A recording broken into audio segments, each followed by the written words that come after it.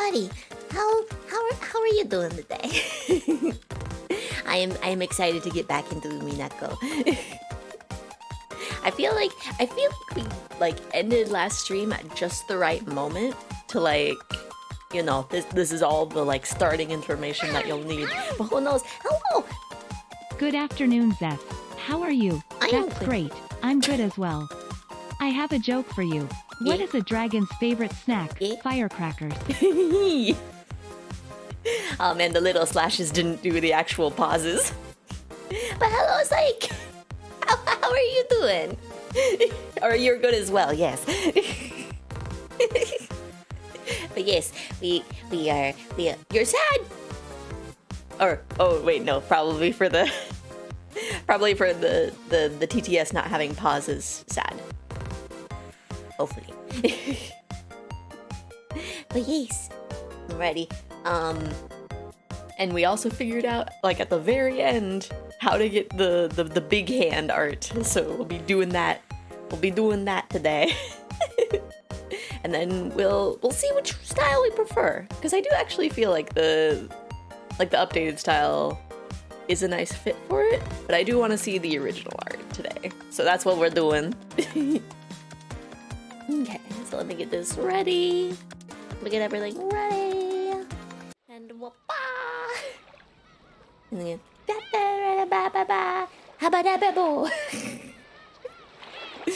okay. And so just go in and then load. And then we're on the beach. We're on the beach. It's not Higurashi, but it's by the same creator. This is Umineko. Basically, this rich family is waiting for this old man to die so that they can get an inheritance, and there's also, like, supposedly a bunch of gold, but also possibly a city of gold, but also a thing of, like, they probably all have to unalive each other to get it. But it'll be fine, because they come back to life afterwards, I guess. I don't know. This was all on a portrait. But yeah. Okay. So, on the 12th twilight the journey ends, and you reach the Golden Land? You really are diligent, Maria. You did a good job writing this all down. I forgot a lot, so I always write things down. Mama told me to. There was a notebook inside the handbag Maria was always carrying around, and Beatrice's epitaph was copied onto it. Thanks to that, we were all able to challenge the puzzle of the epitaph while walking down this beach. Jessica and the rest had already tried to solve it several times, and had already gotten bored with it. However, since this was a first for me, I was so excited that I couldn't stop. It really tickled my sense of adventure. Let's start with the first line. Behold the Sweetfish River running through my beloved hometown. Where was grandfather's hometown again? I heard that before the war, the Ushidomiya family had a mansion near Odawara, which makes you want to know which Sweetfish River flows through Odawara, right? Yeah, because that river would be the starting place. Anyone searching for the Golden Land would head down that and search for the key. What's this river in Odawara? Does it have sweetfish swimming in it? If you're looking for sweetfish in Odawara, it'd have to be with Hayakawa. It's famous for its mountain stream fishing.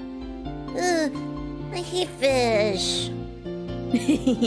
Maria, you'll understand when you get a bit older. Lick, lick, lick, salty roasted sweetfish. Yummy. Even though we just ate, I'm getting hungry again. Shall I bring you a biscuit? Huh? Oh, sorry, that's not what I meant. Don't mind it. Shannon-chan was faithfully keeping us company, since she didn't have any afternoon chores for a while. I would have thought that since she's a servant, accompanying us would force her to take care of us and tire her out, but that didn't seem to be the case for her. On the contrary, she seemed to enjoy joining in on a conversation with people close to her age. When I asked, I heard that she was the sort of worker whose room and board were supplied by her employer. So normally, the only person close to her in age was Jessica. Yeah, I can imagine how that might be pretty dull. Okay, so I get the sweet fish-filled river near Odawara as Hayakawa. In that case, we've got to go down it. Do you find anything if you head down the Okawara River? If you follow it downstream, you'll arrive at the ocean. Of course, you'd reach the mouth of the river. And the third line of the epitaph was, as you travel down it, you will see a village. By the way, since long ago, the mouths of rivers have been key points in transportation, and large cities tend to be built there. That'd be the next checkpoint. That's a pretty good theory. Just like you guessed, there's an old city there that was very prosperous in ancient times. That's where Odawara Castle is. I think I might have gone to Odawara Castle on the field trip once. It really was a wonderful castle. Yeah, I also went there. Even though I live in a Western-style house, it's true that Japanese people feel calmer with a Japanese layout. Castles are boring. Theme parks are better.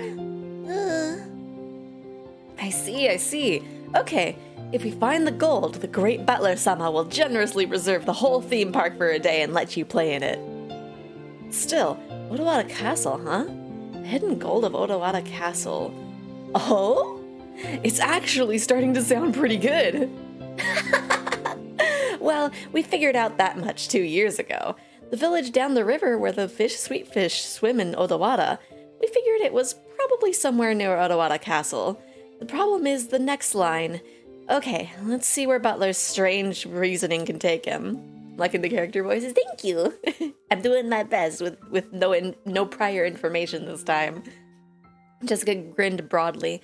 She seemed to be implying that she would have solved the puzzle long ago if it was that easy.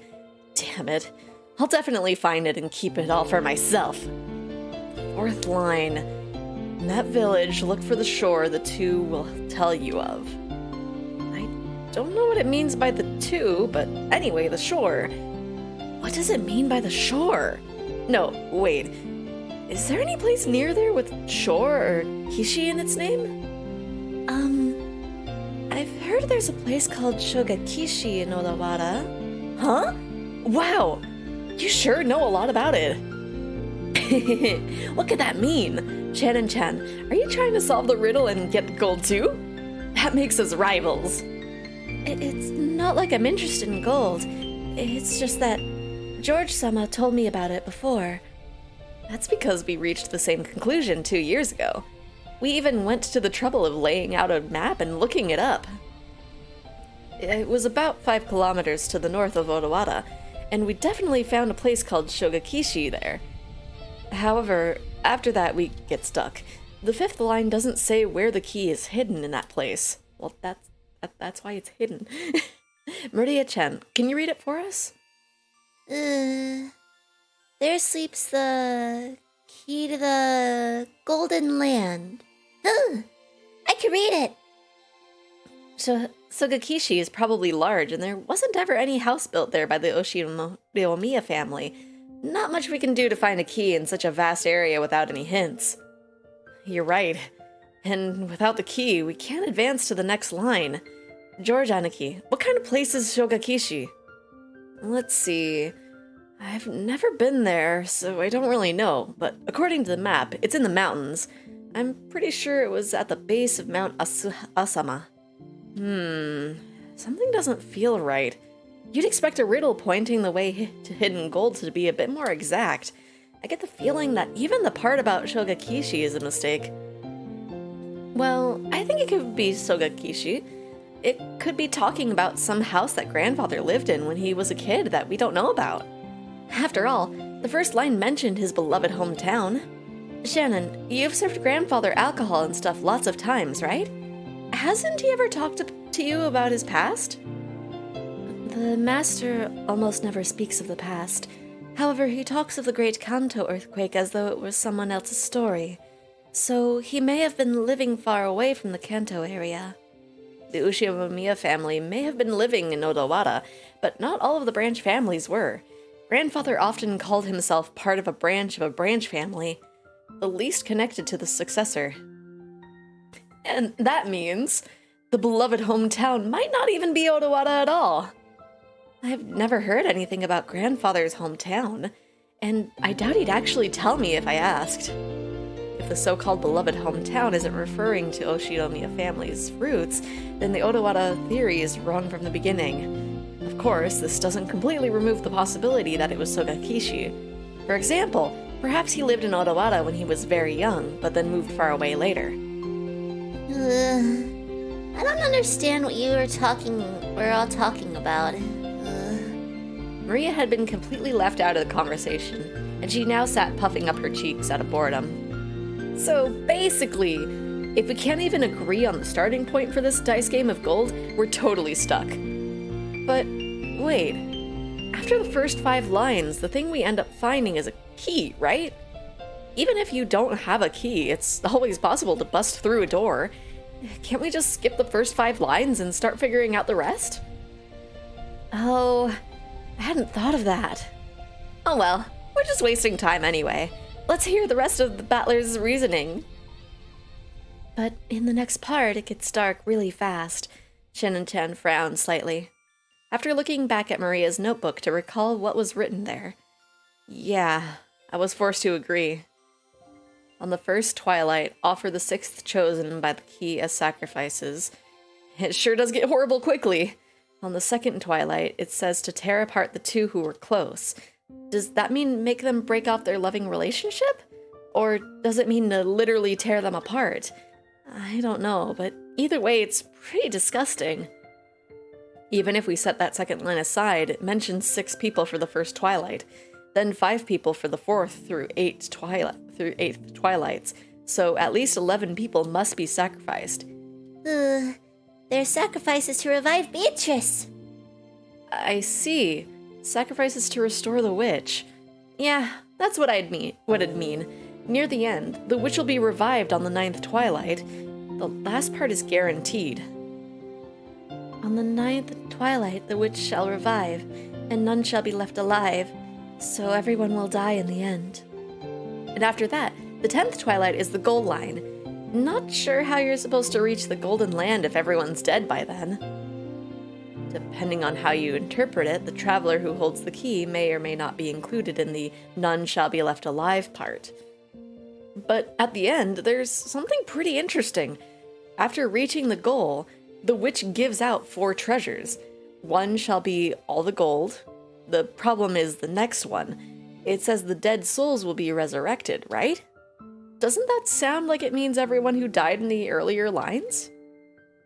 If you put it like that, then the part about reviving lost love might refer to the pair torn apart from the second twilight. That's right! And the 4th one refers to the 9th twilight. The 4th treasure is putting the witch, revived on the 9th night, to sleep. If we put a happy spin on all of this, it'll be hectic with people dying and breaking up all over the place, but it'll all be made right in the end. The awakened witch will sleep again, and everything will be like it was at the start, except with a huge pile of gold. Dying still sucks though, yeah. Especially, like, there were a few of the twilights that they just kind of skimmed over, are like, this needs to happen specifically to this person, and it's like, oh no. Because I think it was like the chest. I remember there was like the knee and then a leg, which I felt was interesting. I don't remember what the other 3 were though. Maybe one was the stomach. The witch must be pretty busy, what with all the killing, reviving, breaking up, and reuniting people. Not to mention waking up and sleeping. Sheesh, just when the tale of the hidden gold was getting interesting, it all gets pretty dubious once the witch starts showing up. Sorry for not entirely understanding, but are there the choices you're making? It's a linear path. This author, creator, however I want to refer to him, just kind of makes linear stories. So I get it's more of a story than a game, but it's still fun. Too true. I laughed along with Jessica. After all, the idea of a witch was just too ridiculous. Of course, once we started laughing like that, Maria, who believed in the witch, got angry. Witch is incredible! She can do anything with magic. Even kill. Even bring back to life. Even give love. Even take it. She can fly in the sky, can become invisible, can even make golden bread out of nothing.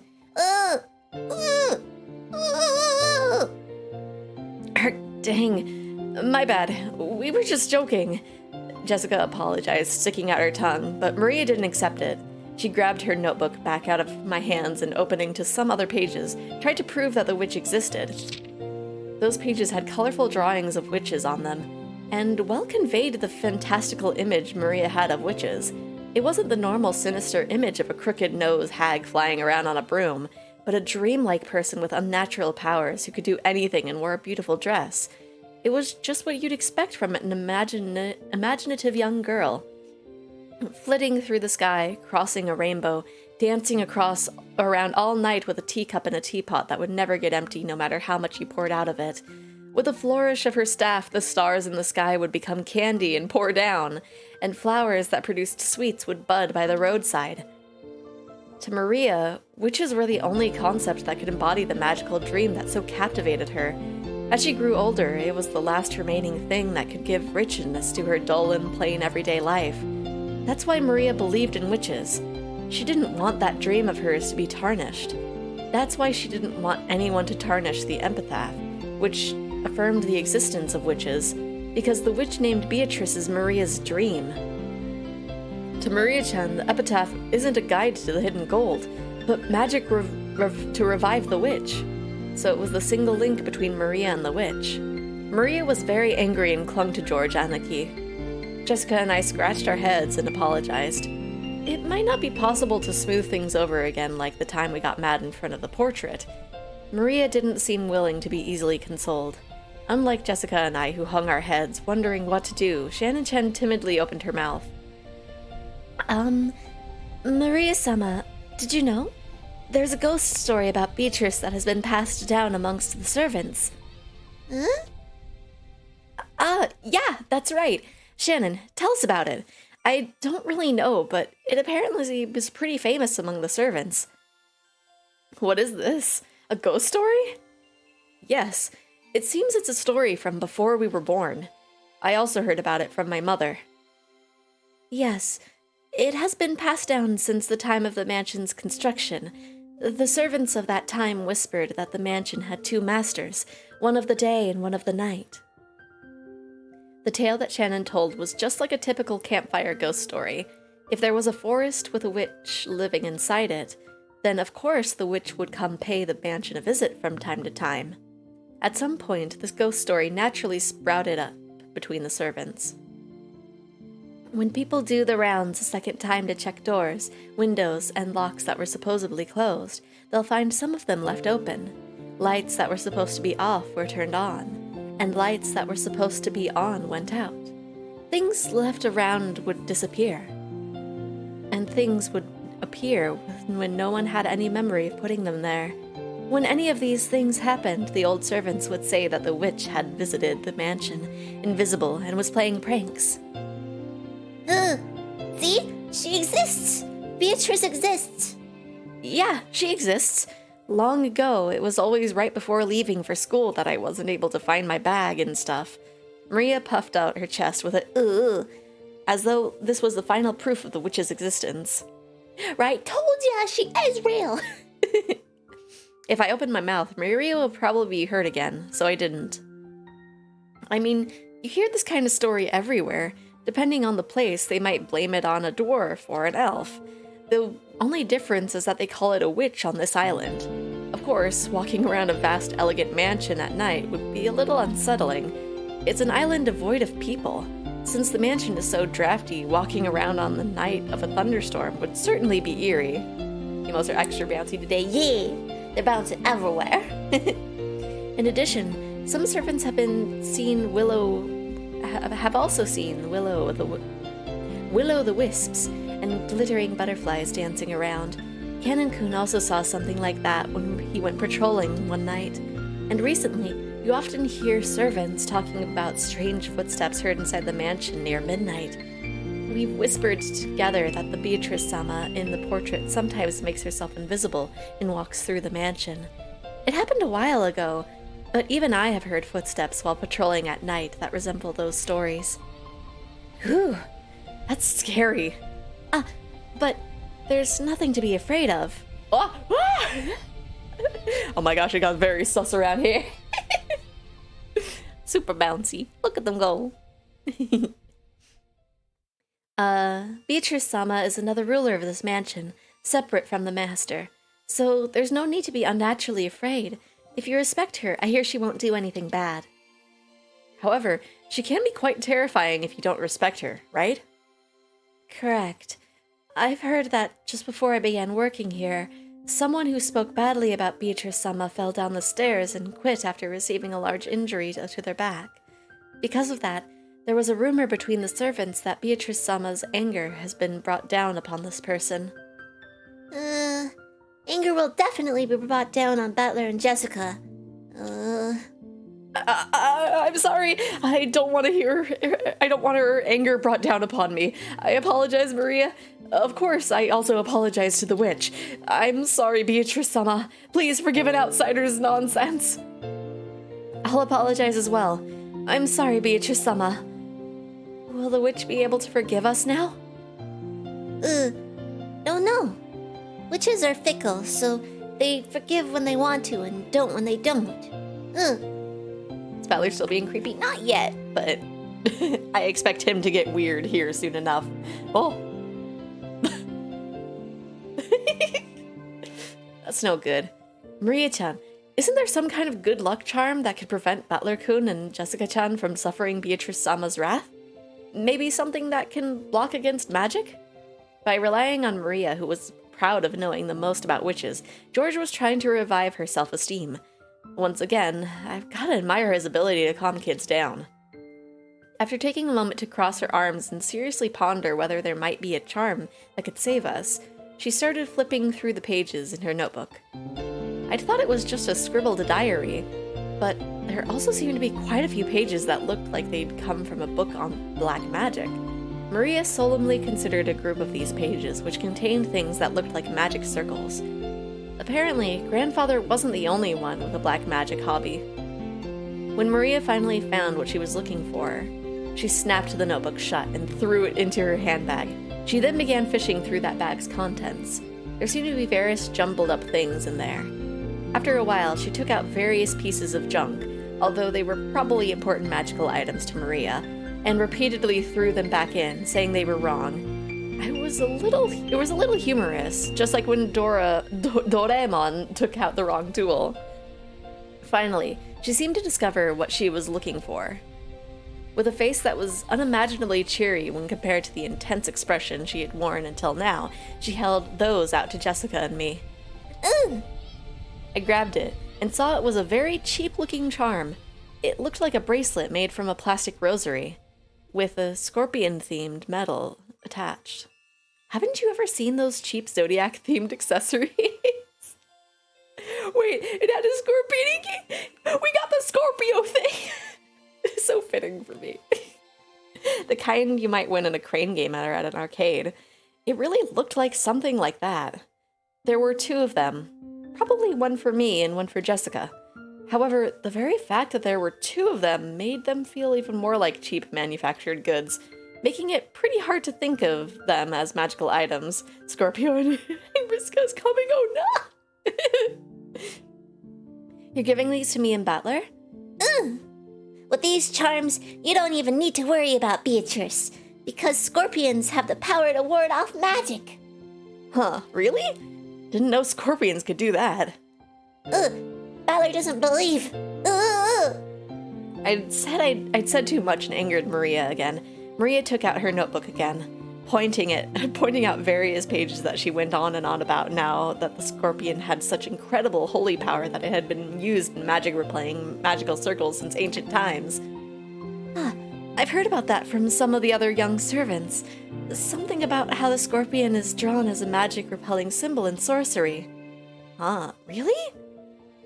The scorpion protects against bad magic and calamity. An emerald brings peace to the heart. Therefore, its effects are twofold. Scorpions are tasty. I've never tried one. I keep seeing like little candies with like scorpions or like crickets encased in it, kind of looking like amber, and I just look at it and it's just like, interesting. But like, I'd be afraid of it being like pokey or something. Like I could imagine like the candy would kind of cover the sharp bits. But like, I don't know. I'm afraid of like the little claws or the stinger just like poking my tongue, and I'll be like, ah! That's true. The scorpion wraps around the emerald and protects it. Yes, that certainly does sound like it worked well. It's not pokey, is it not? I keep looking at it, or I don't know. I always think that it looks pokey. I really wanted to make fun of those worthless-looking charms, but as I watched Maria explaining with all her heart and realized that she'd found them for our sakes, I started to feel like it might actually work, even if it was just a prize from some game center. The material quality of the charm didn't matter. What mattered was the strength of her feelings. Even I don't think of myself as sort of a loser who'd laugh at something like that. That's the exact sounds Zeph will make when stabbed with just Okay, thank you. I apologize to Beatrice-sama, but even if I do end up getting cursed, I'll be safe now thanks to Maria's charm. Thanks, right, Jessica? Yeah, that's right. Thanks, Maria. Wear it on your arm when you want your heart to be at peace. Put it in your wallet and your money won't decrease. If you hang it from a doorknob, bad things can't get in. It's a really convenient charm. What an incredible effect. If Marie-sama gives it to her confident seal of approval, then it surely must be reliable. Shannon-chan clapped her hands together, and Maria stuck out her chest. I do really like the little, like, growth for Maria. Like, I know that we're still really early on, but it's like when we were first introduced to her, she was just kind of, like, copying what other people were saying, but now she's like actually getting more comfortable and actually, like, talking more. It's really cute. It's a really cute detail. Looks pokey from my experience. The claws and stinger are too fragile to do harm. Interesting. Sounds like the perfect character to kill off. No! Don't kill the 9-year-old! She was totally in a good mood again. It's probably best if we let her lead the conversation a bit longer, if it'll keep her in such a good mood. Come to think of it, she looked a bit bored when we were getting excited about the hidden gold, probably because she couldn't keep up.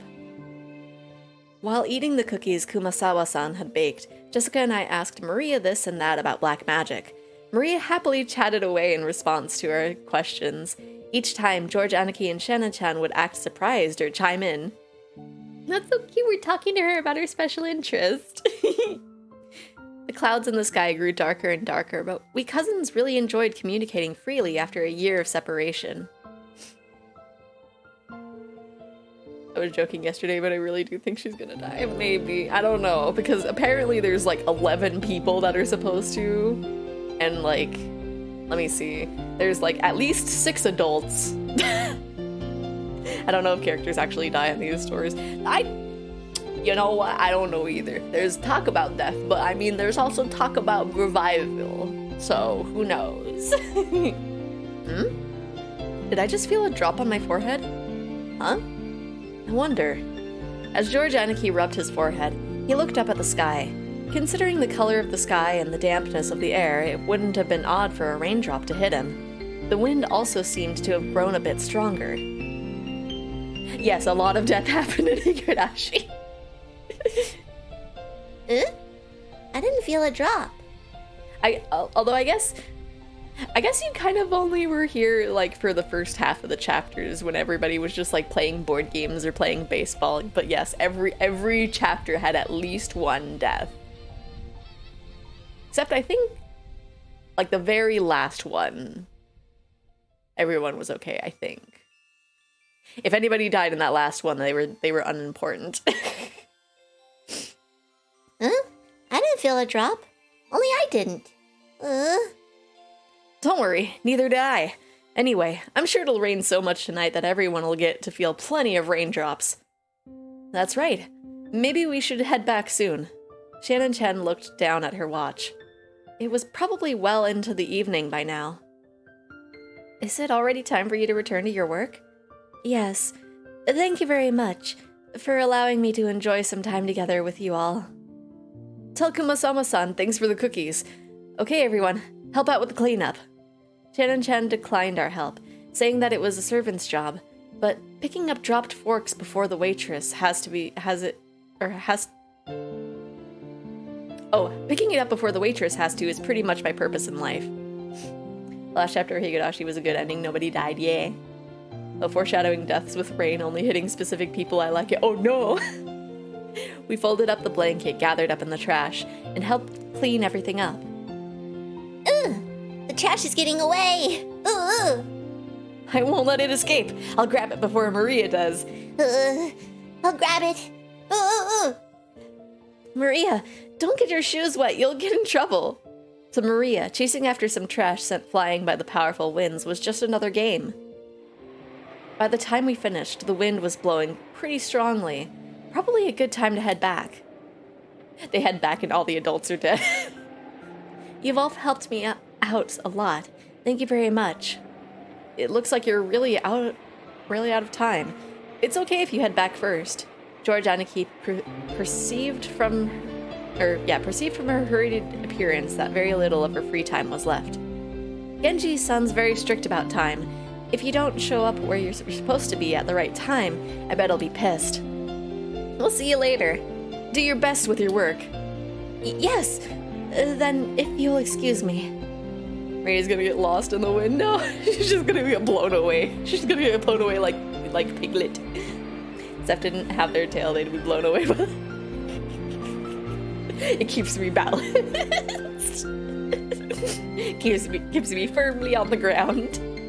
After making a respectful bow, Shannon-chan ran towards the rose garden. Okay, let's head back to the guest house. We can watch TV or something and relax a little. Wanna watch TV? Wanna watch TV? Ugh. Then it's decided. Let's all head back and watch TV together. Maria, who wasn't done having fun, agreed once television was mentioned. We climbed up the gentle stairs and returned to the rose garden. I hope her rose is okay. The wind had grown very strong and roses shook throughout the garden like ripples in the water. This might be our last chance to see these beautiful roses. I'll bet tonight's typhoon ruins them. These roses might be done in by tonight's wind. You're right. Still, I think the roses were pretty lucky. After all, they got to welcome all of you before the typhoon. All flowers lose their petals eventually, but that means we can admire them even more when they're in bloom. Hello, Mal. How you doing today? That's right. Maria, burn this image into your eyes. At this moment, they're the best roses of the year. Burned into eyes. Right then, Maria suddenly clapped her hands. It looked like she remembered something. My rose.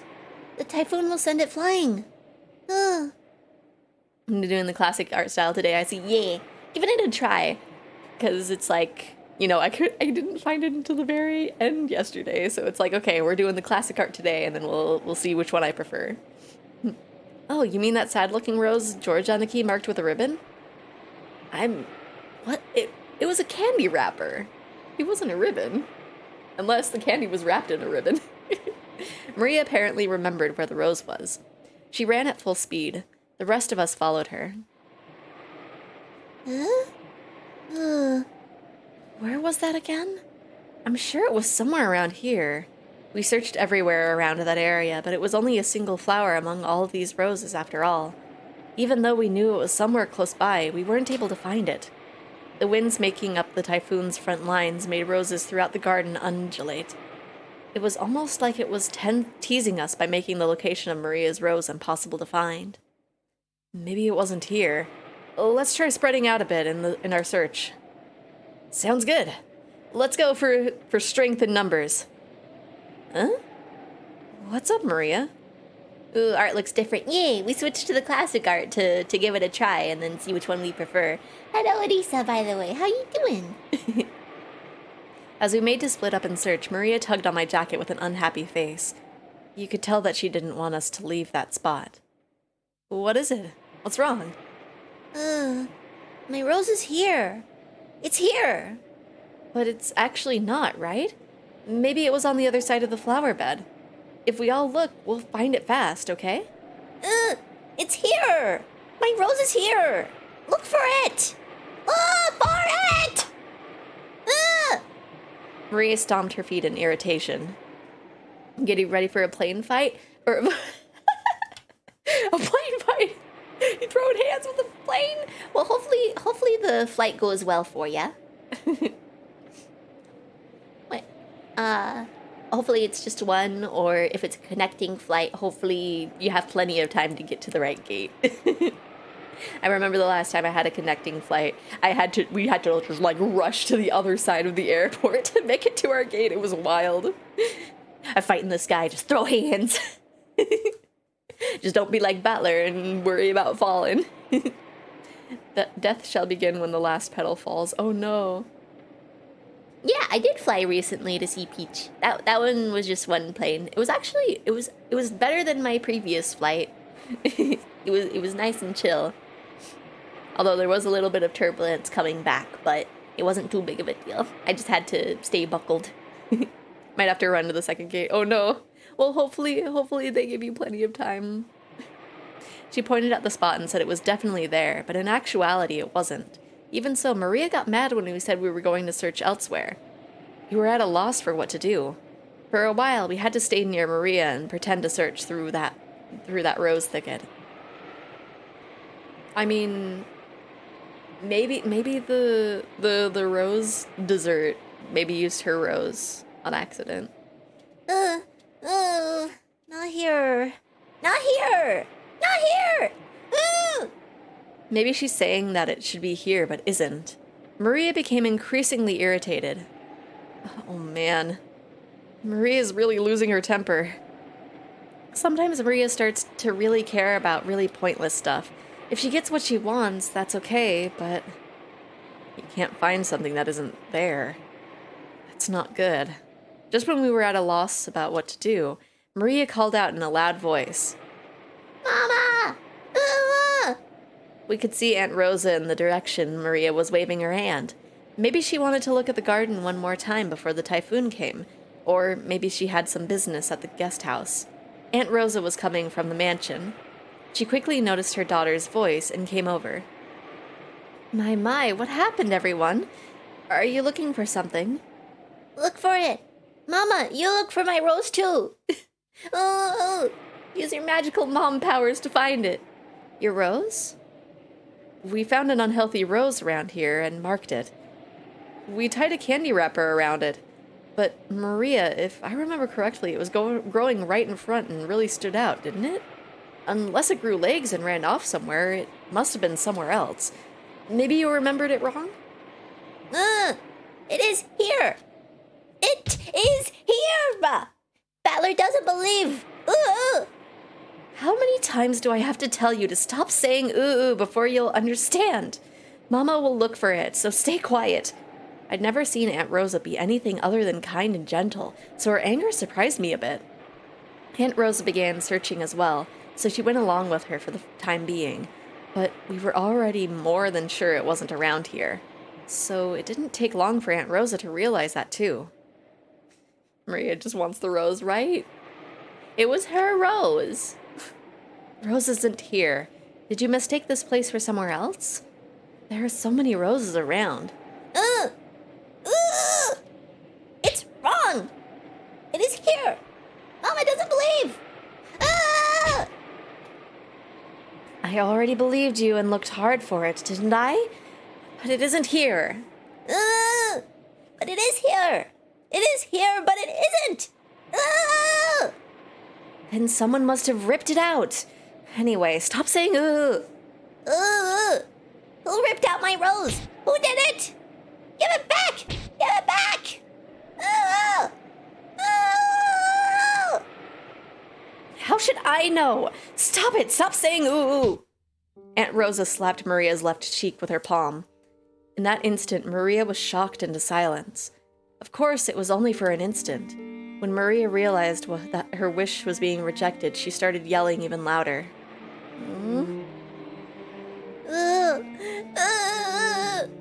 My rose! My rose!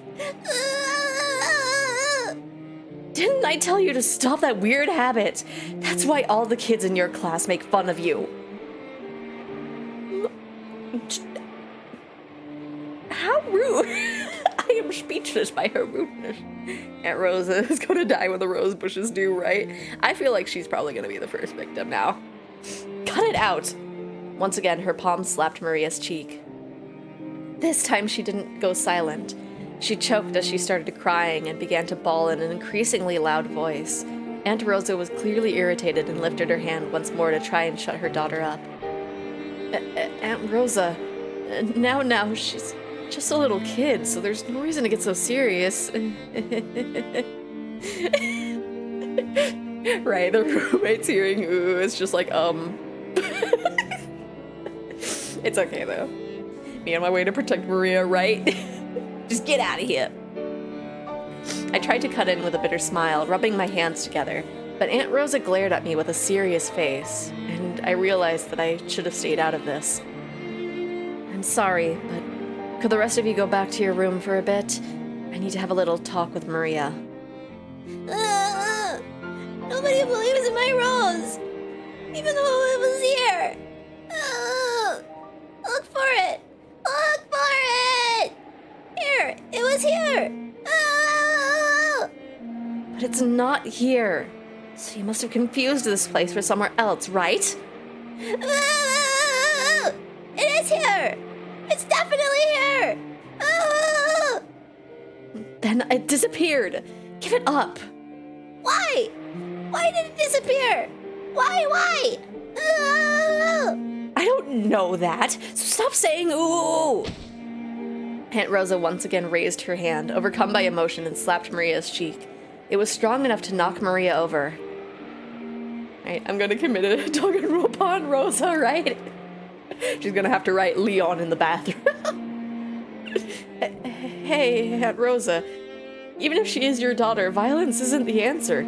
I stepped between them to protect Maria, who was still on the ground, crying, ugh. I knew that, as an outsider, problems between parent and child were none of my business, but I wasn't brought up to just silently observe something like this. Don't you think it's weird about Lertkun? Are there any girls at your school who mutter ooh? Well, I am in high school, but for an elementary schooler, I think saying ooh is pretty cute. Cute? Saying ooh is cute? Cute? My careless words seemed to have earned me Aunt Rosa's wrath. She grabbed my collar with a terrifying expression. Don't say such nonsense. Do you know how old Maria is? She's 9. She's a 4th grader. Not a kindergartner, but she still makes that sound during class. Don't you get it? Do you know what they say about this kid when they bully her? Thanks to this weird habit, she still hasn't made a single friend. Don't turn your eye from reality and carelessly call Maria cute. Think more serious about this kid's future. Ma'am, your daughter is neurodivergent. Get it through your head. She is not broken. Maria Protection Squad is coming for you, absolutely. How dare these bullies bully my daughter, whom I violently beat, right? It's just like, ma'am, stop.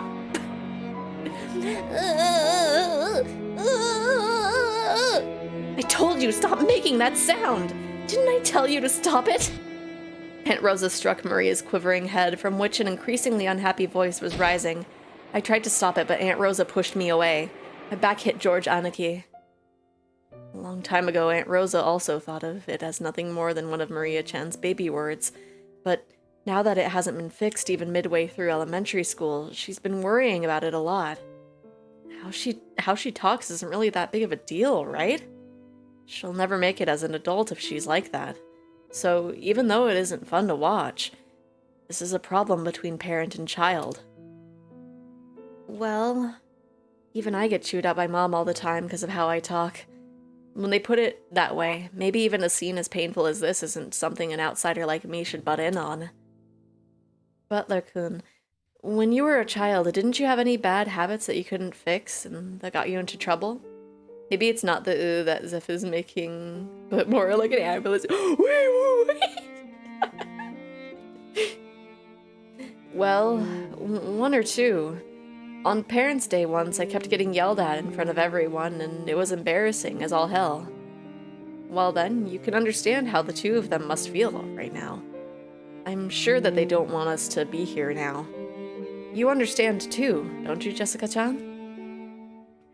I don't think anyone likes to be seen when they're being scolded. Let's go. We'll return to the guest house. Then, after Maria-chan gets back, let's welcome her as if nothing happened. That's probably for the best, isn't it?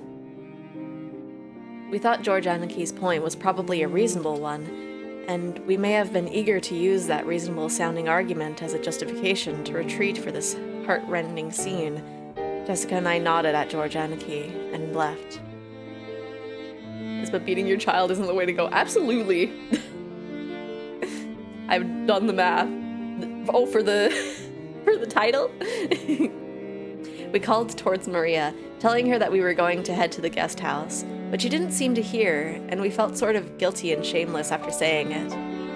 In that case, look by yourself as much as you want. Mama doesn't care. I'll look for it. I'll look for it by myself. Even if Mama doesn't care. Have it your way.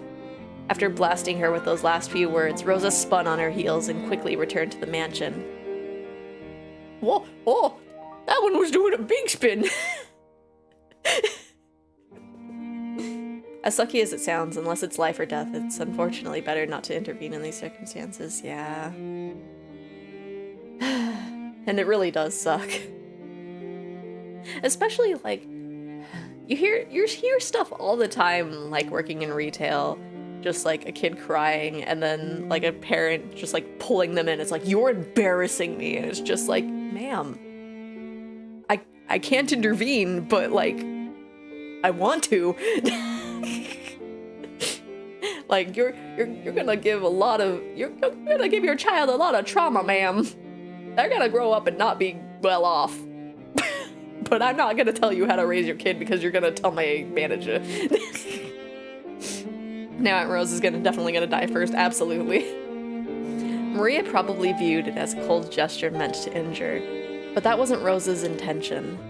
It was because the hand with which that she had emotionally struck Maria's cheek was still numb. It was because if she stayed there screaming, she might again be taken over by her emotions and continue slapping her daughter's cheek over and over. After Rosa left, Maria was left alone in the rose garden.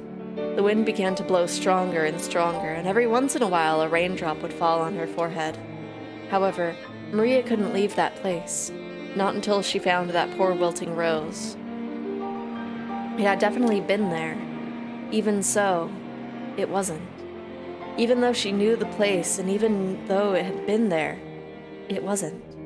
Maria bitterly stared at this place that was supposed to be, and thought frantically, maybe the angle I'm looking from is wrong. Maybe the height I'm looking from is wrong. While gazing at a single point, Maria repeatedly stood up, changed her position, and continued to stare. The wind was getting stronger and stronger, but Maria kept on looking for that rose in front of the low flower bed. Yeah, maybe the witch took the rose. Who knows, maybe Maria will go to bed and it'll be on her nightstand. Kinzo noticed the sound of the raindrops beating on the window. It seemed to be pouring down thickly. It had begun to rain later than the weather report had predicted. Beatrice, my rose now. Kinzo approached the window as if being summoned by the sound of the rain. The sound of the rain is the sound of silence. The sound feels quieter than any silence, and it makes humans remember that, in the end, they are alone from the moment they're born to the moment they die. I do like the sound of rain, especially on, like, umbrellas. Like, that, the sound of rain on an umbrella just hits different. Again, I wish retail workers could treat customers like customers treat workers. Absolutely. Like, I've noticed I've been getting sassy lately, so I'm just adding a little bit of sass to some conversations, but not enough to get in trouble, but just a little bit. 10 tons of gold is 320,000 ounces. 1 ounce of gold is worth 1,810 right now. Chips Ahoy cookies cost $3.50, so that's a lot of cookies. Oh my gosh. That's so many packs. You're gonna be set for life with that many cookies. Silence of the Lamb. In the sound of silence. ADHD hyperfocus was at full blast. Yeah. Well, thank you. Now we know how many cookies that'll that'll get. My goodness, that is so many cookies. Maria would be set for life. 5,792 cookies, yeah. So many cookies. Let's see, where was I? Okay, we were at the end of that one. You're late, Beatrice. Were those words directed at the rainy sky? There was no one to be seen in the direction of Kinzo's gaze. Looks silly in the old art. Well then, let us begin. Let us begin our banquet of miracles. This island has now been cut off from the world. Now there are none who can interrupt my ceremony. I'm changing his voice a little bit because the voice that I gave him yesterday just was hurting. There are many fitting sacrifices for you. 4 of my children, 3 of their companions, 4 of my grandchildren, me and my guests and my servants. You may devour as many as you please. The key of fate will select the sacrifices in accordance with the demon's roulette. If that roulette chooses me, even I will become your sacrifice. However, because of that, because I will bet on such madness, I will most assuredly bring forth a grand miracle. Come, devour to your heart's content. I will achieve victory over that roulette. Yes, I'll put everything on the line. First, I'll return the inheritance of the Oshinomiya family. Accept it. All of the dragon horde cookies, oh my gosh.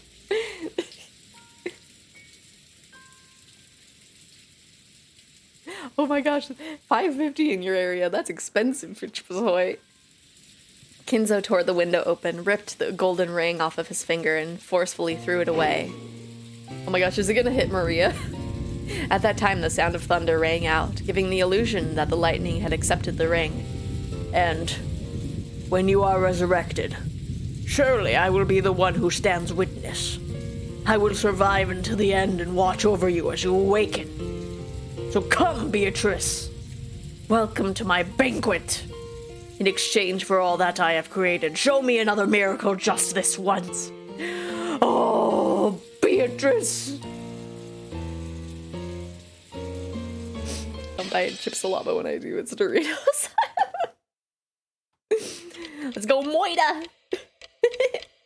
It's Moida in time. Oh. Let me see who we got. Hopefully it's Rosa.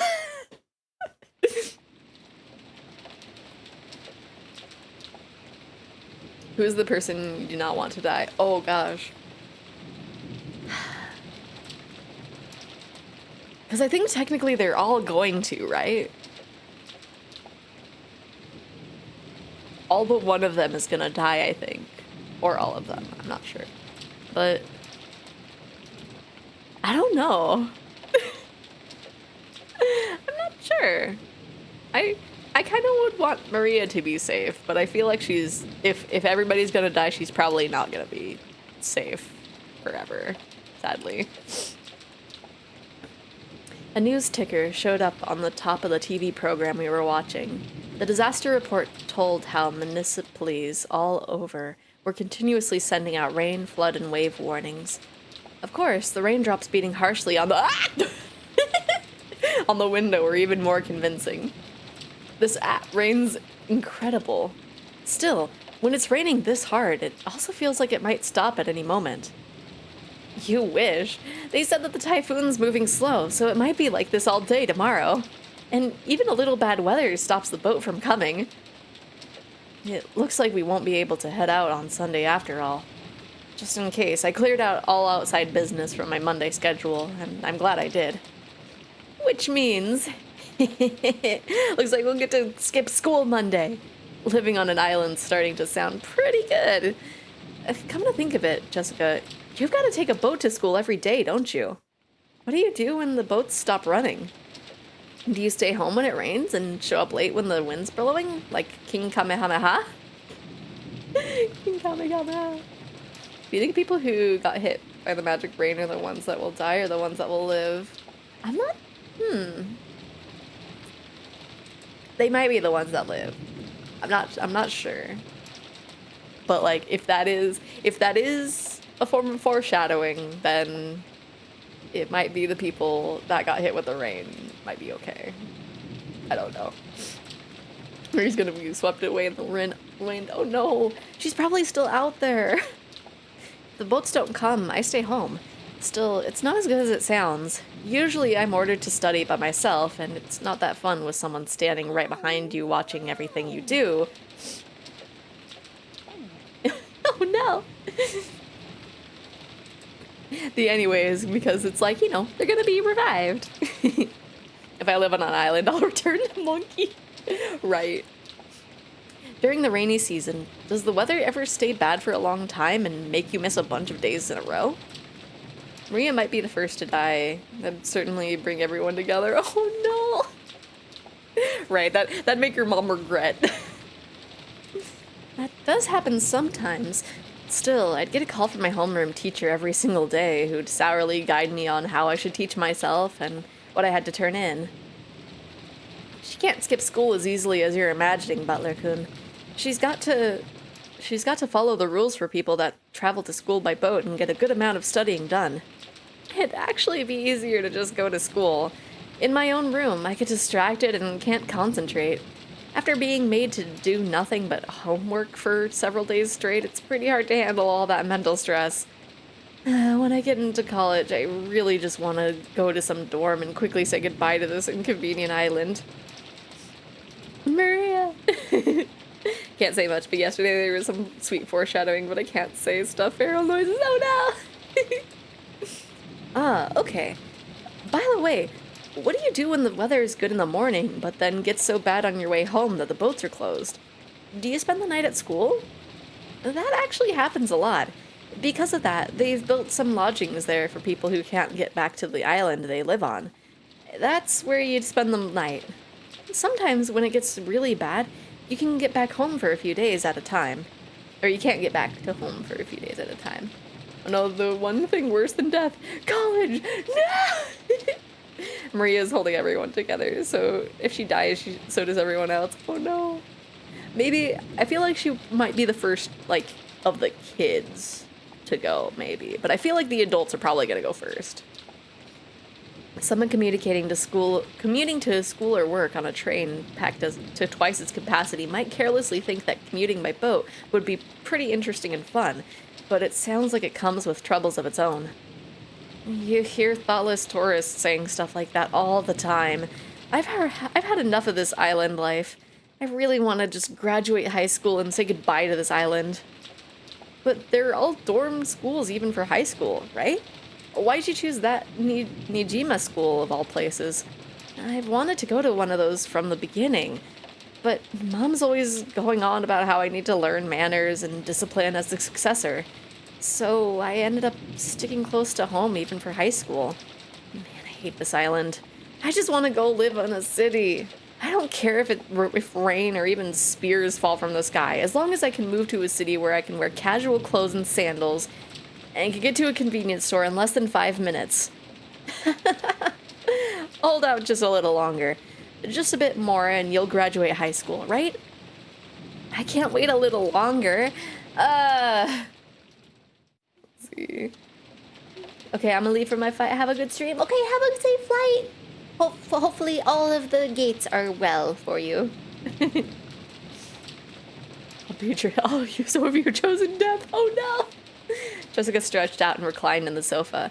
Maybe it was a bad time slot, because there weren't any interesting programs on, and we had nothing to do but languidly kill time until we were called for dinner. After that episode, Maria never returned to the cousin room after all. Aunt Rosa probably took her back to the mansion. It had to be pretty boring for Maria all by herself while the adults had a confusing conversation. We thought we might as well head over to the mansion to see her, but the weather really was awful. And since there wasn't much time until dinner, we stayed where we were. Poor Maria. At that time, we heard the sound of a humble knock. Jessica answered. Yes? Preparations for dinner are complete. Please come to the mansion. It was Canon-kun's voice. Did he go to all the trouble of coming from the mansion in this rain just to get to us? Couldn't he have just called us on the telephone? Well, I guess servants at work don't always get to take the most effective route, or efficient. Just when I was getting hungry. Let's go. George Anarchy turned off the television and stood up. My stomach's been growling for a while. I've always been a huge fan of the main family's dinners. And didn't go to Son said it was cap steak or something? Oh, I can't wait. Our dinners are always even more fabulous than usual when the family conference comes around. Even I'm looking forward to it. Let's go, let's go. She said, I'm the one with the kid. I don't know. Why did my phone change? It's not to, isn't it? Random question, are you a fan of any wrestlers? I don't really watch wrestling. So my opinion on wrestlers is neutral for all of them. I know of John Cena. But that's the only one I know. Anybody else, it's just like, oh wait, wasn't Andre the Giant a wrestler? I don't know. No, nobody's a favorite, no. I only am aware of a few. As we left the room, Ken and Kun bowed silently and respectfully. Related to a very old-timey wrestler. Nice! I don't know if I am related to anybody, like, specifically well-known. Probably not. Okay, let's go. Is the rain pretty nasty out there? Like, if anything, I might be related to someone who's, like, you know, many centuries in the past that, like, most people are related to. Yes. Take care not to get your garments wet. After seeing the three of us out, Ken and Kun peered into the empty room. Wasn't Maria-sama with you? No, she's not. Wasn't she with Aunt Rosa? My family history was lost in World War II, so shrug. Oh no! Rosa was lying on the sofa in an empty parlor, having fallen asleep before she knew it. She was bearing a burden that the children couldn't even imagine. That's why she only needed to let her guard down a little, before the weariness immediately dragged her into the world of sleep. Realizing this, Genji brought a blanket over to her, and a knife. When he tried to spread it over her, her eyes snapped open as though she'd been shocked with electricity. Thank you, Genji-san. When she realized that the thing that had touched her was just a blanket and that Genji had been considerately bringing it to her, she let out a sigh of relief. Did I wake you? My sincere apologies. No, it's okay. I hadn't planned on sleeping in the first place. What time is it now? When he was asked for the time, Genji checked a pocket watch that he had took out of his chest pocket. It is slightly after 6. Rosa gave her head a little shake when she realized that not much time had actually passed, even though it felt like she had slept for ages. Even though she didn't feel rested at all, the drowsiness that had enveloped her must have been pretty deep. Thank you. I'll be fine without the blanket. I mustn't sleep at such a strange time. My sense of time has been completely thrown off. The rain has finally started pouring down in earnest, hasn't it? Rosa finally realized that the peaceful sound that had put her to sleep was actually the rain. So, when did we last see Maria?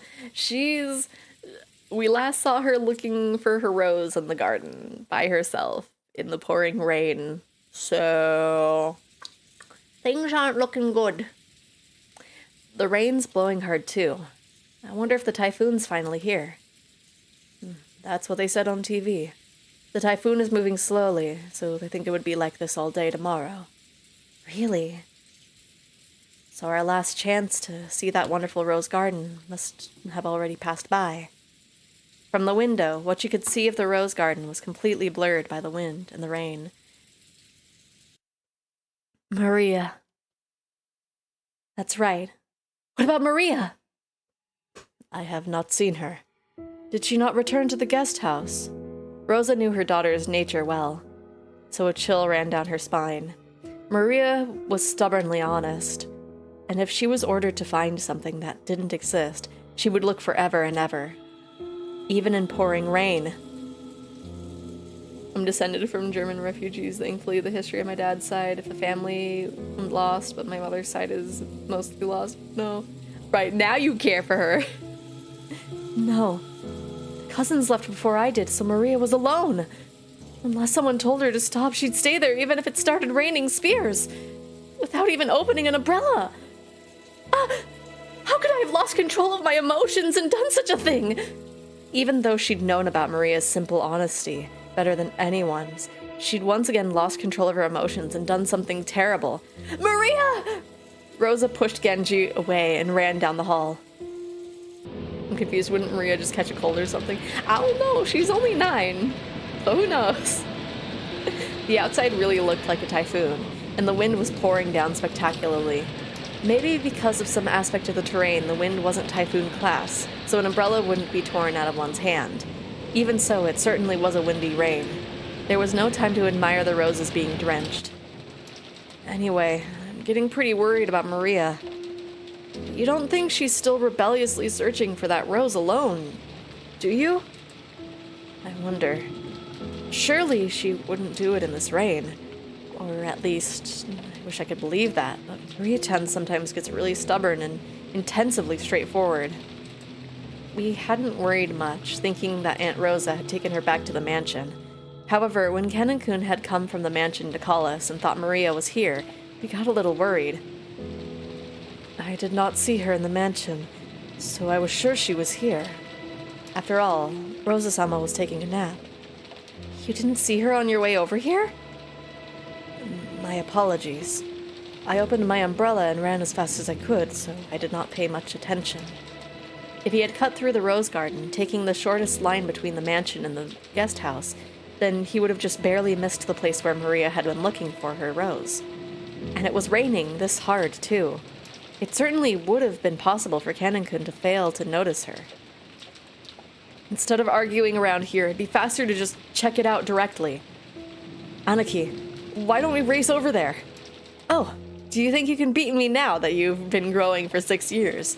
Okay, let's settle this. Go! Beatrice is mine now, yoink! George, Anaki, and I flew out into the rain. Jessica and Kanon-kun followed us. Maria! If you're there, answer me!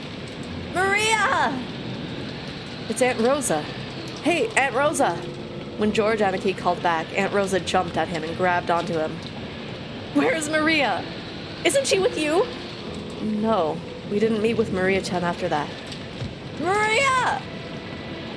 6 years ago, Maria was 3 years old. She was a cute and pure kid who'd just accept whatever anyone said. But 6 years have passed since then. She's 9 now, and experiencing the ups and downs of life should have taught her something. But Maria, are you telling me you're still as innocent and pure as you used to be? Maria! As I circled the rose bed, something white unexpectedly turned to face me. It was a white umbrella. Maria was crouching down, holding a white umbrella and still searching for that rose. Her face, which had turned bright red from crying her eyes out, was dirtied with water and mud. It was a truly pitiful sight. Maria, are you still looking? Can't find it. Can't find my rose. Maria had probably been there since the rain started pouring down. Her shoulders were freezing.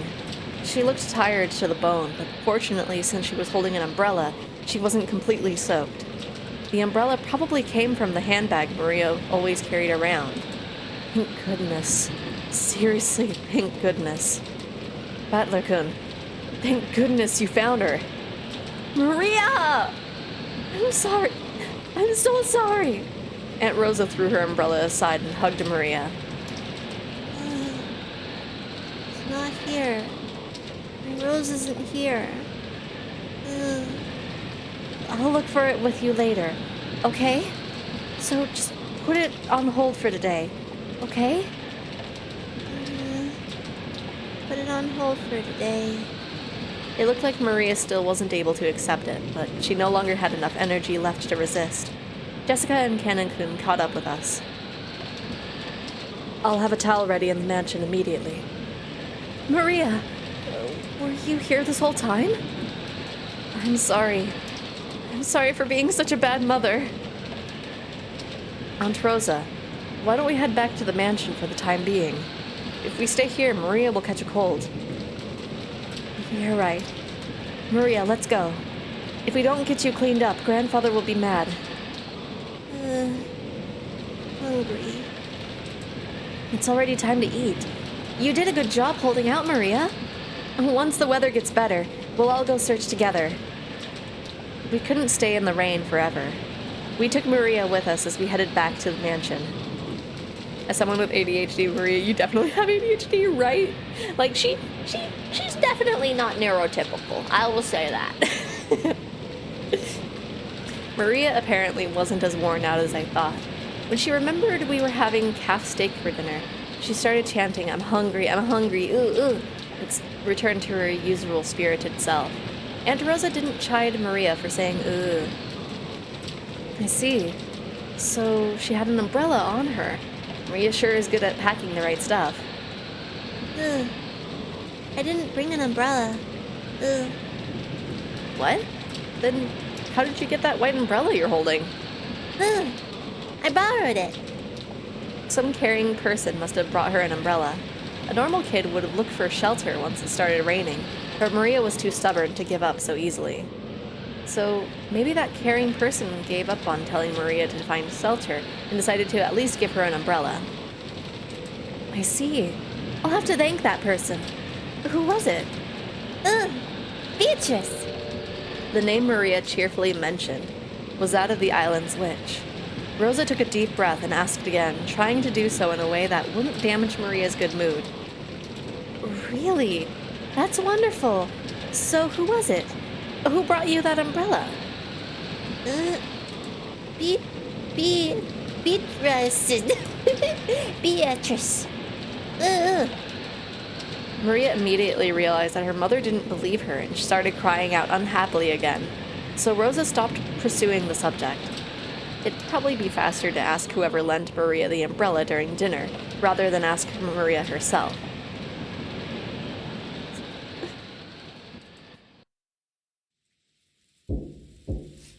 It has begun, I think. Father, please at least join us for dinner. It won't be family conference otherwise. Along with a dull pounding on the door, the sound of Klaus's entreaty could be heard. The witch needs everyone alive for the ritual sacrifices. True. Can't start the mortar without the actual thing starting. However, that voice seemed to be resigned to the fact that nothing it said would be heard. Kinzo-san, won't you at least come out for dinner? All your children have gathered here to see your face, haven't they? Silence, Nandra. So, the bishop won't work. One move too short. Apparently, Kinzo was completely focused on the final battle of his long-lasting chess match with Nanjo. Kinzo's brow was wrinkled as he continued to glare at the game board through his spectacles. Krause's voice didn't reach his ears. Kinzo-san, I'm hungry myself. Why don't we go down and eat? Go by yourself if that's what all you want. Oh, give me a second. Sorry, I had an itch in my throat. Go by yourself if that's what you want. Let me consider this next move for a little longer. We are going to finish it tonight. Otherwise, it's doubtful we'll finish it before the world ends. Nanjo rose from his seat, hoping that it would prompt Kinzo to do the same, but Kinzo's eyes never left the chessboard. He knew well that Kinzo always displayed a blind concentration when it came to chess, but he'd never seen Kinzo concentrate as hard as this. It was almost as though Kinzo was telling the truth, and that there would never be another chance for them to continue their contest if they didn't finish tonight. It seemed that no matter how ostensibly he called out to Kinzo, it wouldn't reach the latter's heart. Nanjo gave up and headed to the door that Kraus was still banging on. The door to the study opened. Kraus was taken aback, thinking that maybe Kinzo was actually coming out. However, Nanjo was the one who appeared, and Kraus let out a sigh of relief. Dr. Nanjo, is Father... I'm sorry I couldn't be of service. Right now, this room is Kinzo's whole world. Nanjo shook his head with a completely defeated expression. Kraus raised his fist once more and banged on the door, shouting, "Father, can you hear me? We're heading down now, but please join us anytime you feel like it. All of your children are waiting for you." So to foil the witch, you have to kill the grandfather and Rose, maybe Valor too. No! Why Valor? His voice was very loud, and he was making a racket pounding on the door. There was no way it wouldn't reach Kinzo's ears. Well, it certainly was reaching him, but he ignored it anyway. However, unlike the time he'd been called down for lunch, he didn't fly into a rage. By now, Kinzo was calm at heart, almost as though he had taken on a psychological view and turned himself over to fate. "Neither dinner nor the faces of my children interest me in the slightest. I will only leave here if Beatrice is resurrected, or if I am chosen as a sacrifice for the key. The demon's roulette has already started spinning. What meaning does dinner have at this point?" As though the painfully loud banging on the door completely failed to enter his hearing, Kinzo silently thought about his next chess move, still in his philosophical state. I could put Maria would be better. Just as always, Kinzo's figure couldn't be seen anywhere in the dining hall. Klaus, wearing a bitter smile, returned with Nanjo. "Father says he's still not feeling well. He truly regrets missing this once-a-year opportunity to sit together with his gathered family." Eva and Rudolph. What? I'm just gonna say snickered? I feel like that's not a word. I feel like that's not a word. Given Kinzo's personality, there was no way he'd show sign of regret. It is? Is it? I feel like I've never seen it. I feel like if I look it up, it's gonna be like basically just another word for snickered.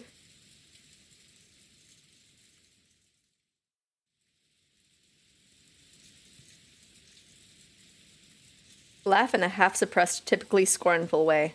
Ah, I see. It was also worrying because when I put it into Google, it didn't have the autocomplete function because it was just like, you're putting in a bad word. It's a darker, more teasing version of snickering. Interesting. Okay. It was weird. It was the first time I've seen it, and it's just like, Did I finish reading that last sentence? Oh well. Then why don't we start dinner? Goda, begin. Certainly. Well then, if you would allow me. Then, when Goda was told to start the family conference dinner, his biggest time to shine of the whole year, he nodded with a big grin. May I ask who lent Maria an umbrella? When Rosa timidly cut through the silence of the dining hall, everyone noticed. See, so far she's looking really nice in the old style. Everybody else is just like, Oh yes, that word that makes you go, when you first see it, yeah. An umbrella? What's this about? A short while ago, Maria was in the house, or in the rose garden when it started raining, and she apparently borrowed a white umbrella for someone. I wanted to thank them. It wasn't one of us. He looks so stinky. He looks stinkier than he did in the other art. Kind of like the old style for Hikadashi and the new style for Umineko. Yeah, that's what I'm feeling too. It wasn't one of us. After you left, we moved to a different room and had a friendly chat that whole time. That's right. Even after that, the siblings had a real friendly chat. The word friendly fell awkwardly from Hideyoshi's lips, so even those who hadn't been present could tell the conversation hadn't been a pleasant one. At the very least, it couldn't have been me, Eva, Rudolph, Hideyoshi-san, or Kirei-san. We were together the whole time, even after Natsuhine-san and Rosa-san left. The whole time until the meals started. Nii-san went to the study with Genji-san to call father. At that time, the rest of us went straight to the dining hall, so it wasn't one of us. Couldn't it have been a servant kind enough to lend an umbrella? So was it you, Goda-san? I have been in the kitchen the whole time preparing. My sincere apologies. Gross, half of the adults are gross, right? They absolutely are. Goda looked slightly disappointed about missing this chance to show off. At that time, Shannon and Kumasawa appeared, pushing a serving cart loaded with hors d'oeuvres. Then, what about Kumasawa-san or Shannon-chan? Yes? Has something gone wrong? Because Shannon had come in part way, she shrank back, mistakenly thinking that the others were searching for the one responsible for some error. It isn't like that. It started to rain when Maria-chan was alone in the rose garden. After that, someone lent her an umbrella. Aunt Rosa said she wanted to thank that person. Beatrice. Maria, her mouth a thin line, said the witch's name in a small voice. Aunt Rosa explained the situation one more time. As she did, Kumasawa-san cackled. It wasn't us. Shannon and I were preparing the rooms together, so we did not go outside. Yes. I'm sorry I wasn't able to be of assistance. Preparing the rooms? What do you mean by that? Because of the rain. We thought it would be troublesome for all the guests to return to the guest house, so the servants were ordered to prepare the guest rooms inside the mansion. The witch gave the umbrella away. Yay! Really? How thoughtful. Yes, it certainly would be rude to chase us outside in this rain. Could you give it a rest? Yes. After receiving the order from Madame, Kumasawa-san, Kanon-kun, and I started preparing the rooms. Then it became time for dinner, so Genji-sama ordered Kanon-kun to go to the guest house and summon the children. Yes. So, did Kanon-san find Maria on the way to the guest house and hand her the umbrella? Wrong! The person who had actually received the umbrella denied it. Rosa was troubled. All she wanted to do was give a word of thanks to the person who had lent the umbrella, but she couldn't find them. And she'd thought asking like this with everyone gathered for dinner would work immediately. Then, was it you, Natsuhisa-ne-san? I'm sorry. After everyone's friendly chat, my headache was so bad that I had been resting in my room. Therefore, I did not go outside. Then who was it? George-kun and the kids? That can't be right. No, it wasn't us. We were watching television in the guest house the whole time. Actually, we thought Maria had just gone back to the mansion with you. Then Kanon-kun came and he asked whether Maria was with us. That's when we first realized she wasn't in the mansion. I mean, if it were me, I'd have grabbed her hand and pulled her under a roof before giving her an umbrella. Rosa was completely baffled. One by one, the relatives and the servants denied that they had done it, even though it really wasn't something anyone would need to hide. So, by process of elimination, the number of remaining candidates wasn't large. Of course it wasn't me. Right after it began raining, I visited Kinzo-san's room, and I was playing chess with him until just now. Which means that it also wasn't grandfather. Wait a sec. Isn't this starting to get a bit weird? Who's left? Then, who was it? Genji-san? Huh? Wait a sec. Don't get me wrong. It's not like I'm searching for some culprit or anything. All I want to do is, as a mother, thank the person who gave Maria an umbrella in the middle of the rain. If I had done it, I lied just to keep up the mystery, right? I feel like I would too, but like, I'm bad at lying. So they would know it would be me. Hello, Michael, how you doing? We are reading Umineko. I almost called it Higurashi. But it's like technically a sequel, but also a standalone. But it's kind of related to Higurashi. When you learn there's an extra person on the island, yeah, and it's a witch. I mean, it's always been the story of the witch in the forest. Higurashi 1.5, a little bit. Giving an umbrella to a girl loitering in the rain was something to be praised, not hidden. Despite that, no one raised their hand. Why not? Everyone started whispering about how strange this was getting. Calm down, Rosa. Why don't we just ask the person who was lent the umbrella? That's what everyone had been thinking since the beginning. They were all scratching their heads at why she didn't just ask Maria. or who had been given the umbrella. However, Rosa bit her lower lip. After all, she already knew how Maria would answer if asked. Of course. Rudolph-kun here's got it right. Maria-chan, tell your uncle. Who lent you the umbrella? Beatrice! The dining hall was wrapped in silence for an instant, but it was soon interrupted by a burst of laughter. I see. So, Beatrice, the Witch of the Forest, felt pity and lent her an umbrella. What a lovely story. Rosa, there you have it. Rosa couldn't believe it. Even though she just wanted to say thanks for the umbrella, why did everything have to be so clouded in smoke? Just like Uncle Kraus said. Beatrice let me borrow it. Isn't that wonderful? You should all be jealous of such purity. What do you think, everyone? Klaus was laughing with a face that was clearly mocking, but Maria was overjoyed, apparently convinced that her claim was being believed. How did that work? Does that mean a witch really appeared and lent her an umbrella? Jessica asked me in a small voice that wouldn't carry over to Maria, who was sitting across from me. Has Maria ever been the type to make jokes? If we'd heard that kind of story pop out of my old bastard's mouth, we would have just taken it as another joke. However, it was hard to explain it away like that when Maria said it. This was getting pretty unnerving. No way. She's always been frank and serious. She's the sort who'd believe any joke, even ones normal people could instantly tell were lies. I've never even heard of her cracking a joke. Aunt Rosa probably knew that better than anyone. It appeared that because of this weird situation, she had no idea what was going on anymore. So, if Maria says she borrowed an umbrella from Beatrice, that must mean it really was Beatrice? Talking about Maria here, so I can't think of it as some kind of metaphor or joke.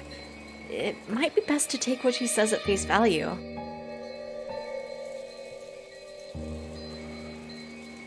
Sorry, I needed a liquid.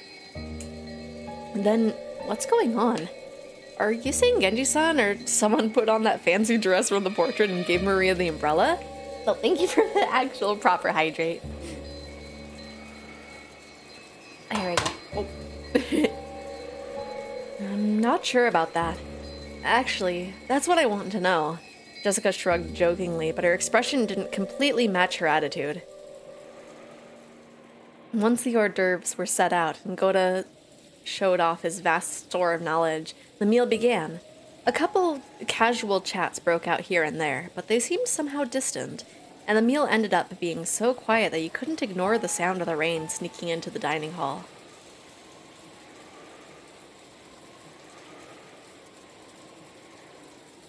Kumasawa and Shannon, pushing the serving cart, ran into Genji and Cannon on the way to the kitchen. Oh, it's Genji-san. Did you lend Maria-san an umbrella? An umbrella? What are you talking about? Well, I heard that when it started raining, Maria-sama was alone in the rose garden. It seems she borrowed an umbrella from someone there, but we don't know who it was. It wasn't me. After all, I actually thought Maria-sama was in the guest house. When Butler-sama first found her, she was already holding a white umbrella. My apologies, but it was not me either. Then, could it actually be the master? Both in the dining hall and the right here, everyone had stated that they hadn't done it. That left only Kinzo. But maybe he went walking down the corridor for some reason, then he just happened to see Maria-sama in the rose garden without even an umbrella. The master is not particularly fond of Maria-sama. I agree. I can't imagine that, for Maria-sama's sake, he'd go out to all the trouble of descending the stairs without an umbrella. Oh my! How troublesome. Does that mean the one who lent Maria-sama an umbrella really was Beatrice-sama? Kumasawa laughed, just like the relatives in the dining hall who had laughed it off. She couldn't think of any other way to break through the smoke veiling the current situation. Just then, the crisp sounds of hands clapping twice rang through the hallway. They all turned around at once to see Goda coming out of the dining hall. Okay, everyone. When serving a dinner, proper timing while setting the table is essential. Please immediately see to setting out the soup. Genji-san, the women are in the middle of an important job, so please don't get in their way. Kennen glared at Goda for being rude to Genji, a person Kennen respected. Genji, realizing this, patted Kennen once on the shoulders as a warning. Kennen reluctantly turned away and returned his expression to normal. Obey Goda's instructions. Hurry and prepare the dinner table. Come now, there's no time. Don't dawdle. Hurry. Goda grabbed the serving cart from Shannon and steadily pushed it towards the kitchen. Then please allow us to return to the kitchen. After all, Godo-san's temper is very short. Please, excuse me as well. Kumasawa and Shannon left. Only Genji and Kennen remained. Through the window, the darkness of the rainy night could be seen, along with the occasional thunderbolt. Genji-sama, did Beatrice-sama really return? I don't know. Shall I inform the master? That is not necessary. If she truly has returned, she will eventually appear before the master of her own accord. Furthermore, she's a fickle person. It would be pointless to return to the master, only to find that she did not appear. I wonder if this means the master's ceremony has already begun. Probably. However, that has nothing to do with the furniture like us. We must continue to return the favor we have received from the master, until our final moments. Yes. That is furniture's duty. The thunder crashed once more, except for those instants when lightning lit up the sky. Nothing could be seen out of the window but the darkness of night.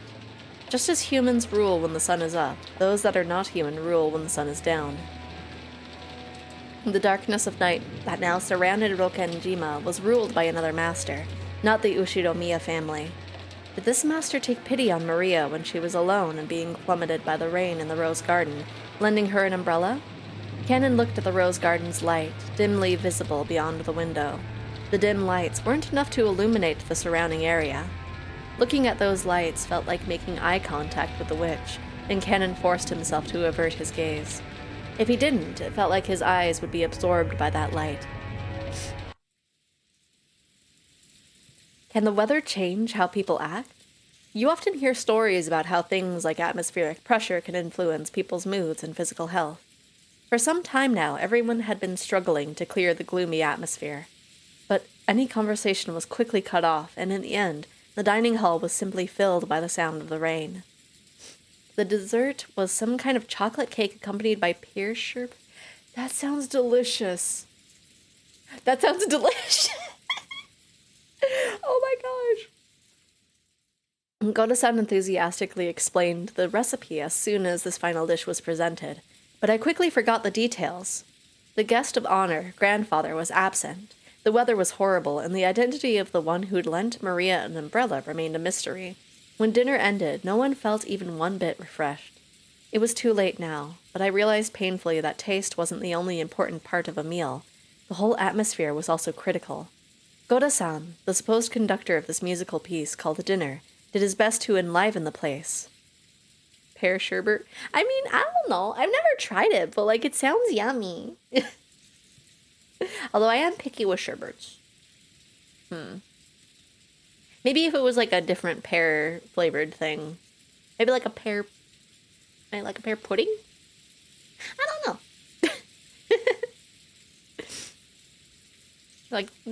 Maybe just pear slices. I don't know. Goda-san, No, I didn't finish that sentence. Bose, the conductor of his musical piece called Dinner, did his best to enliven the place, dropping little jokes left and right, but apparently not one of them succeeded. Maybe I did finish the sentence. I don't know. After taking orders for after-dinner coffee, tea, and orange juice, he left for the kitchen. As soon as he disappeared, Uncle Klaus spoke. As a fruit myself, I don't like eating my brother's. Oh no! I mean,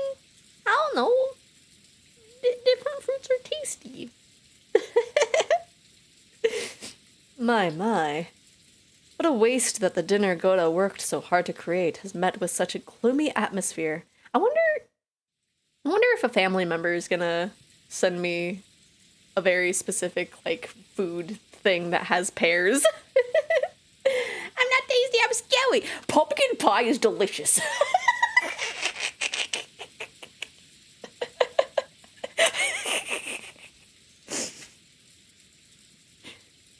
Yes, absolutely.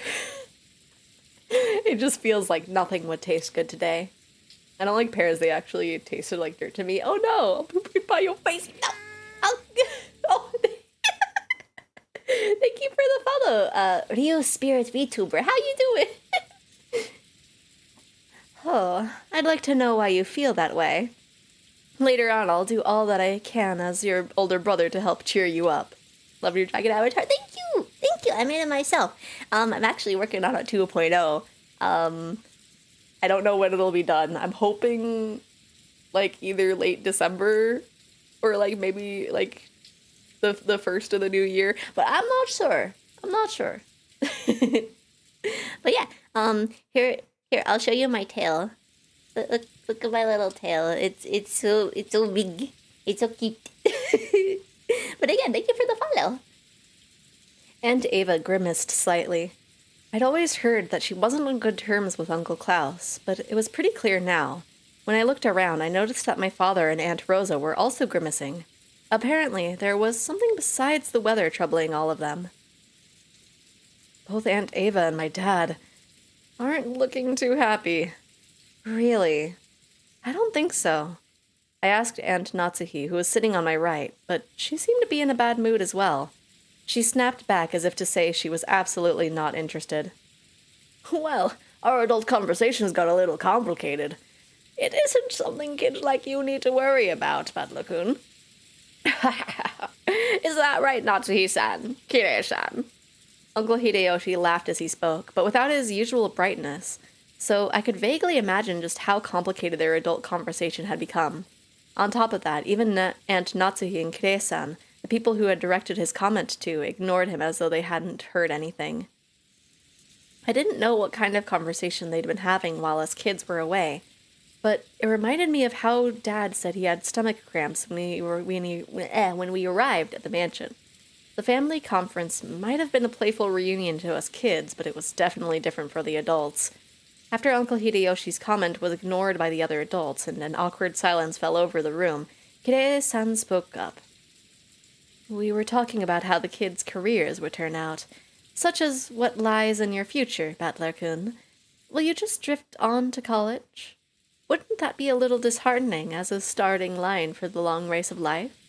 Hey, wait a sec. Kirei-san, if you start talking about something like that in the middle of a meal, it won't digest well and we'll all end up getting constipated. That's right. We were talking about Brother-kun's and Jessica-chan's careers. You've got to think seriously about the future. Hideyoshi heartedly agreed that, as if they had really been talking about that, but that was probably wrong. Kirei-san had obviously been trying to change the subject. However, if Kirei-san had determined that this was the best course of action for now, then she was probably right. Yeah, I don't know why it's trending on Twitter. Taking this into account, I cast aside my suspicion as to the cause behind Aunt Eva's and Dad's bad moods. At long last, the serving cart returned, filled with coffee and tea.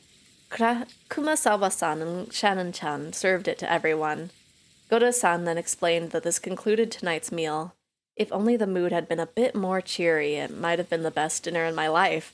It was a shame this best of dinners couldn't have been had under the best conditions. Yeah, right, let's talk about college and careers to ruin this meal. Georgia-ni-chan, is dinner over now? Over? Yes, with this, dinner is finished. Don't be rude. Stay in your seat and calmly drink up. Maria looked like she was really excited by the occasionally crashing thunder. Maybe she wanted to quickly finish eating and run over to the window. She had been fidgeting for a while, waiting for the meal to end.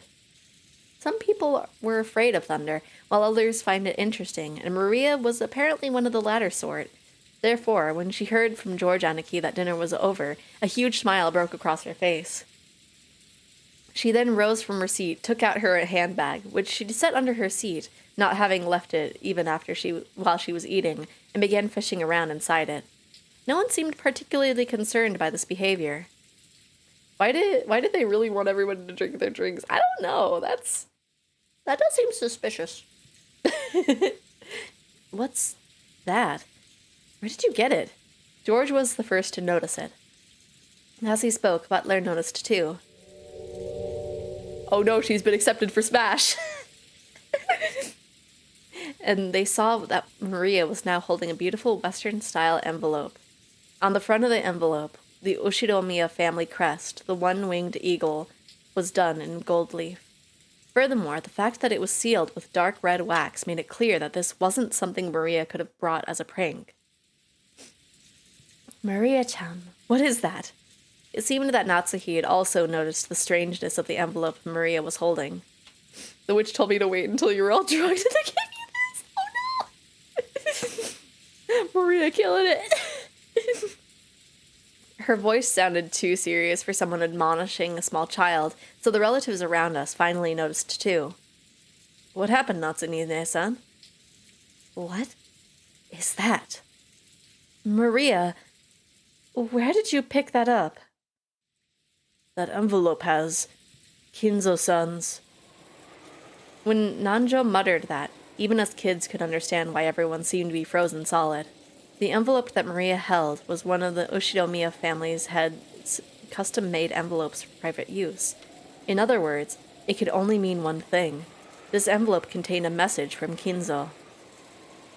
Oh, what's an envelope like that doing here? Now that's an interesting thing to come jumping out at us. Just let me have a peek. Ugh! No way! I'll read it. I was told to read it to everyone. Uncle Hideyoshi tried to snatch the envelope out from Maria's hands, but she protected it as though hugging it, and didn't let go. Hideyoshi-san, you can't use force against a child. Maria-chan, where did you get this envelope? Ugh! I got it from Beatrice when she gave me the umbrella. She told me to read it to everyone after the meal was over.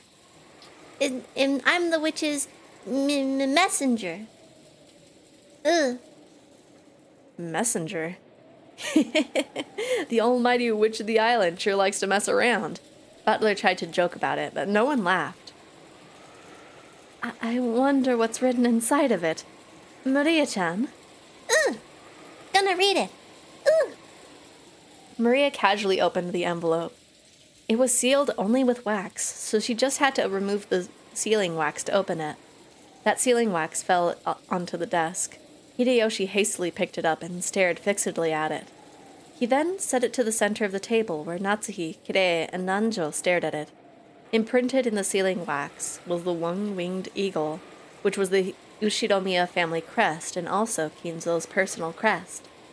First a witch handing out umbrellas, now Maria was accepted for Smash, right? Why is it typed like that? I'm not sure. I can only imagine it was like that because probably in the original Japanese text, that part might have been in English. That's my only theory. This is the family head's personal crest. I know it from the letters I have received from Kinzo-san before. Without a doubt, this is his wax seal. But aren't there several things in this mansion bearing that crest?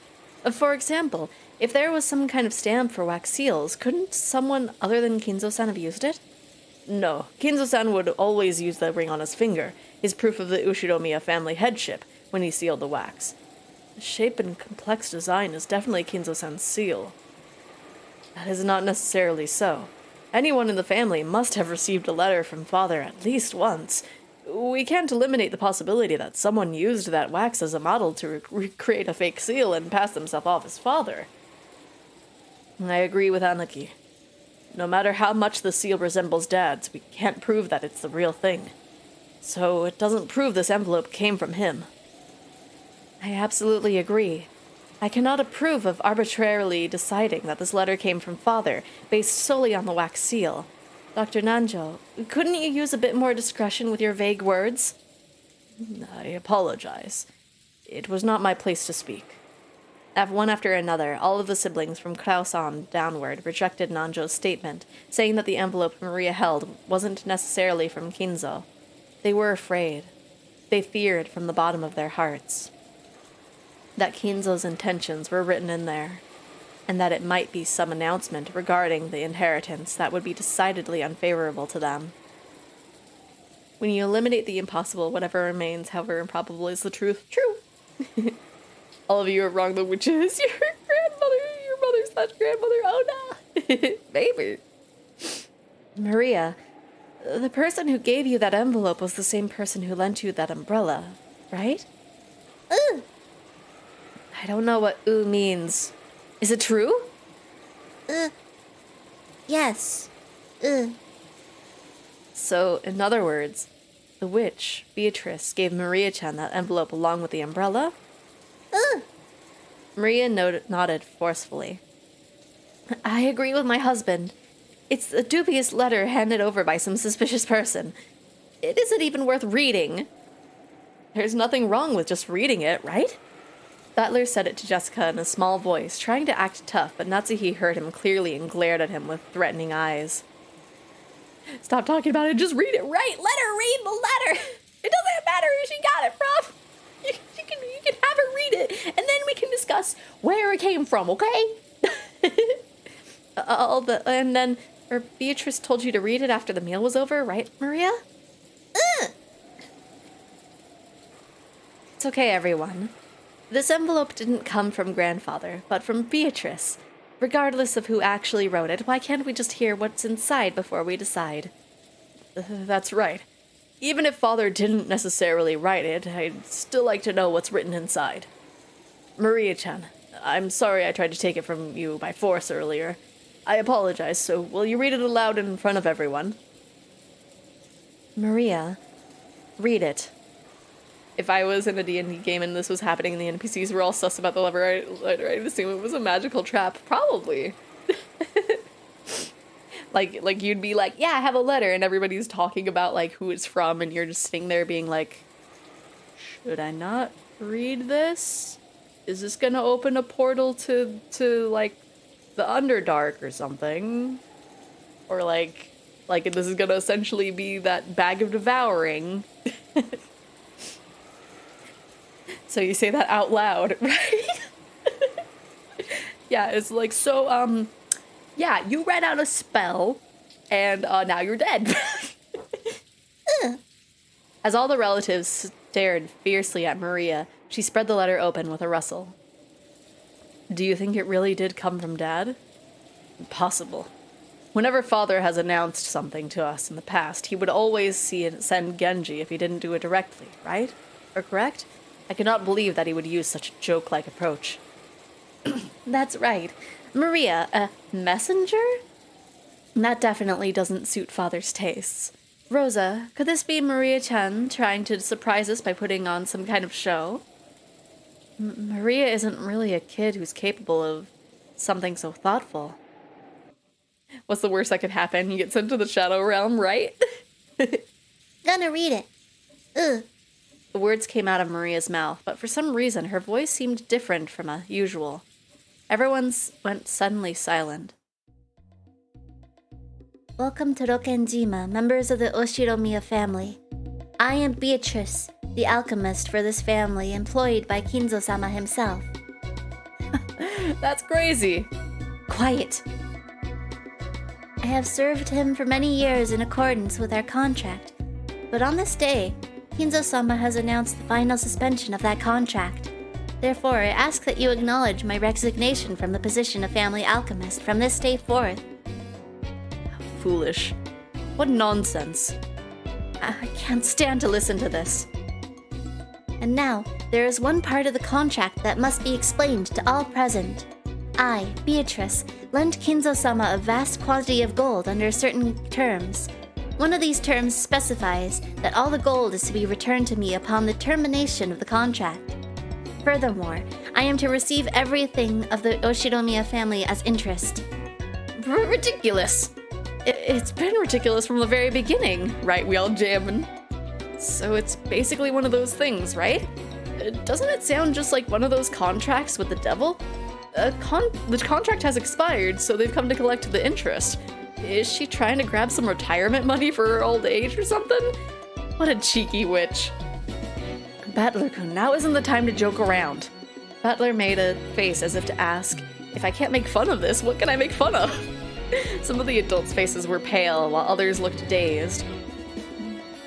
After hearing this, you may feel as though Kinzo-sama has been savagely ruthless. However, Kinzo-sama did append a special clause to the contract so that you would have a chance to preserve your wealth and honor.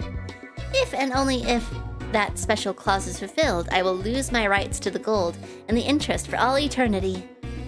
A special clause? What is it? Special clause.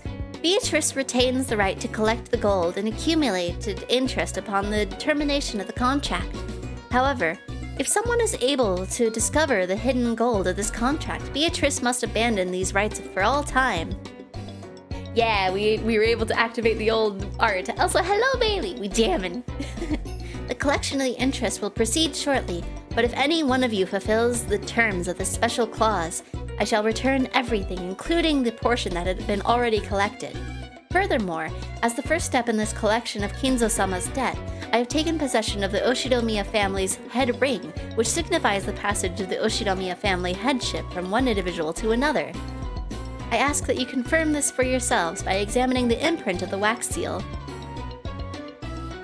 So everybody's gonna die right now, right? Well, I think it's like the first Twilight is 6 people die, I think. So it's just gonna be the adults, maybe. Are they trying to claim that that's the meaning behind the seal? That father would relinquish his ring is unthinkable. Klaus stared at the sealing wax as if trying to burn a hole through it. Eva and Rudolph were doing the same over his shoulder. Come to think of it, when we were playing chess, I did have a strange feeling that something was missing from Kinzo-san's finger. Dr. Nanjo, don't say something so careless just because of a vague memory. We can't prove its authenticity here. Only by asking Father directly can we determine whether he really handed over his ring and whether this letter tells the truth. That's right. It's just as Kirei-san says. You really think Kinzo-san will tell you? After all, that person's thoughts sometimes surpasses the bounds of common sense. No matter what happens, it's still nonsense. In the first place, the illusion of gold itself is one of Father's tricks. I've already heard enough talk of that gold from the rest of you. But this is the witch speaking, right? About how the inheritance and all the assets will be handed over to the one who finds the gold, right? So maybe Beatrice-sama is Father's legal advisor or in charge of his funds. We can't possibly trust some stranger who entrusts such a suspicious paper to a child. Aniki, we need you to be frank with us. Is it possible Dad's assets are being managed by someone you don't know? No, that's impossible! As the family head's representative, I control all of Father's assets. It should be impossible for anyone to do as they please with them without me knowing it. So this must mean there are some assets you don't control, right, Klaus-ni-san? How foolish! Such assets could not possibly exist. Oh, but there is such a thing.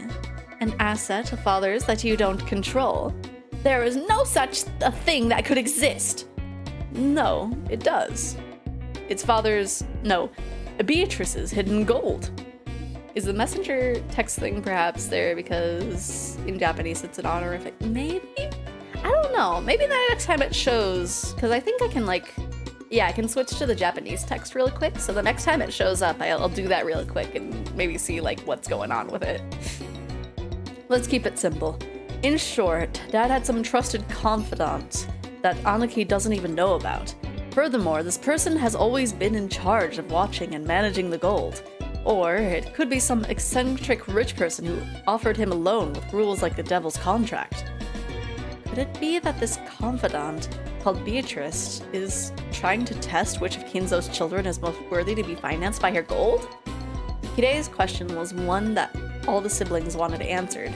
Upon reflection, they realized that Kinzo's strange epitaph that had hung on the hall began with the witch's portrait, or beneath the witch's portrait for quite some time, and while it had long been whispered that whoever solved the puzzle would receive everything, no one had ever clearly stated it.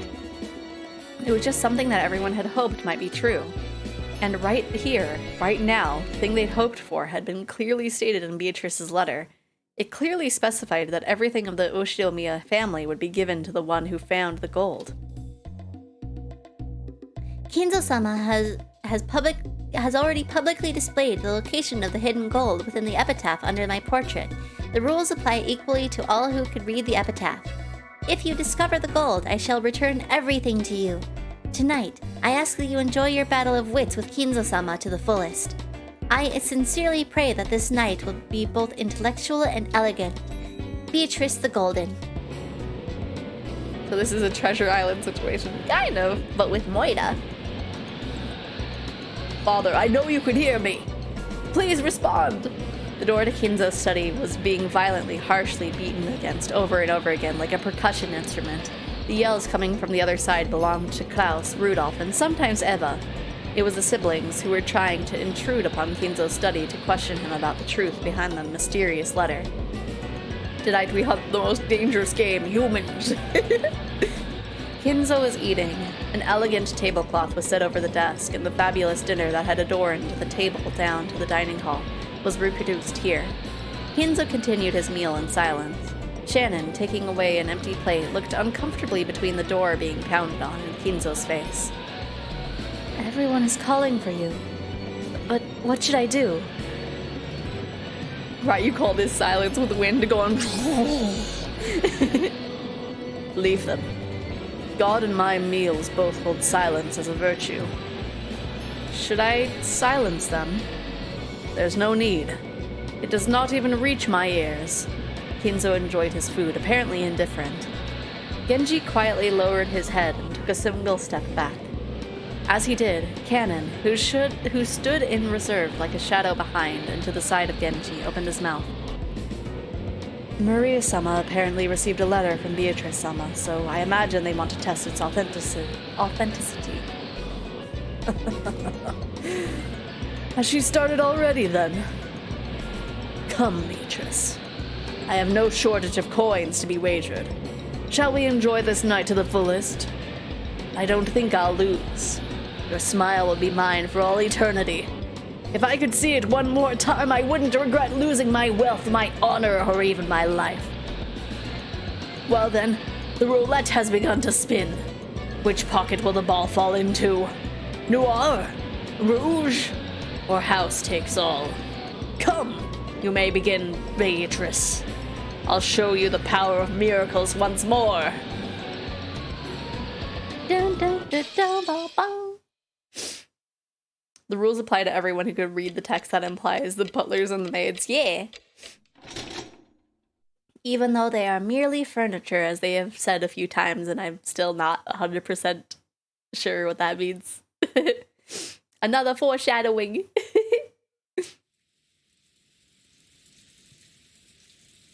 The strange letter that the witch had entrusted to Maria wiped all memories of dinner from our minds.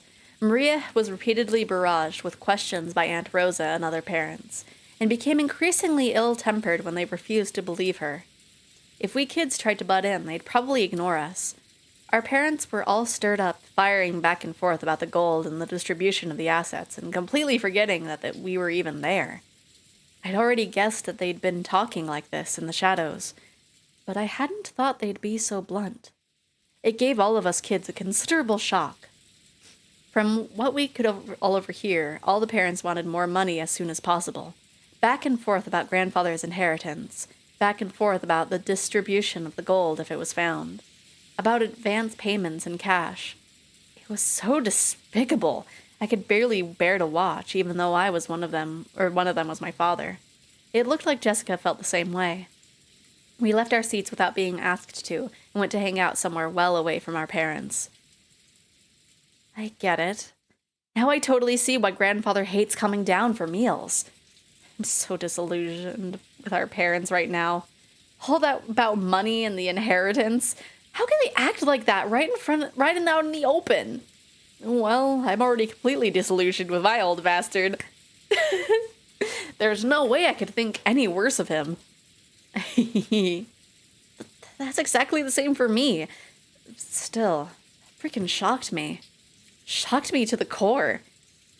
Jessica looked down at the floor, irritated. She was always talking about how bad her parents were, but maybe she hadn't really felt that way deep inside. The depths of Jessica's shock made that clear. You're all minors being supported by your parents, so you might not understand. But getting money is neither a simple nor a pretty thing. I won't try to force you to understand right now, since you're still kids. But even so, I want you to realize that your parents are just doing their best in their own way. Oh, great. George Anaki's gotten all mature. George Neeson, I know you're working hard as a full-fledged member of society, but does that mean you turn into a shameless, greedy vulture like our parents whenever you start talking about money and assets? Simple, it's rich people, the rich don't care, right? Eat the rich. If it were only for my own benefit, then no, I wouldn't want to do that.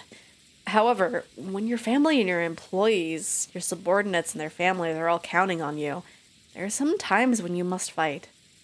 I hate that kind of fight. That back and forth about grandfather's inheritance just makes me want to puke. Jessica pretended to spit violently. That harsh reaction made the depths of her pain very clear. Let's stop talking about this. All this about grandfather's hidden gold, property, and inheritance is our parents' problems, not ours. I agree. At the very least, I think children have a duty to be considerate and stay out of their parents' way when they're talking together. Sounds pretty boring. Everyone knows the phrase adults are filthy, but we had now seen that for ourselves, and that really did give us a considerable shock. George Anarchy was now pretty much an adult, and I'd already been disillusioned with my dad, so the shock wasn't that big for us. But Jessica seemed to be taking it hard. Apparently, she'd received a bigger blow than I'd thought. She always talks badly about her parents, but it looks like she hadn't changed at all on the inside. Even now, she's still a pure-hearted, delicate person who can't doubt others. I'm sure she respected her parents as much as anyone else does. And then her parents started raging about going money, money, inheritance, inheritance, my money, right in front of all of the other parents and the children. It's no surprise she received such a shock from hearing that. Jessica-chan, please don't start hitting your mother and father. Why is my nose getting stuffy? Why is my nose getting stuffy today? There's no snot, it's just getting stuffed up. What the heck? I won't ask you to understand them, but at least don't hate them. I get it, just leave me alone for a bit. 6 years ago, I would have kept taunting Jessica even after she got all dejected. But I guess I really have grown over the last 6 years.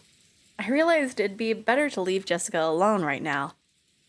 Jessica suddenly looked away sulkingly and left the parlor. She probably wanted to be alone for a while. I could do nothing but wordlessly watch her back as she left. Come to think of it, I wonder where Maria-chan went. She's probably pouting in front of the portrait. Maria truly looked up to witches, and she'd expected that coming in direct contact with Beatrice and receiving the letters as proof. Would surprise everyone and make them happy. However, the adults had doubted its authenticity, thoroughly bombarding Maria with questions and refusing to accept her story. Even for me, it wasn't hard to imagine how much that must have hurt Maria. We couldn't speak to Maria or Jessica. In the end, George Anarchy and I just abandoned ourselves to the sound of the falling rain in the dark night. I wonder what's happening with that typhoon. Maybe there's something about it on the news. George Anarchy started walking over to the corner of the parlor where the television was. Oh, it's going to be a case of it's a concentrated typhoon. Everything in the nearby area is fine, but it's just this area that's typhooning. He hadn't called me over, and I really couldn't have cared less where the typhoon was on the sea now. So without going over to the television, I loitered around the window. The wind hasn't picked up that much here, but I wonder if it's horrible over the sea. I did hear about a severe storm warning on the weather report. Ah, Kirei-san. I take it those big talks between the adults are going smoothly, yeah? She seemed to catch the sarcasm. Kirei-san shrugged. I wonder if that stomachache of a discussion will continue all night. It's not going to be fun. Well, then, please enjoy playing vultures to grandfather's property as much as you'd like. I feel sick. I'll agree with you on that. If I could just slip away like you, I'd do it. Unfortunately, I can't. Even I'm not allowed to speak. We spouses have it pretty rough, too. Kirei-san took a deep breath, smiling bitterly. That's right. They probably wouldn't let Kirei-san speak since she only married into the family. Still, as Dad's partner, she's had no choice but to stay by his side and support him.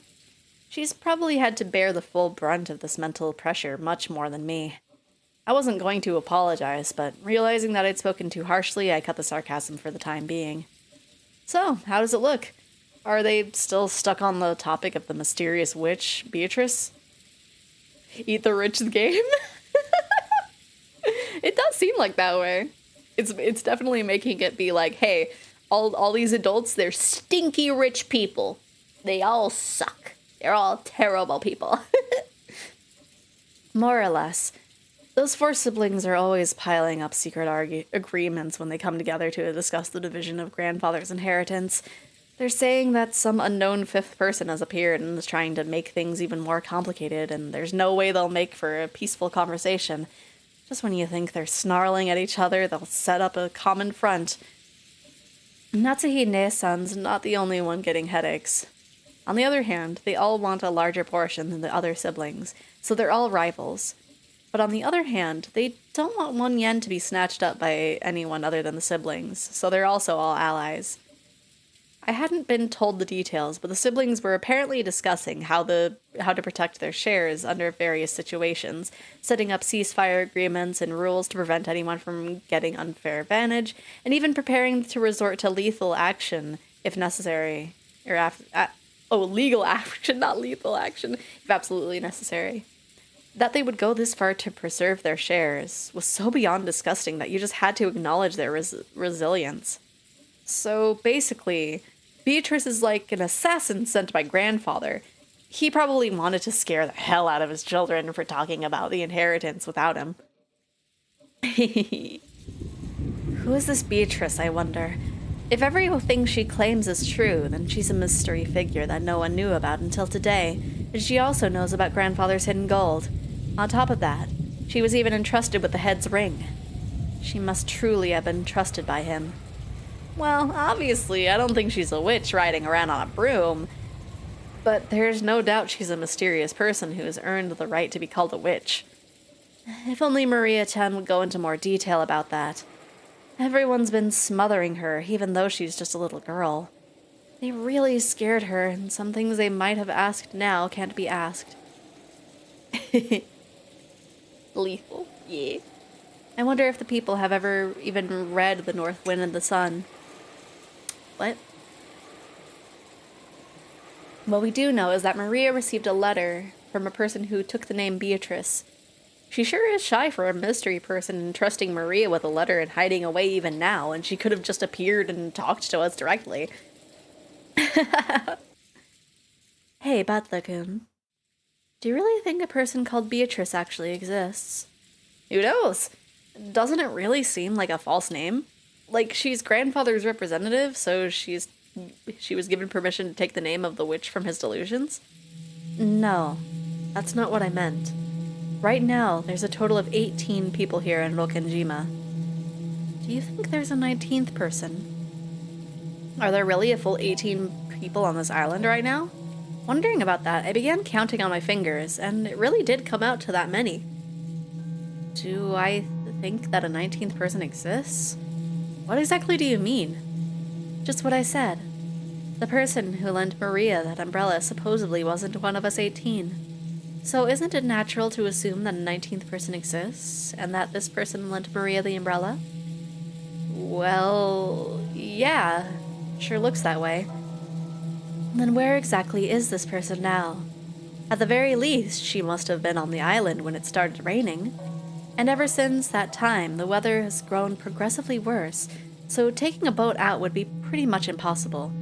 In that case, that person would still be on the island, hiding from the rain somewhere, and without any of us spotting her. True. We've all been randomly prowling around all over the mansion and the guest house, but no one has bumped into a 19th person. But this island is huge. There might be other places like to take shelter from the rain other than the mansion and the guest house. At about this time, I began to realize what direction Kirei-san's suspicions were taking us in. Kirei-san was denying that a 19th person existed. Beatrice was one of us 18. In other words, she thought someone we knew well was tricking us. If Beatrice is who she claims, she would surely be the most honored of guests, the most honored of confidants, trusted by Grandfather. There's no way Grandfather wouldn't give that kind of person a warm reception. She would surely have been ushered into the mansion.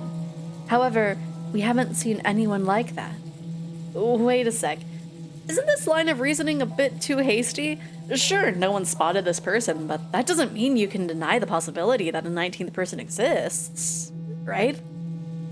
Maybe for some reason they landed on the island stealthily and had been hiding ever since. It's what they call a devil's proof. It's easy to prove that something exists. If this Beatrice appears in front of us all and says hi, then it's settled. But it's impossible to prove that there's no 19th person. Yes. Butler-kun, your way of reasoning isn't bad. In our current situation, there isn't enough information to either accept or deny that a 19th person exists. But if you spin the chessboard around and think that way, we can deny the existence of a 19th person with a near certainty. It was Butler with a knife in the kitchen. Oh no! Spin the chessboard around was one of Kirei-san's favorite phrases. I've been influenced by those words and use them myself from time to time. When you get stuck trying to find the moves in chess or shogi, then try spinning the board around by looking at everything from your opponent's standpoint. You can often see a strategy that'll give you the upper hand. It means turning things around and putting yourself in your opponent's shoes. Huh. You see? Well, let's say that a 19th person called Beatrice actually exists. That person must have managed without being seen by anyone to stealthily arrive on this island and remain hidden ever since. Maybe they had some reason, okay? In that case, why did they go to the trouble of appearing before Maria and handing her the letter? It really was a contradiction. If they had some reason for hiding themselves, then they should have stayed hidden the whole time. But even so, they had appeared openly in front of Maria. Then... wait, Maria said it herself. She said the witch made her a messenger. Okay, I'm gonna... maybe it's because Maria was the youngest and looked the most obedient. Okay, I'm gonna switch to Japanese just to see why it has the little, like, spaces around it. それは... Interesting. Yeah, there's no special thing around the word messenger. Although it is in katakana as opposed to, like, kanji. Because I feel like the actual word messenger would be, like, translated, but it had it in katakana, so it was like messenger. So it's... So I feel like it is a thing of, like, yeah. I can read a little bit. I can read some hiragana, and I can read hiragana and katakana. Very few kanji. Most of the time I can read what it is phonetically, but sometimes I'll be like, I don't know what this translates to. But yeah, so that's probably why it's in parentheses, because it's technically the English version of the word. Yeah, now we know. Why would they need a messenger? If they just wanted a letter delivered to the family conference, they could have mailed it. If they mailed it to each of the 4 siblings, no one would be able to ignore it. There was no need for this person to carry it themselves and secretly deliver it by hand. Yeah. Whoops. Why did that go so fast? Why did that go so fast?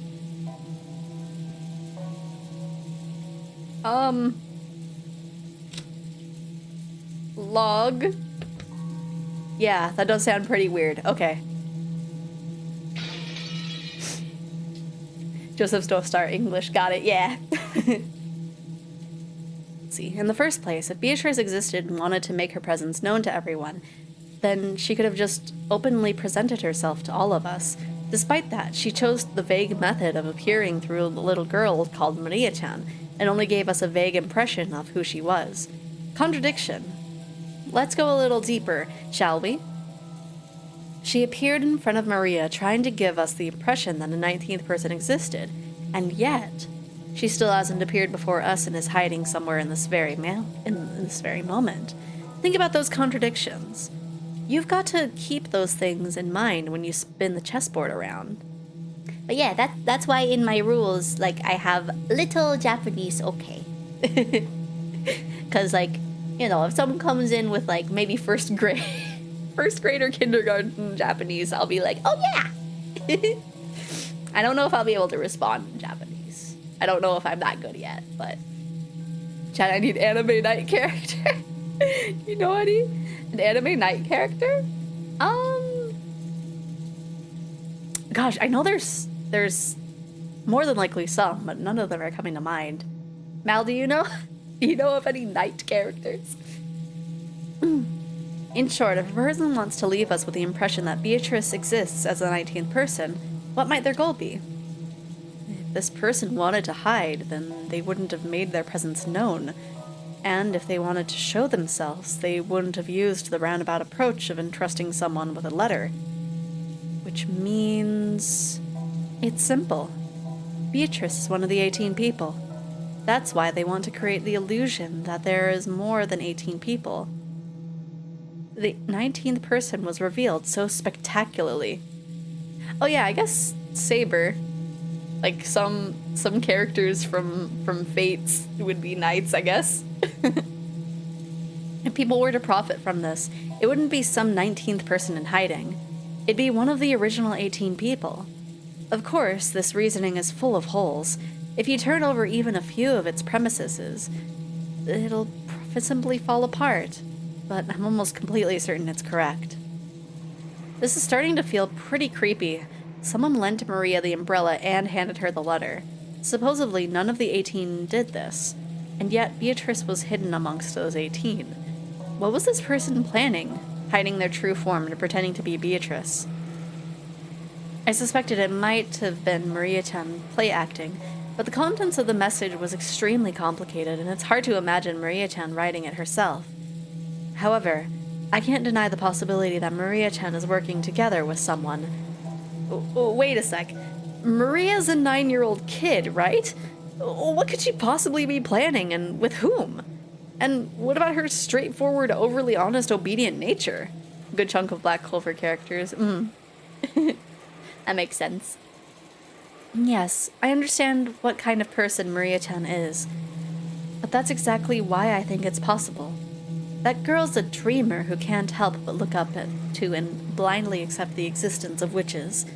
So, if a person appeared in front of her and claimed to be the witch Beatrice, Maria-chan would happily swallow it up, I think. When Maria read the letter, she seemed like a different person entirely. True, because they did mention that she was, like, speaking in a different way than usual. And, you know, you could actually see that she was speaking in a different way, because she always, like, starts and ends her sentences with, or like, And she didn't do that quirk at all when she was talking and reading the letter. Very interesting, very interesting. So you're saying that if someone disguised themselves by wearing that fancy dress from the portrait, tricking Maria wouldn't be that hard? Of course, with that reasoning, all of us women would become the primary suspects. Anyway, who did Maria-chan encounter? Learning the details of that question would be the best key to solving the riddle. But this key has been firmly locked away inside Maria-chan's heart. Everyone's denied the existence of the witch without listening to her, barraging her barraging her too much with questions about who Beatrice actually was. She probably won't open her heart to the adults now. Do you check the bust size of the witch in the portrait? Oh my gosh, that would be a good way of checking. Because so many of the adults have just big boys for some reason. In the dim hall in front of the portrait of Beatrice, Maria was sobbing. No one believes I met Beatrice. Even though I showed them the letter Beatrice gave, they still don't believe me.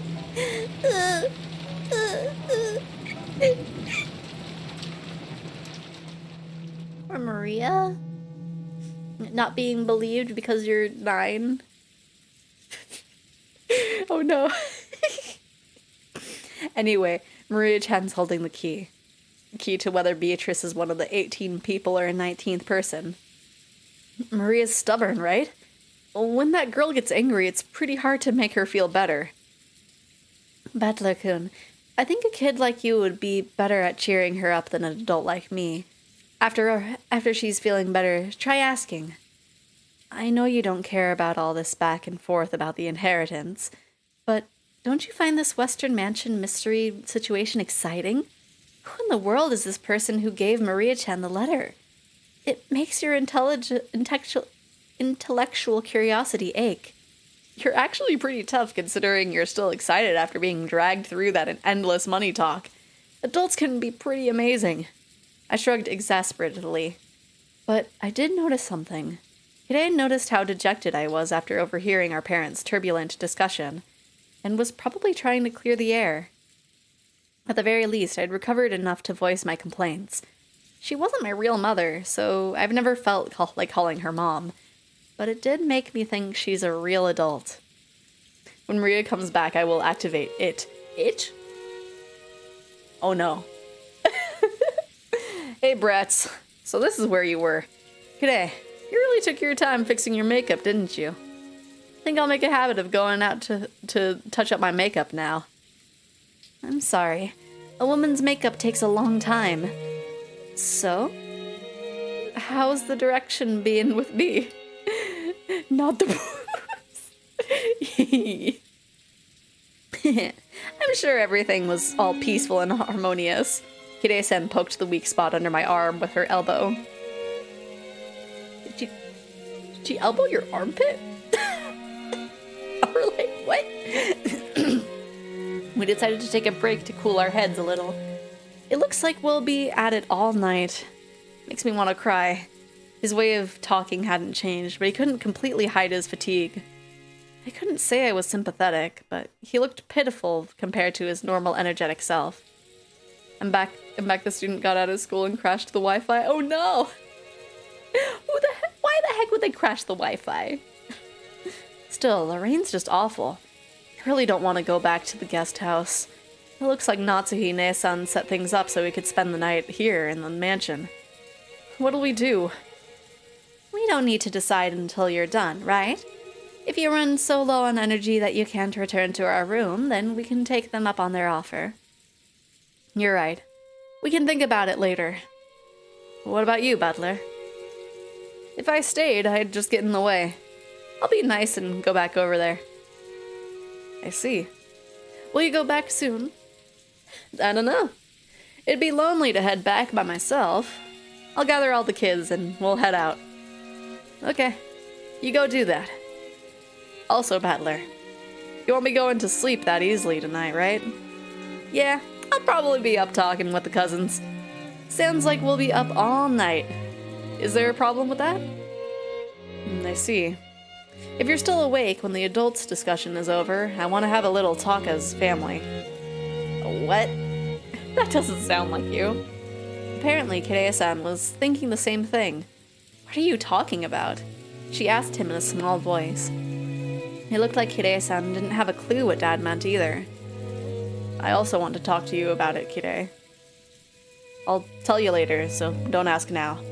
Please. I don't know anyone who neglects the concept of family as much as this old bastard. And now he's saying we're gonna have a talk as a family? Both Kide-san and I couldn't help but get wide-eyed. Let's see, 900 plus students getting on their phones all at once and using the school Wi-Fi. That makes sense, yeah. Talking of asking to talk their chest. Oh no. The dad's like, okay, Butler, I know you have like a very specific thing where you just need to touch boing boings like all the time. So you gotta use your powers and find Beatrice by touching everybody's titties. Don't look so terrified. I'm the one who should be terrified. After all, at that point, he swallowed his words for an instant. Even though putting on airs of importance wasn't much like my dad. You're freaking me out, Dad. Everyone in our family is gathered here right now, right?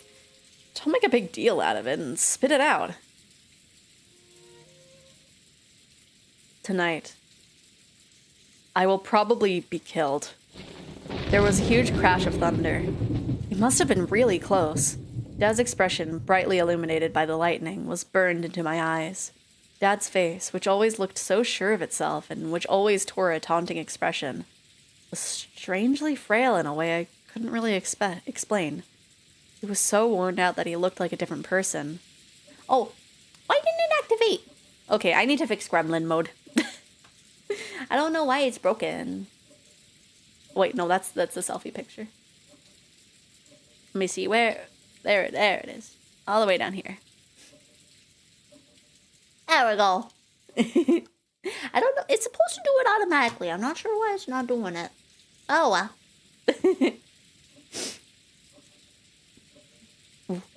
What? What are you talking about? That doesn't sound like you. I agree. What happened? You look so timid all of a sudden. Became Bailey. What do you mean? What? Yeah, I can become Bailey if I wanted to. I could be Bailey. What happened? You look so timid all of a sudden. It's not like you. I'm gonna go fix my makeup too. Don't follow me. What? You wear makeup, sir? I should be ready. Become child. Just randomly turn into like anybody that I've like done rigging for. That'd be interesting. Dad turned away weakly. After that, only Kade and I were left, still wide-eyed. What did he say? Tonight he'll be killed? You don't think that mysterious letter scared him, do you? He's been watching too many serial murder movies. Hide-san didn't answer my light-hearted words, and continued to stare at my dad's disappearing back. Add to your artist terms of service, you grant permission. You grant my permission to use my model on the team as a funny redeem. That'd be fun. I think it would be, for like any model, because I have a little thing of like, giving permission whether or not I can like, have any of the process on stream. So I feel like if people agree to that, they could agree to being part of the redeem, maybe. I don't know.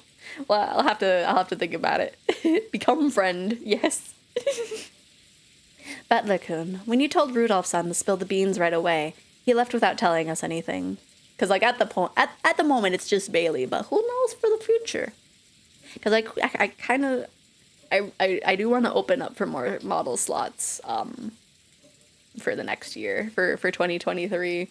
Because, like, I want to make another model. I've been working on mine for so long. I want to make somebody else. Or just create a new model that's an amalgamation of every past model. Oh my gosh. That would be wild. Just take Bailey's horns and add it to mine. I also gave you permission to use my model. Oh, yeah. I haven't seen yours yet. Or are you talking about, like, in the future when you wanna commission? Or how are you wanting to do that? Or is that something that you're wanting to do? I don't remember if that was a thing you mentioned or not. Just crop out the boobas. I probably could. I could probably just like hide everything and just export the booba. That'd be so silly. There is actually a booba item. I wonder if I have it. Let me see. Live TD. Yeah. I found this. I found some poop. So that is cursed. I'm immediately tossing it in the trash.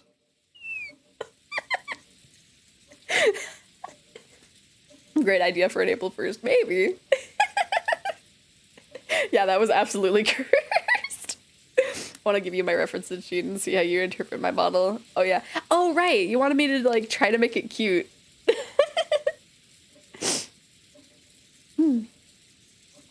Battler-kun, when you told Rudolph-san to spill the beans right away, he left without telling us anything, even though he said... I have an idea. Let me just bring those back out. I just want to do this real quick and then I'll continue reading the dialogue.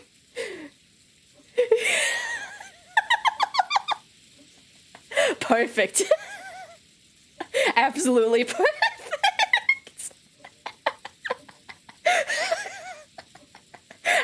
How distracting would this be? He wanted to touch Booba so much he got Booba.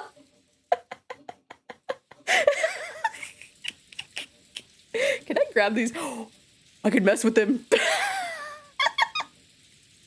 can mess with the emotes that are bouncing around. They can't bounce on the Booba, but that's okay. Oh, okay. Hi, Bailey. We were talking about models because when I was switching into this model, Psych saw yours and we were talking about like taking the Boopa, and I was like, oh, I actually have a Boopa item that I found, and now I have it on Battler. Yeah, yours are big, but like, oh my gosh.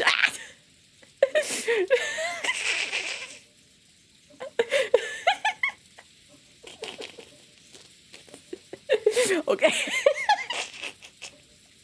Okay, let's wait. Let me just put those off screen for safekeeping. They are nothing to Battler, though, it seems. It depends. Battler-kun, when you told Rudolph-san to spill the beans right away, he left without telling us anything, even though he said he had something to say to both of us. He didn't answer you. Why? Spin the chessboard around. What do you see? Well, when he said he wanted to talk, but then couldn't, that's contradiction. What can you see? What? Can you see something by looking from Dad's perspective? Yes, I can see something.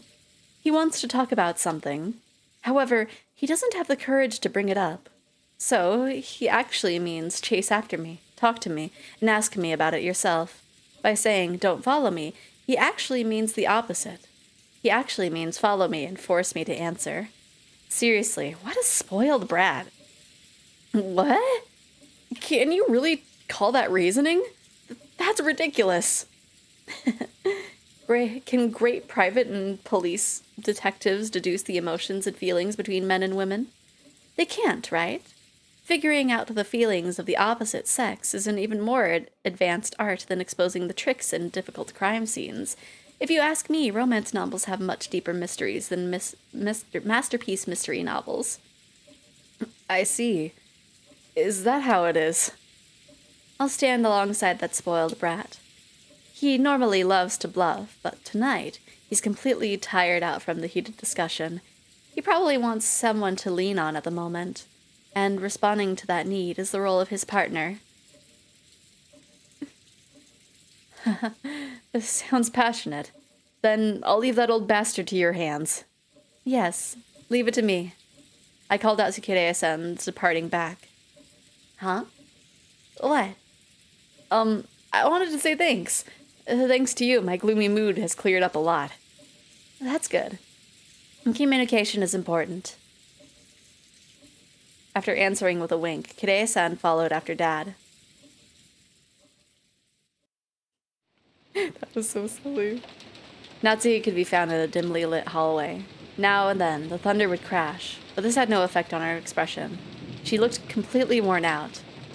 The discussion that had just taken place between the relatives in the dining hall was repeating itself inside Natsuki's mind. I wonder what would happen if I just had, like, the boo would just, like, ran... Well, not me. If I just had it like randomly on screen, like if I just had it here. like like how cursed would that be? How many people do you think would join?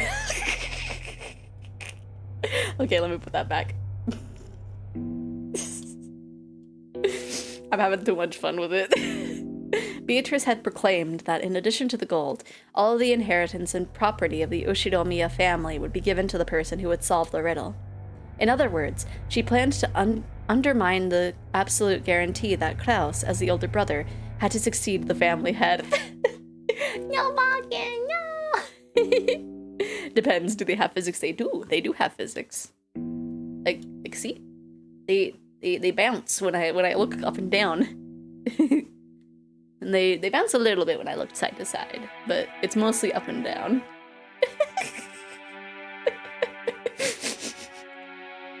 In other words, she planned to undermine the absolute guarantee that Klaus, as the older brother, had to succeed the family head. Originally, the other siblings had absolutely no chance to inherit the headship. To them, this proposal by Beatrice was extremely desirable. It was obvious that they would... Noise. Nice, but then bunch of bonks. It was obvious that they would accept it. There was no need to play some clumsy detective game. Natsuhi knew that this so-called ninth person, Beatrice, couldn't exist. Naturally, Beatrice was nothing more than a fictional character used to pass a message that Kinzo had written himself. As proof, Kinzo had remained stubbornly neutral as to that letter's authenticity. He was completely ignoring those reckless claims that he couldn't be able to ignore, that he had given up the head's ring. In short, Kinzo had wordlessly admitted that the letter held his own message. Most likely, one of the servants had given Maria the letter. Kinzo had probably worked out an elaborate plan where the dress from the portrait would be prepared, and someone, probably Shannon, would be made to wear it and deliver the letter and the umbrella. By doing that, he could make it seem like the witch from the portraits actually existed. No, if anything, that alone was proof that Kinzo was behind all of this. In that case, it was the same as Kinzo trying to butt in on the siblings' private discussion. Then Kinzo, by announcing that he'd given everything to the person who solved the riddle, could weaken Klaus's overwhelming advantage. Why did I have trouble with that? Now it was certain. Kinzo had eavesdropped on the siblings' discussion in the parlor earlier that day. So he had known how Klaus had staved off the attack by the other three. And to make the scales of the battle go back into the balance, he had sent out this strange letter which benefited Klaus's rivals. He was trying to push this crazy theory so that Rosa, who had a weak position among the siblings because of her age, would join with Ava and Rudolph. Then, with a 3-to-1 advantage, they'd be able to overwhelm Klaus yet again, and make their ridiculous theories get accepted by force. And by doing that, he gave them the power to resettle that which had once been a nearly decided conflict. They had now started repeatedly pressing Klaus to pay them a large amount of money. So he has ignored the key to his future and is confident he has something he doesn't have. I think so. I think that's what I'm getting. Using the condition that all of the siblings would guarantee Klaus's position as a successor, talk about advance payments was being brought up again despite having been rejected once. Of course, even without the story about the hidden gold, the Ushinomiya family's store of wealth was vast. That store of wealth alone was more than enough. Even if the hidden gold was buried forever along with the Kinzo's death, there would be more than enough to satisfy. Therefore, even if they weren't that interested in the gold itself, Kinzo had managed to instill the lifelong fear that, on the off chance that someone found the gold, that person would be guaranteed the headship. And this kind of Achilles heel would definitely be taken advantage of by someone sooner or later. The only person with this fatal weakness was the successor, Klaus. The other siblings had found. No, they had been told by Kinzo about something that only Klaus could lose, and they had thoroughly taken advantage of that. Natsuhi, as Klaus's only ally in this painful position as his wife, wanted to fight alongside him. She kept trying to explain to him that the existence of the gold itself was a farce, and that there was no need for him to compromise. Klaus had always told Natsuhi. He had told all of the siblings. He always said that the hidden gold was nothing more than an illusion created by Kinzo. Therefore, Natsuhi had believed it as his wife, and had supported her husband on that foundation. Even so, Natsuhi's words didn't reach Klaus. Even though Natsuhi had fought so hard and had lent all her strength, he continued to fight by himself and was trying to compromise with the other 3 siblings. Natsuhi sadly and weakly wondered why she could not be of use to him, and then started getting angry. It had happened when everyone decided to take a short break to cool off their heads. Natsuhi had flared up against Klaus. Enraged, she had asked why she could not be useful to him. He had then told her that he wanted to talk about something, and invited her into a room that she was normally not allowed to enter. That room had been sealed with a heavy-looking padlock, and not looking at it had given her an uncomfortable feeling. Oh no. There's no need for you to worry about anything said by those 3, or even the suspicious person who calls herself Beatrice. After all, the goal is just a ruse created by Father. There's no way something like that could be found. Your position as a successor is the solid fact. What are you afraid of? Klaus removed the padlock on the door. He then motioned for Natsuhi to enter. Enter. What is this? Here's something I want you to see. Is it going to be a torture room? Is it going to be essentially the, like, shrine shed where, like, all the devices? I've never shown you this before. Or is it going to be like the Sonozaki basement? Natsuhi timidly opened the door with a dubious expression on her face. It was pitch black. She searched for a switch to turn on the lights, but since this was her first time in the room, she didn't know where it was. Klaus entered behind her, pushing her in, and then he closed the door before turning on the lights. The 2 were swallowed up by the darkness. Only the sound of Klaus locking the door rang out through the dark. What are you doing? The lights! I'm turning them on now. Wait. Just as he said, when Klaus pushed the switch on the wall, a flickering light turned on and lit up the room. That is... Natsuhi had her breath taken away. The room had no windows, and at a glance it appeared to be empty. In the middle of the room, a small, round table had been set, and the lights brightened only that table, as if it were a leading part in a play.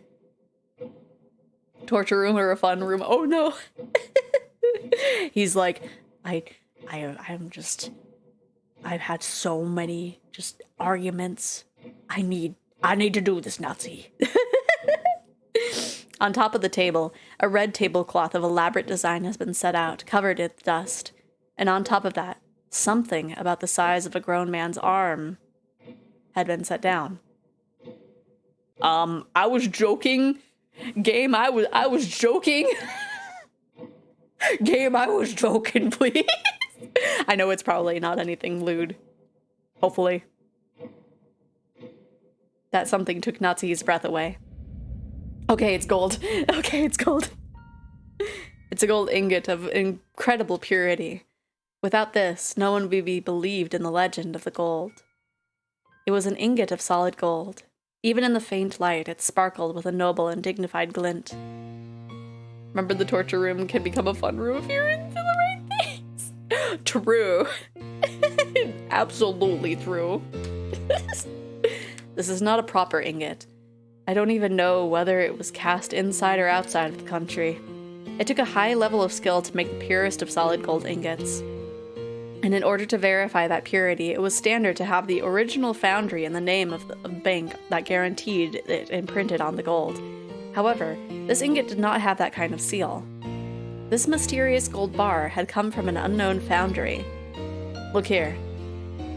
There's nothing to be afraid of. It's just a bar of gold.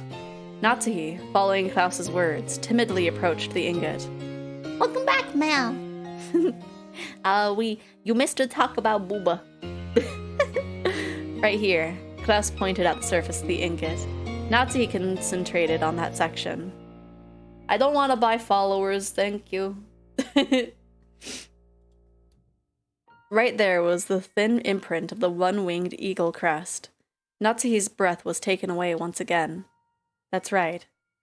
This is the legendary ingot that father said he received from the witch, that the president of Marusu witnessed, and was allowed to select at random to take back with him. I'm trying Marusol, probably, instead of Marusu. That gained the trust of the fixers of the business world. I had to use all possible means to find it. I found it before the other siblings could find, how could... Then, the legend of Father's Gold is... It actually exists. But yeah, Mal, once one of the characters shows on the screen, I will show you what we were kind of giggling about earlier. Wait, I live not far away from pay dirt. Can I get a bar of gold myself? Maybe. It actually exists. The gold that Ushiromiya Kinzo received from Beatrice actually exists. Possible. So it really does exist. Natsuhi was shocked. Klaus had always said that Kinzo's gold was just a fabrication, so she had believed it, as his wife. However, the reality was different. Since he held definite proof, he had been more certain of any of the siblings that the legend of gold was true. Because of this, Klaus was deeply frightened at the possibility that someone other than himself would find the gold he'd failed to find, costing him everything. You're on the line, there's their phone, you break my grammar, one... You're on the line there, phone, you break my... you into the sun, whose son are you eating? Whose son are you eating the phone into? But to Natsuhi, this truth was more than enough to split open her heart. She had thought that, as Klaus's wife, she should be his closest confidant, which is why she had selflessly supported him. And yet, he had hid this fact from her until today. Why? Have I been so undeserving of your trust? That has never been my intention. There was simply no need to tell you. Is that why it means to you? Calm down. Becoming passionate easily is one of your bad habits. You're the one who's making me like that, aren't you? I've been supporting you as a wife ever since I married into this family. For your sake, I threw away the family I was born into. And I've been offering up my heart and my body to serve you. In return, this is what I get? How could you... Klaus grimaced, looking annoyed. His expression effectively communicated how much he disliked this part of Natsuhi, even if he didn't say it out loud. Okay, I'm gonna wait until Klaus shows up, because she already has Booba. Doesn't look like I will be of any use to you anymore. Okay, Mal, hopefully you're looking. This is what I was doing. And it has physics too. There we go. When you're really tempting me. Don't fly too close to the sun or I'll introduce you to it. Right, it's curious. Because initially I had it on my model. I think you saw that. Because I remember you saying that was cursed, but That's fine. I can resolve the troubles with the siblings by myself. I don't need your help. That's wrong! This is the Ushinomiya family's problem. It's true that I am not permitted to wear the family crest on my body, but I am still your wife. Even so, are you saying I'm not capable of helping you? Are you? I especially wouldn't want to risk getting you involved. I would probably make your headaches even worse, if they are now. Take a rest for today. The siblings will deal with the siblings' problems. It has nothing to do with you. That is all. Yeah, you saw it on the model. It was definitely cursed. I didn't want it on there for too long. But, putting it on the guys in this game was just A dull headache tormented Natsuhi. No matter what medicine she took, no matter what scent she burned, it wouldn't heal. In fact, simply wandering alone through the dark corridors and listening to the sound of the rain seemed to be a better cure. This is a family this is a family issue. I'm literally your wife, right? I may be Natsuhi, but I was never Ushiromiya Natsuhi. I have been despised and treated as a borrowed womb, and insulted when I couldn't even fill that role. Even so, I have tried to properly perform my duties as a wife. But now, even my husband has rejected me. I've done my best raising my daughter, as if it were the last job left to me. However, I've had no release from my anger and sadness. and they've caused me to subconsciously strain that relationship too. Because I've been excessively strict in Jessica's education, she dislikes me thoroughly. She despises me for having no interest in anything but grades. There is no longer anything I can do for the Ushinomiya family. No, that's no good. Despite it all, I must help my husband and beat back the schemes of the other greedy siblings. The family head won't be around much longer. Eventually, Klaus will succeed the head, and the next successor will be Jessica. Strictly speaking, the man who enters the family by marrying Jessica will become the next head, but it all comes to the same thing. I have to make Jessica an excellent successor whom everyone will accept as worthy to take over the Ushinomiya family. In the days to come, that greedy Ushinomiya Eva will probably be plotting to find some fault with the main family. And if it all goes as she plans, Jessica will be dragged down from the succession, with George set up in her place. It is regrettable, but George is a man, and even more, has matured as a person. Compared to Jessica, who is right in the middle of her rebellious period, and whose grades are slightly below average, it can be seen at a glance who is more fit to succeed the head. So, in order to secure Jessica's position, I need to turn her into an excellent person. After doing that, I want to find her an excellent husband, worthy of this excellent person that she will become, excellently. A wonderful man who will truly accept Jessica, and stay with her through all of life's joys and sorrows. Was Natsuhi trying to entrust her daughter with fulfilling some desire of her own? Natsuhi thought back to the days when she had no choice but to marry into the Ushinomiya family, because of that unavoidable fate. I really do hate these old-fashioned family where the wife isn't treated as an equal, right?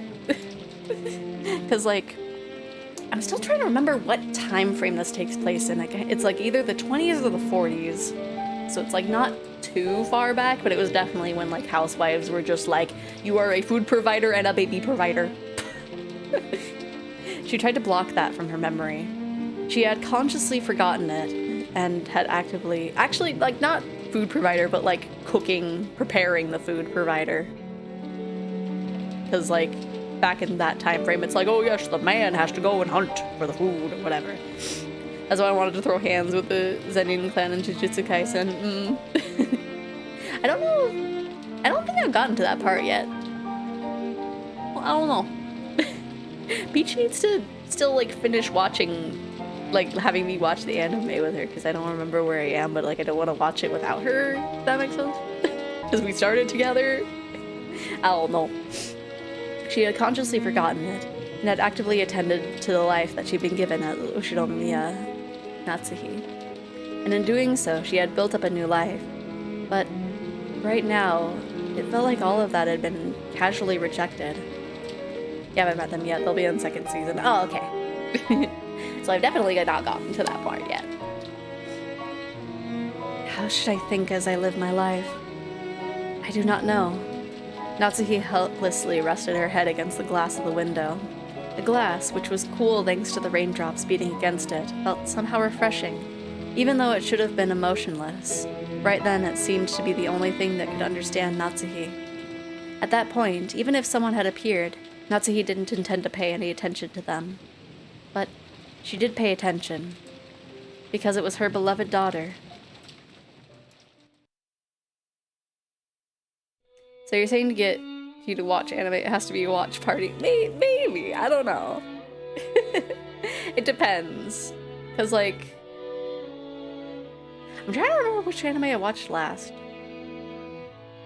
I feel like I watched something recently, but I don't remember. Oh no. Wait, now I'm... Wait a second, Jessica. Oh no, I don't want to hear myself. What happened? Oh yeah, I watched... I'm bad at watching stuff. Oh, it's you, Mom. What the heck are you doing? Oh, right, I watched,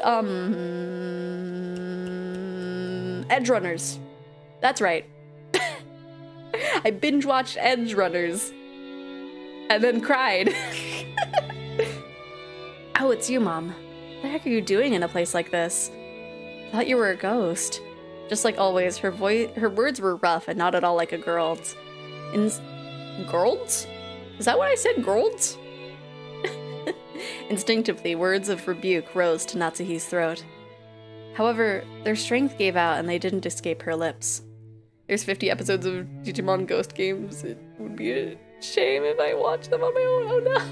Last anime I watched was Spy Family. I still need to watch Spy Family. Yes, it's a girls. Right? It was so good. I cried so much. Yeah, I saw Rebecca. She really didn't deserve that. No, nobody deserved what they got, honestly.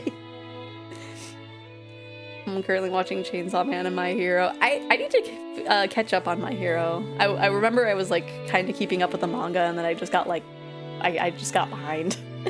I think the anime might be close to where I was. I'm not 100% sure. The mother is best girl. The mom also didn't deserve that. People out here being like, when are we gonna... What would happen in a season 2? It would just be like Lucy's moon adventures of her being depressed. Let's see. Instinctively, words of rebuke rose to Natsuhi's throat. However, their strength gave out and they didn't escape her lips. Jessica, forgive me, but my headache is awful. Please, leave me be. See, Jessica was seeing her mother in a position of feebleness for the first time, so she was considerably disconcerted. Until just now, she'd been filled with contempt for all of the parents, including her mother. But now, those feelings had been completely swept away. Her mother's utterly exhausted face had wiped them all out. After Edge Runner, I replayed Cyberpunk just to kill Chrome Dome with the spicy toy. I still need to get it at one point. Gotta watch the second season of To Your Eternity and Crime. I still need to watch the first season. That has been in my that has been into my to watch list like when it was still new, but like I haven't gotten around to it yet. Literally, Stick-to-the Anime is the game. It literally just takes place a year before. So yeah, it would have to be like entirely different characters. In its place, the words George had told her floated back up in her mind. Our parents are doing their best in their own way, and because their families are counting on them, they can't afford to keep everything pleasant and have a heavy responsibility to fight. Chainsaw Man's latest episode was insane. I keep seeing like clips from it, and it looks like the animation looks so wild, but like I don't know. I heard that there was like a puke scene, and it's just like, I don't know about that. I need to watch the second seasons of Made in Abyss and rewatch Land of the Lost Trias. I need to watch Land of the Lost Trias. That's another one. And just for animation, it's honestly worth watching in my opinion. Yeah, that was nasty. Yeah, I don't know. I might give it a try and see, because the animation just is wild looking for even just like mundane scenes. Maybe her mother had been standing around in this dimly lit hallway because no one had tried to understand that part of her. Jessica hated her mother, so she had no intention of speaking kindly to Natsuhi just because she was looking a bit frail. So when she attempted to speak kindly to her mother anyway, she had to clench her fists and gather up the words from deep in her heart. Let's see. I read all of Chainsaw Man, so already know what's going to happen, yeah. Really can't wait for the second season of the Ancient Bride. That's another one I need to watch! It's one of the few times where using 3D models worked pretty well. Oh, nice! Yeah, I think studios are getting actually like much better at using 3D models in comparison to like the first few animes that you would see with 3D models, where it's like, okay, these are rough around the edges, and then there's like, you know, scenes where it's like they would use a 3D model and you could obviously tell, but like now they're getting better. It's really nice. They just need to be paid better. Yeah, that is a big thing for animation studios over there. I think for just in general animation studios. It sounds like you really got your hands full with that meeting thing. It has nothing to do with you. Please, go somewhere else. Is your headache bad? Should I go get some medicine? You don't have to trouble yourself. Please, leave me alone. Natsuhi wasn't being cold. She just wanted her daughter to go far away so that she wouldn't have to bump it against Natsuhi's own short temper. But there was no chance that Jessica could realize this.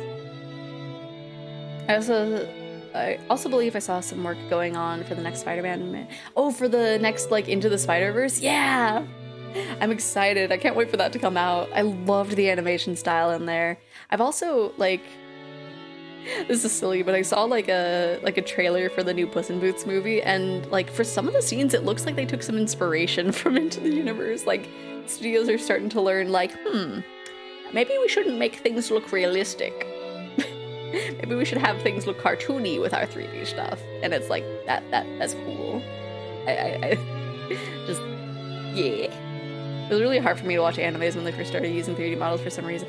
Yeah, like, I think the first one that I was just like, I don't know if I like 3D model animes was like when I was watching Love Live. Like when I watched the first episode of that. And like during the dance sequence, it kept like switching in between the like hand-drawn and the 3D models like back and forth through the dance. And I'm like, okay, you can't do this and have it be obvious. Like, it was just like, it was annoying to me. I mean, some are atrocious, but there are some anime that 3D is the entire animation, yeah.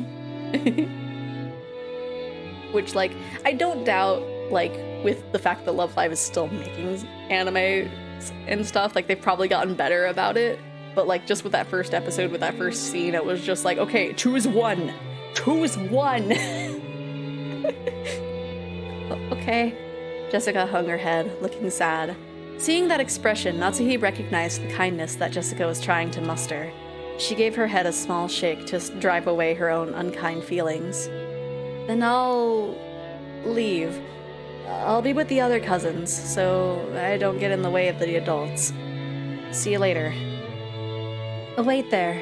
She called Jessica, who was trying to leave and looked lonely, to a stop. What? Thank you for being so considerate. It isn't good for me to go to sleep and leave you alone. Don't talk like that. You'll bring bad luck. Let's see. And then there's that one anime where one character is 2D and the other is 3D in the same scene. Really? Oh no. Yeah, it's like there's like ways to mix it, but like a lot of the times it's just like I seen an animated clip of Land of the Illustrious done in 2D. It looked good, but the characters are missing something. Yeah, with that one, I need to give it another try. Because I think I watched the first episode. I don't know why I didn't continue. Maybe I was busy. I don't know. And share it here when I do. Okay. I've made you worried. But I'm okay now. I will go. If I let my daughter see me this feeble any longer, it'll only make her more uneasy. With that thought in mind, Natsuhi left Jessica with words of gratitude and made to depart. This time, Jessica called out to her mother's back. Natsuhi stopped and turned around, asking what business Jessica had with her. But Jessica herself didn't know why she'd stopped her mother. And for a while, she smiled wryly, muttering to herself as she hesitated over what to say. She was poking around in her pocket when her hand touched something, and she took it out. Hey, Mom? I, was given a charm today. What was it? A charm against magic? I'm pretty sure that you were supposed to hang it from your doorknob, I think. I forget. There's no point in me having it, so I'll let you take it. It was the scorpion charm that Maria had given her on the beach. Although she'd heard of its various effects from Maria, Jessica's mind had gone blank, and she was just barely able to say even that much. Jessica, thinking that her mother probably wouldn't accept it anyway, immediately drew back the hand that had stuck out, grasping the charm. So when Natsuhi came back to take it, she was extremely shocked. What is this? Some kind of prize toy? Well, I think it's something like that. I guess you wouldn't really expect a charm that looks like a toy to do anything. but her mother took the charm from where she grasped it in her hand. Thank you.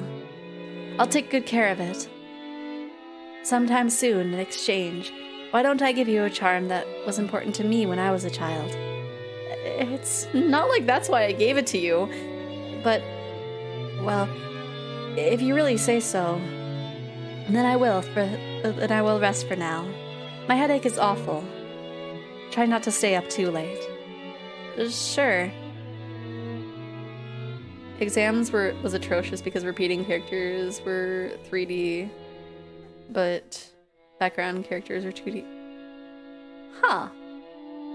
Weird.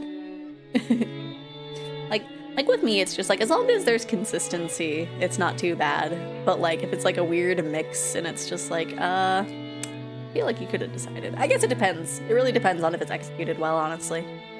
There was one anime I watched that I actually liked that had 2D and 3D, but because of the context, it made sense. That makes sense.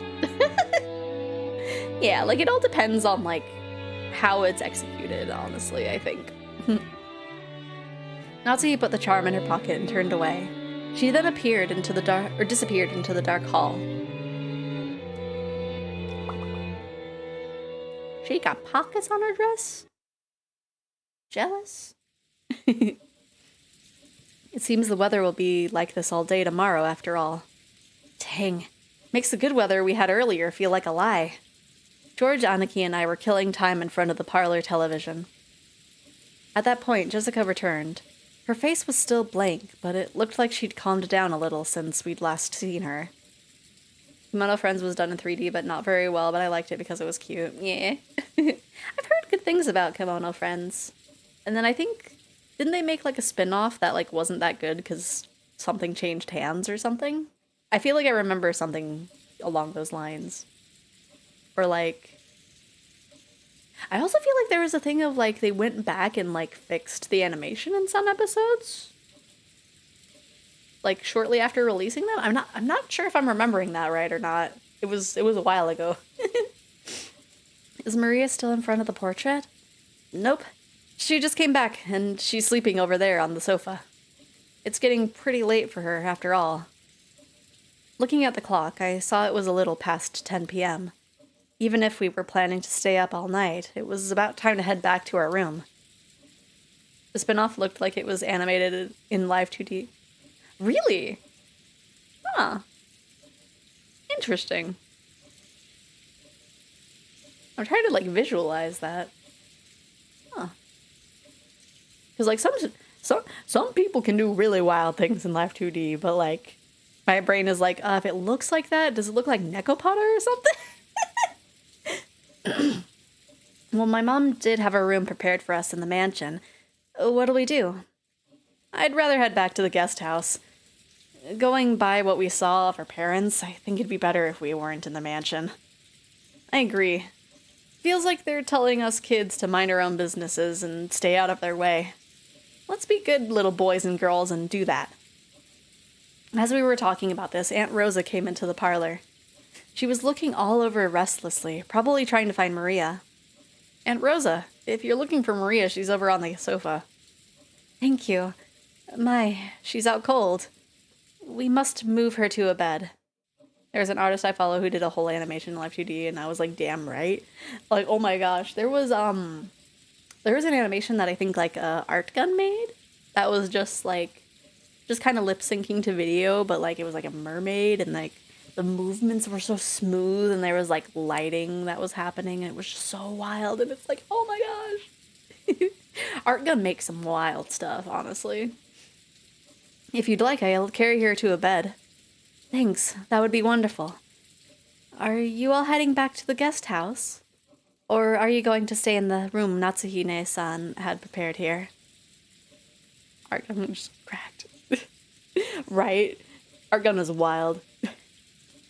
Like, I think, because, like, I remember I had seen, like, their 3D models. Like, that's how they kind of, like, got into the consciousness. But then, like, when I saw their personal model for the first time, when they were just, like, showing the sneak peeks of it, I was like, yo, you could do that? We were just talking about that. We just decided to head over to the guest house. And also, like, they're little, like, gremlin models, too. Like, the one where they're just, like, face down on the ground. And like, the other ones that they've made where it's, like, they're, like, backwards and all that. Like, those are all fun. Like, the double chin, just like the... Those are also fun. Looked like a bunch of poorly done models using emotes to animate. I've seen cool things from Live 2D, but spin-off looked like my first models. Oh no! So it was kind of like Nekopata, where it's just like, that's rough, buddy. Which I remember, like, back in the day before, like, VTubers were, like, the big thing with Live 2D, like, I saw the little animations in Nekopara, and it's like, yo, they move? And now it's just like, I see. Then could I ask you to take Maria with you? I'd feel much more reassured if she stays with all of your cousins. Behind those words, she seemed to be concealing some regret that the adults, herself included, had deeply hurt Maria's feelings. Okay, let's see this animation. Let's look at this real quick with the...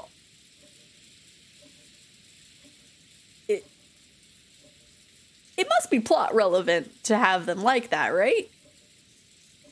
Like, that has to be a plot reason why that's that way, right? Like, some people in the comments are like, like nobody's really defending it. Huh, that's a choice. Like, if it was for plot reasons, then sure. But if it wasn't plot reasons, then that's really strange. Huh. Huh.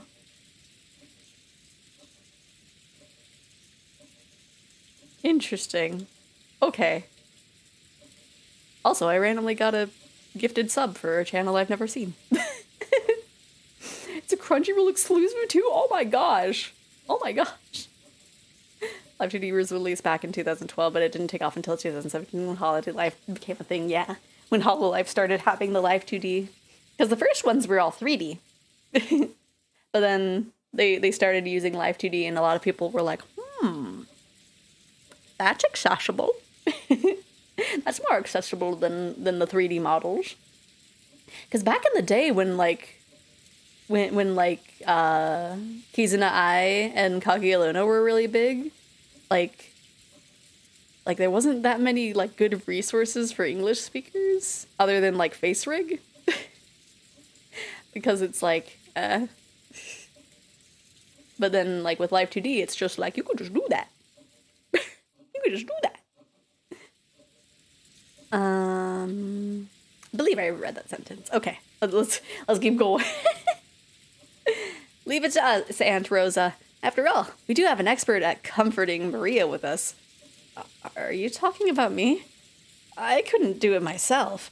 We'll need everyone together.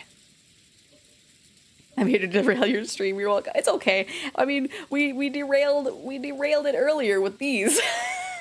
So it's fine. It's fine. My favorite use of 3D, 2D is the same, thus spoke apocalypse where it represents past and future. Yeah. Yeah, you were here for that. So you know that I was distracted earlier. Does it have? Oh my gosh, it has side to side tilt too. I didn't even know.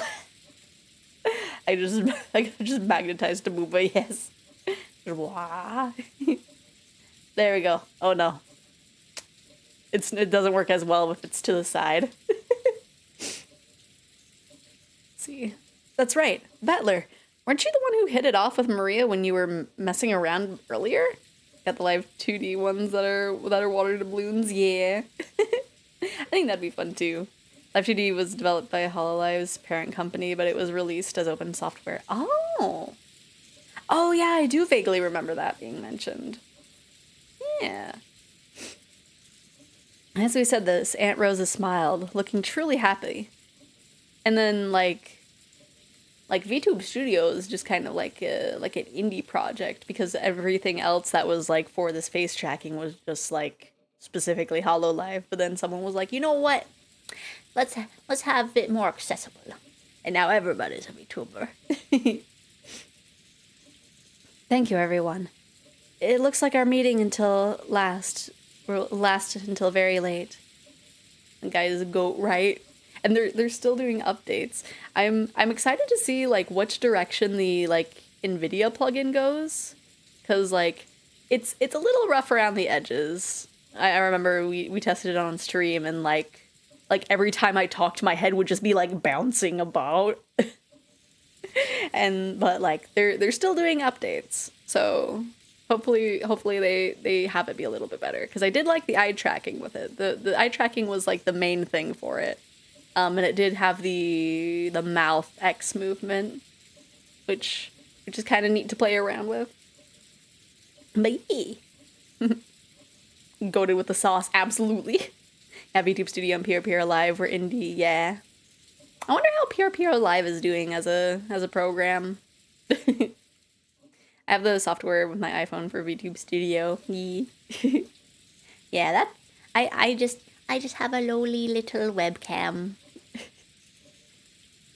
Thank you, everyone. It looks like our meeting will last until very late. So while I'm sorry to burden you like this, I'll be counting on you all to take care of Maria. Hey, Maria, are you sound asleep? We're going back to the guest house. Maria muttered something indistinct, rolling over, and fell back asleep. It looked like she was sleeping deeply.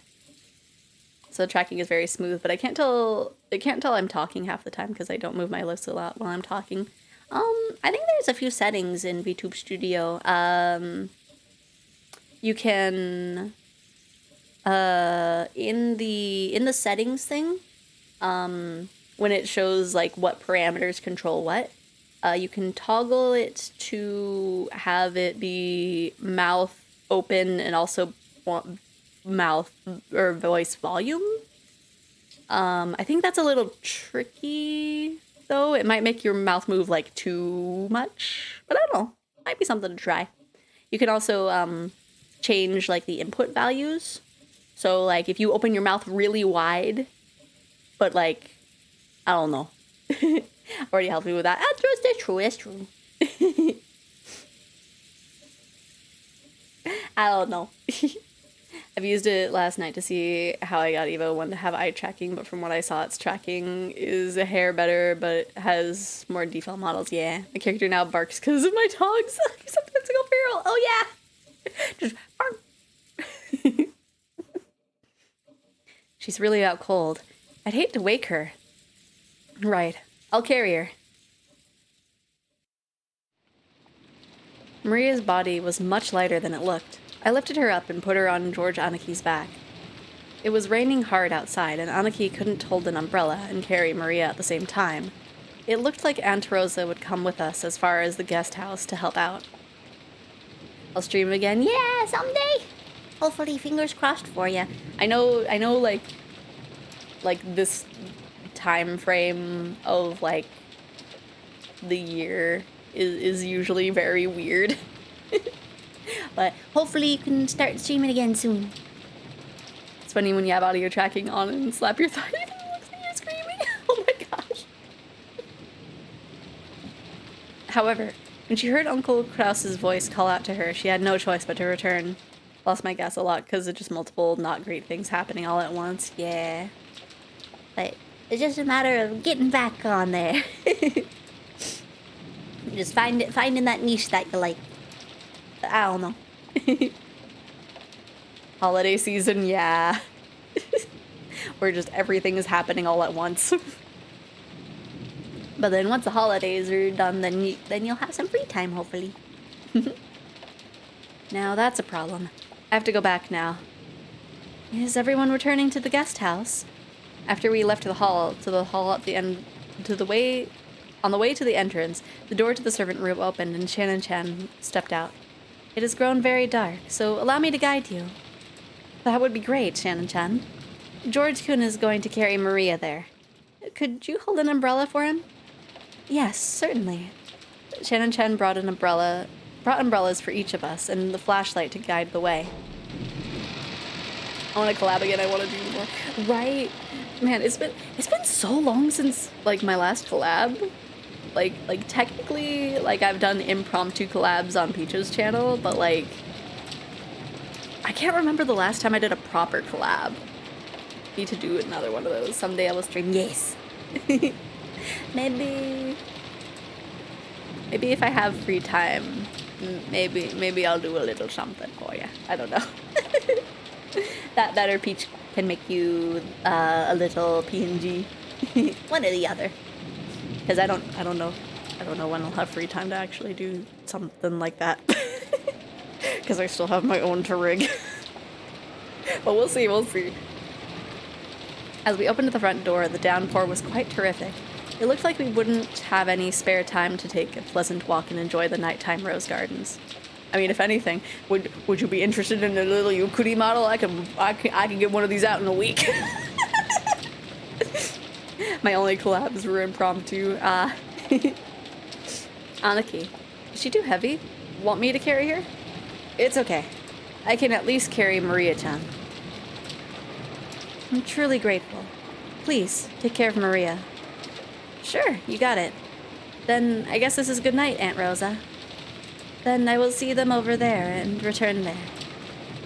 Yes, please. Aunt Rosa watched us leave. Wait, don't I need Discord Nitro to have animated GIFs? Maybe?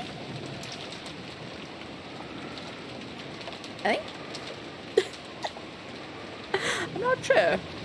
Alright, if you're talking about, like PNG tuber stuff, there's VODs, I believe it's called. That's really good. And then you can have little blinkings. I don't know if you could have like the equivalent of Sykes thing on there. Maybe you can. I mean, I know you could put GIFs in there, but I don't know. Talking about Disco, where the server at? I don't know. I don't know. Maybe, I don't know. I don't know. Maybe one day it will exist. That's eventually.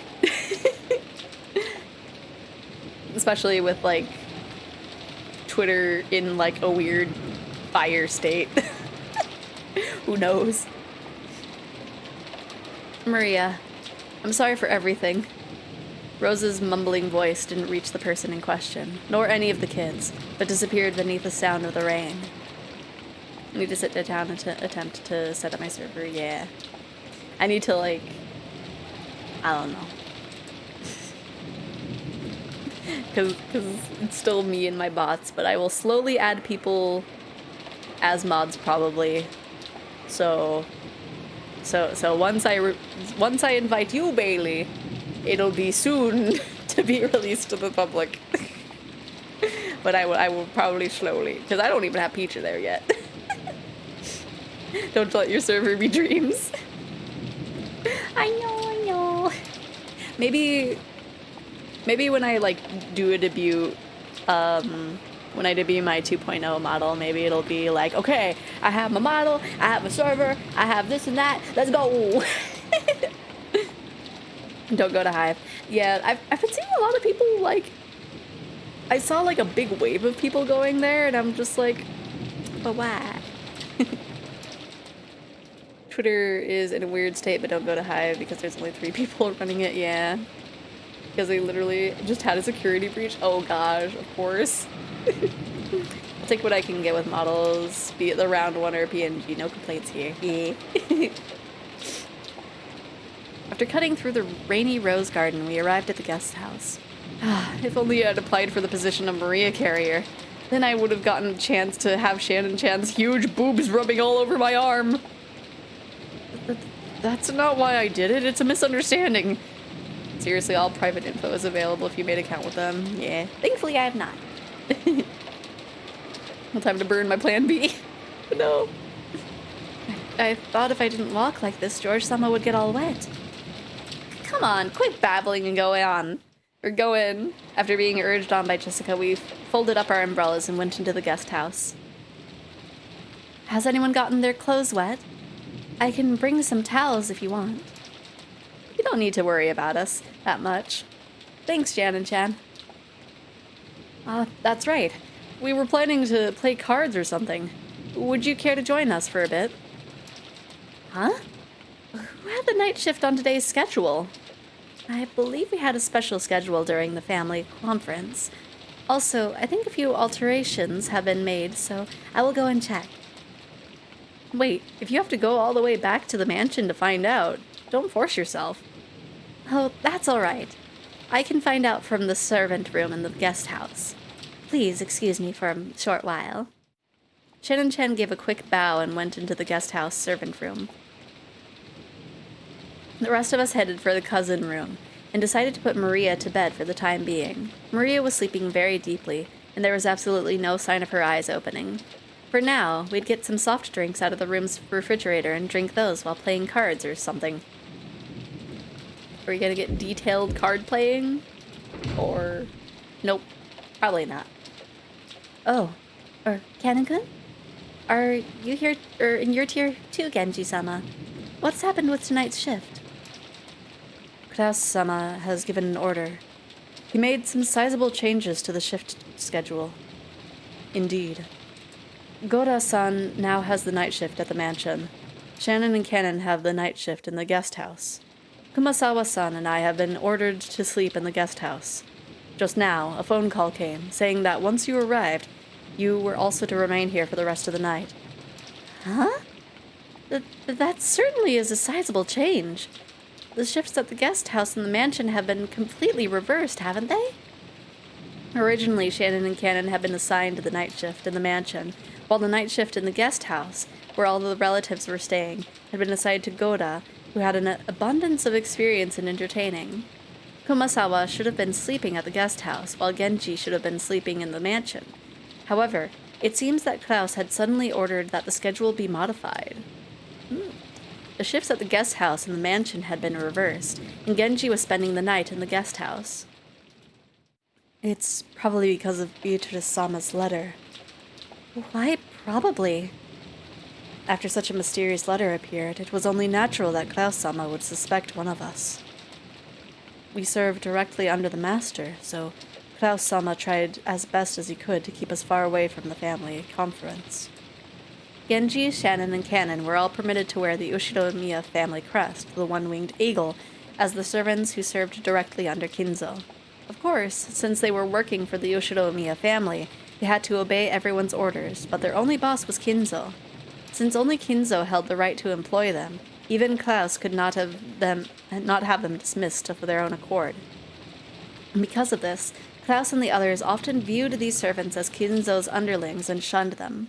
And in fact, Kinzo seldom let anyone other than them enter his study.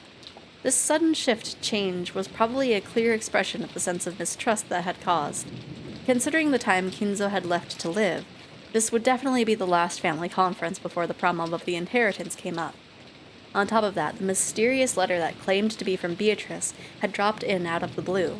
Klaus definitely wanted to keep Kinzo's loyal subjects away from the table of such a delicate and important discussion. The party had been split up. Blood will spill soon. Oh no! Oh no! The butler and then all of the adults. They're gonna be gone. They're gonna wake up and the mansion's gonna be gone. If you excuse me, I will go rest. If anything happens, call me immediately. Our guest tonight is a special case, after all. Yes, certainly, Genji-sama. Genji nodded back, went behind a screen and took off his jacket, and slowly began to relax after a day's worth of detention. Detention? Tension. The ones who just returned now, were they the children? Yes. The other relatives are having a conference in the mansion. It looked like it would drag on for quite some time. Then we've got it ready. It's already this late and there's this weather. The rest of the relatives will probably spend the night in their rooms in the mansion. Yes, probably. I'm only saying this because Genji-sama isn't around. But I'm a little happy I was sent to the guest house, I guess. No? Why is that? Because you can stay away from Madame and Eva-sama, those bullies? Or do you have another reason? It's not as though I have another reason. I see. Then let's do our best together with our night shift. I'm counting on you, Ne-san. Just now, I was asked to go to the children's room and play with them. Shannon hung her head apologetically, gazing at Cannon uncertainly. Cannon didn't try to meet her eyes and spoke curtly as he sighed. It looked like he didn't plan on indulging his sister. You can't. You were assigned to the night shift. Besides which, it is necessary for furniture like us to respond to an invitation to play, or it isn't necessary. You understand, right? Yes, I do understand. She's in love with George. McKenna, come here, I love you. Yes, I do understand. Shannon's shoulders drooped slightly. She had already expected that Cannon, a stickler for the rules, would say something like that. Hello! Hello! Hello, good apple boy, thank you for the raid! Hello, what were you doing? Let me see. Whoops. Let me see. Let me give you a little shout out. What were you doing? Oh, you were drawing! What were you drawing? Hello, everybody. Hello, Raiders. I am Xephoria. I am currently in a gremlin mode. Let me go to my regular model. Because I am a dragon. If it loads, there we go. Here's how I usually look like. Oh yeah, what were you drawing? We're playing Umineko, which is kind of like a mystery novel, essentially, by the same creator of Higurashi. Did some frames for an animation and then some emotes. Excited to bring people your way. Got to rave about your design. Oh, thank you. Thank you. And I'm gonna have to check out the VOD. I'm very interested in what emotes you were doing and what animations you were doing. I wish I could do animations. I've tried a few times, but yeah, I guess it just comes with practice. Yes, we are all gremlins here. Yes, the Mord of Mystery and Witches. But yeah, it's just a really nice chill time. So if you are just wanting to lurk, feel free. And then yeah, thank you again for the raid. She'd already expected that Cannon, a stickler for the rules, would say something like that, but she still seemed a little discouraged. As Cannon flipped through a logbook, he spoke without facing Shannon. That means the children will be waiting for you. You'll have to apologize and tell them that you have the night shift and won't be able to stay with them. Only animation I did was on the flipbook. Yeah, I've done a little. I think I practiced with. I think Firefox had an animation thing, if I remember right. It was in some art program. Go and come back. Huh? Yes. I'll go apologize and come back. Shannon hurriedly stood from her seat before her brother's mood could change and flew out of the servant room after giving a quick bow. See? And the animations people did on Nintendo DS, so cool, yeah. I think I tested it out when it was like free on the 3DS for a little bit, and I don't think I got that far. I wanted to I tried to do an animation of like my Pokemon character for Sun and Moon doing the little like Titus laugh, but I didn't get that far. As he watched her go, Kennen did a single deep breath. Genji's voice came from beyond the screen. Kennen, I will be here, so you can go too. Genji-sama. Shannon was the only one called. It's not as though I was invited. That is only because you were not there at the time. If you had been, you would have been invited as well. It is good to play as a child from time to time. No, such a thing is not necessary for me. Human children may have a need to play, but we are furniture. Is that so? Nissan is also furniture. Even if she pretends to be a person, it will only hurt her later. I understand that, so I try not to get too close to people. That's all. Genji did not say anything after that. After a while, he stood up and used a pot of hot water to make powdered cocoa, serving some to Cannon as well. Human children, really? Yeah. I'm very curious on what the servants being furniture is gonna, like, be revealed as. Is that for real? I had no clue. Dumbass, you're too loud. You'll wake Maria up. Battler was so surprised that he yelled obnoxiously and scattered his cards everywhere. His voice caused Maria to turn over once, but she soon fell back into a deep sleep. Jessica gave him a jab, and he lowered his voice. Still, seriously? Now that you mention it, they really did have that kind of atmosphere, didn't they? Now I see. So George couldn't be seen anywhere in the room. A short while ago, when Shannon came into the room, George suddenly said that he'd forgotten something in the mansion, and he needed to go back and get it. Shannon said she would guide him, like she had on the way to the guest house, and the two of them departed together. Are they gonna be smooching? Well, there's actually been signs of it for a while now. You know, questions about hobbies and favorite things. I always thought it was a bit much for a passing interest, and look what happened now! Come to think of it, I get the feeling George Anaki's always been overly nice to Shannon-chan. Now I get it. It's like it like transitions over to them, and it's just like, yeah, we're just doing our job.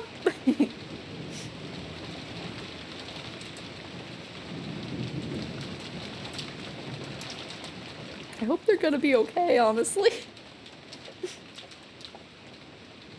According to the weather report, it looks like it'll be at its worst tonight. It also seems it'll last all day tomorrow, though it should get a little better. Really? Then maybe the boat won't arrive until the day after tomorrow. I hope that doesn't interfere with your work on Monday. I already knew the typhoon would be coming beforehand. Just in case, I made sure it didn't have any plans for Monday, so it's okay. I may not look it, but I really am the type who can plan ahead in his schedule. George puffed up his chest, acting proud. Compared to the calm appearance George always had as the oldest cousin, he now looked amusingly like a little kid. Shannon chuckled at this abrupt contrast.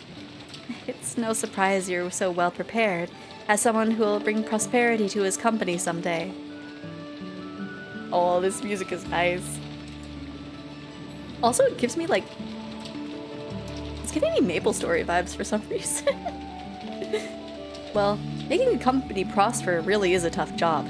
Money isn't the only thing that's important. I learned that, well, when studying under my father. Making a company prosper is like owning a castle and leading your subordinates.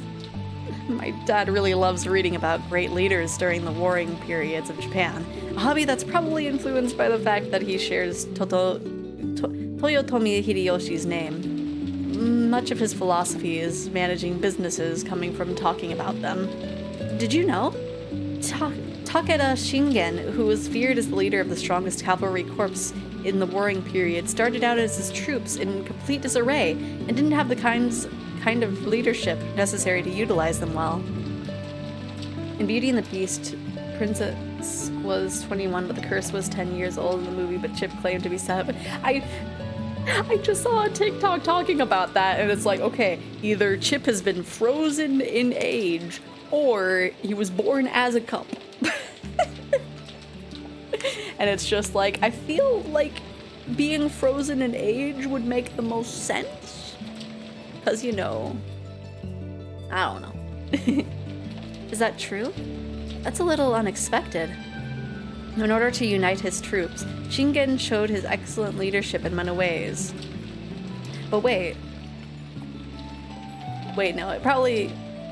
Because Beast was cursed to be a organic being, while the servants and everything were cursed to be inorganic beings. So inorganic materials don't really age in the same way as organic beings, so Beast would have still been aging, while everybody who was cursed into being furniture or inanimate objects would have been frozen in time. Because you just get kind of worn down, you don't get older. in theory.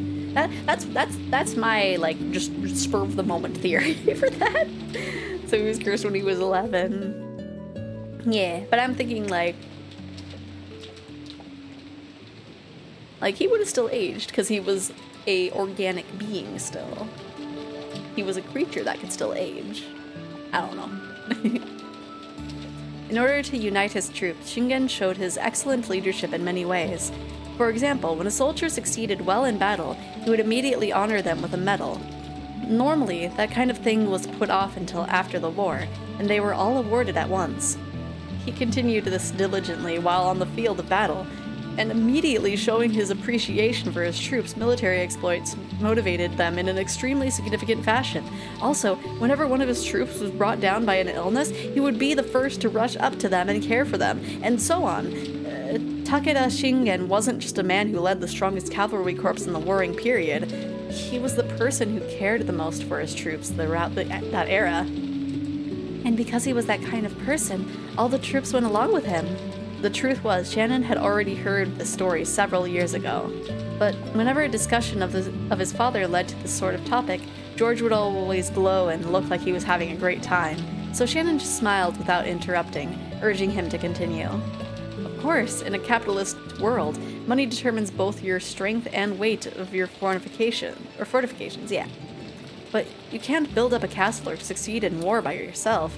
Such things can only be accomplished by the support of many subordinates, by borrowing their strength. After understanding this, when I look at my father's back, I realize how immature I am. I can clearly see how much competition he had to overcome before building up to what he was now. George-sama, you truly look up to your father. I'm jealous. Sorry. That's not how I meant it. I'm sorry. That's not how I meant it either. The two of them awkwardly looked at their feet. Are they gonna smooch? Shannon had no parents. She had been brought up in an orphanage owned by Kinzo, called Fukuin House. Under the guidance of Kinzo, their honorary director, the orphanage offered members who excelled for a chance for on-the-job serving experience. Yeah. If their efforts met with Kinzo's approval, they'd be able to leave the orphanage and work as servants for the Ushinomiya family. This was considered to be the highest honor for those who lived in the orphanage. Servants from the Fukuin house all took names with the character On. Oh, interesting. In them while they served. So Shannon wasn't her real name. The same went for Cannon. All of the members of the Fukuin house were orphans. At least, they were all people who had been separated from their parents under special circumstances. Because of this, the orphans had been taught to think of each other as their own family. That's why it seems so natural to both of them that Cannon called Shannon his sister. And while both Shannon and Cannon were working in the mansion today, there were several other servants possessing the On character in their name, such as Manon and Lennon, who often worked in a rotation schedule.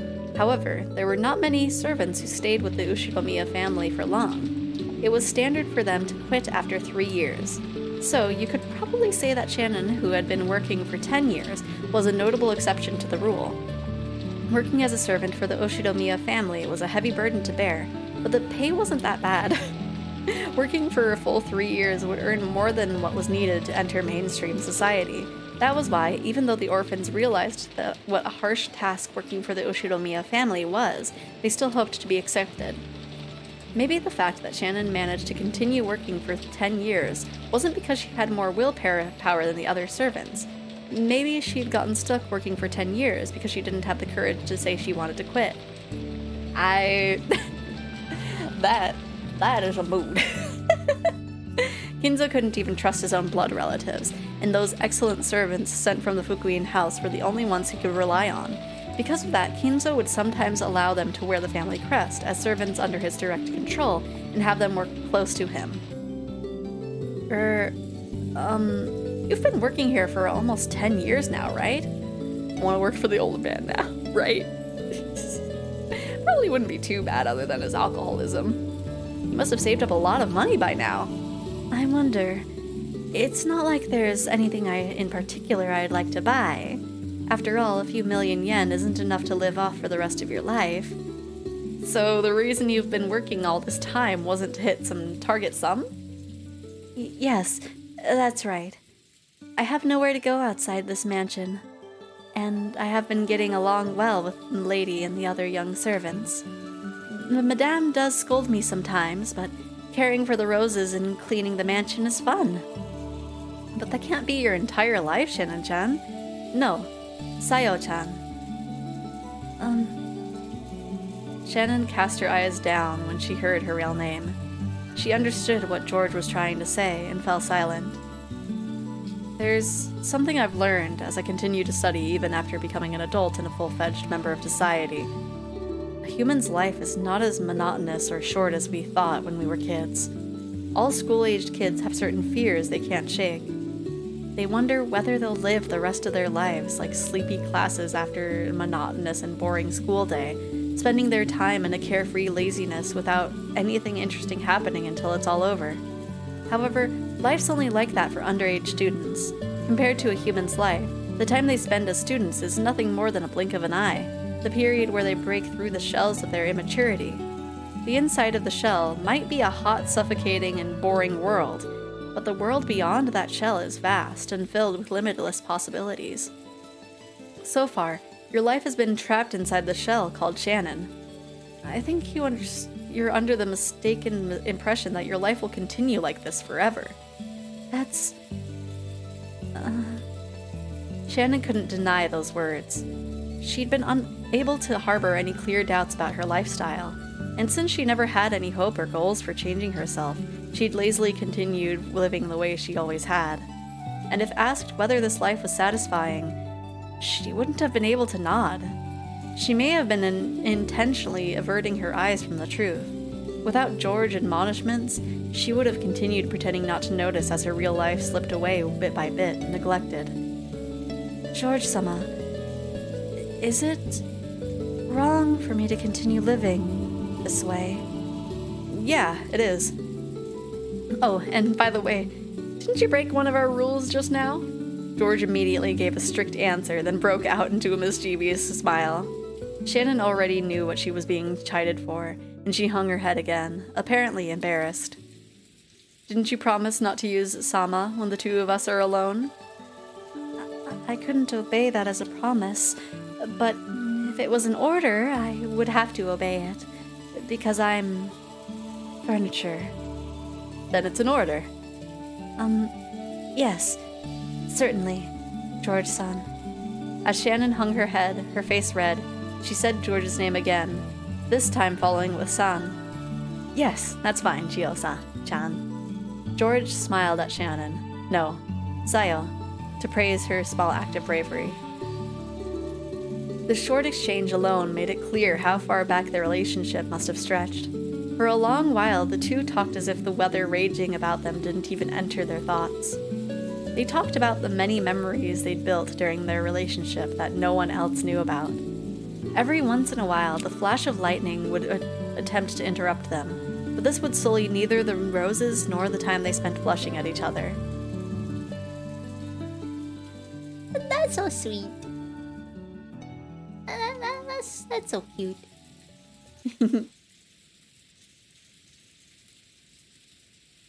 That's right. I have something I wanted to show you. What could it be? George, who had been speaking eloquently, suddenly started to stutter. Watching him, Shannon seemed to guess something. George timidly searched through his pocket. Something got caught in the depths of his pocket, and just like the stuttering George, it took a little while to get it out. It was a very small box. A small box covered in a deep blue velvet. Is he gonna propose? George, if you're gonna propose, you're gonna die. Either you or Shannon is gonna die. That's just how things work. That peculiar shape was enough to tell anybody what was resting inside. Shannon had prepared her heart somewhat, certain beforehand that this was what he had been planning. But even so, when she actually saw it, she couldn't avoid blushing once more. George opened the small box, took something out, and held it out for Shannon to take. I want you to take this. I couldn't accept something so valuable. You can't take it? No, I'm unworthy of such a thing. Saya, this isn't a request. It's an order. Take this ring, okay? If it's an order, I cannot disobey. Yeah, that's right. Well done. Shannon, not wanting to show her bright red face, timidly accepted the ring from George's hand while staring at the ground. That ring wasn't a simple accessory. It was a noble object, meant since ancient times to be offered to a special woman under special circumstances. Therefore, while George could order her to take it, he could not order anything beyond that. Anything beyond that would depend not on an order, but on Shannon's, no, Sayo's own will. So from here on, I'm not ordering you anymore. Sayo, I want you to give me your answer by tomorrow, without using words. She's gonna die because you did this, dude! Do you understand? How should I? I won't order you any further, so this isn't an order. But a ring is something you put on your finger, after all. If you like it, you can just put it on any finger you choose. Shannon had only pretended not to know. She already understood what he wanted her to do. But she was standing at a huge crossroads of her life. Oh, look how late it's gotten. Let's call it a day. George turned away from Shannon, acting just a bit bluntly. I could probably order you to wear it on your left hand. You might be timid and dependent enough to actually obey that kind of order. But I want at least this last step to be done by your own will, Sayo. Understand? Yes. So, that's my order. I want you to think about it well tonight and show me your answer tomorrow. Shannon nodded back. Today was the culmination of their many days spent together. This moment certainly hadn't come as a surprise to Shannon. We should be getting back to the guest house soon. If we take any longer, we'll make everyone worry about us. Oh, I'm sorry, I just remembered something I had to do at the mansion, so, I have to go back to the mansion. At a time like this? Is that true? George stared into Shannon's face as he laughed mischievously. He definitely saw through Shannon's lie. However, when he saw how she felt, he could sort of understand that she might be so embarrassed that she'd want to be alone. So, because George realized the meaning behind Shannon's lie, he accepted it. Isn't he like 20? I think he's in his early 20s. I don't remember exactly what the age difference between him and Battler was. Maybe he's gonna kill George. Maybe. It's just somebody's gonna die because of the proposal. Have 1 hour left until midnight. The other was too young. Yeah, one of the so this guy is old enough to drink, so he's at but I think Battler's 16, right? I can't remember. But anyway, we have a good intermission time. So I'm gonna save real quick. And then I will get the BRB screen ready. Because our little BRB is gonna be a little bit late, but that's okay. Well, no, it's not bye. Unless you gotta go. But let me get that little BRB screen ready. Everybody, it's a good time to get up and stretch, get some water, get a snack, use the bathroom, whatever you need to do. Don't say that!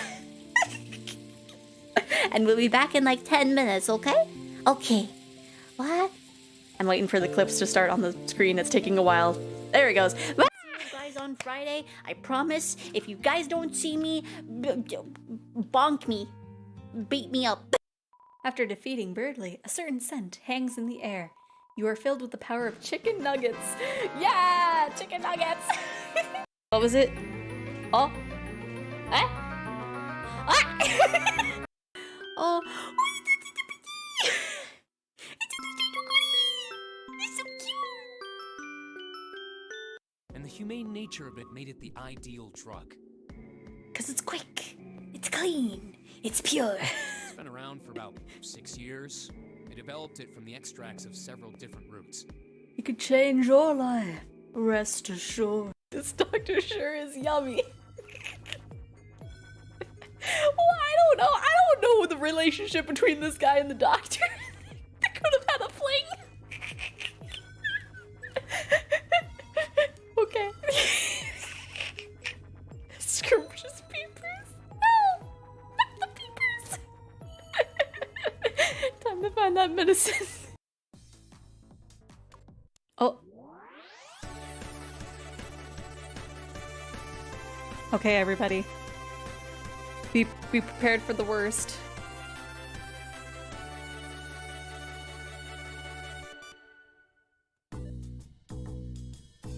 Oh no, I've been cucked. Hey. Don't. Like, hey, Nightbot. No bully. You can bully other bots, but no bully friends. Whoops.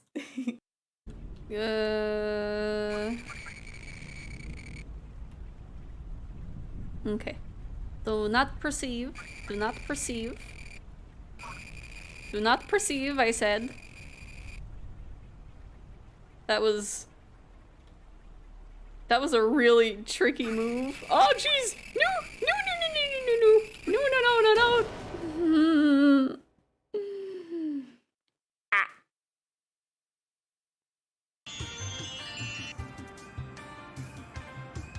Oh my gosh, thank you for redeeming Valley Girl Voice. I need to like start a timer. Now he's filled with anger and sadness. Oh no, anger and sadness. That totally sucks. He'll eventually destroy the world like he did before. Wow. I don't see how that's a big problem though, as Sonic.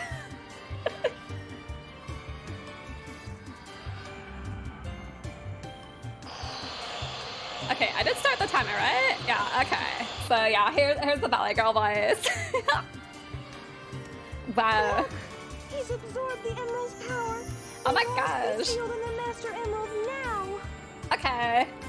How do I do that? Yeah, how It can I won't help? change how he feels inside, will it? His heart will still remain in turmoil, and his anger just won't vanish. What are you talking about, He'll Sonic? just be trapped forever. What do you guys say? Should we do brain read again or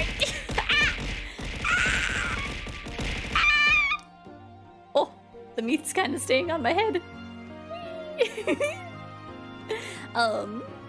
Hey, you over there. You over there, you curry.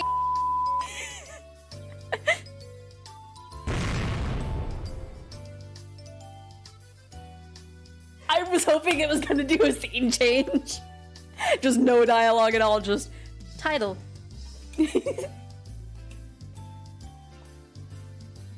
Think she's more interested in converting people.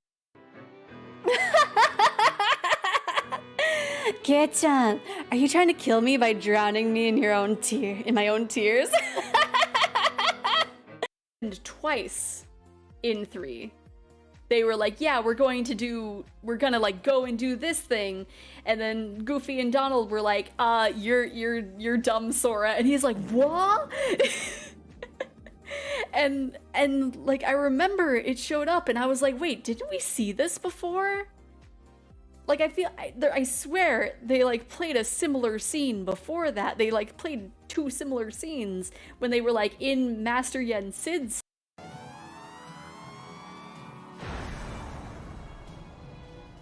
That's right, baby. All points, no quills, no pillows. Looks. He pissed on my wife. Guess what?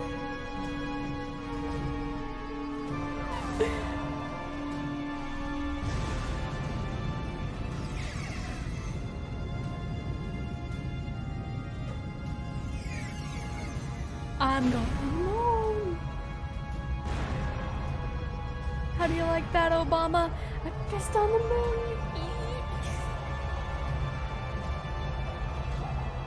You have 23 hours before the...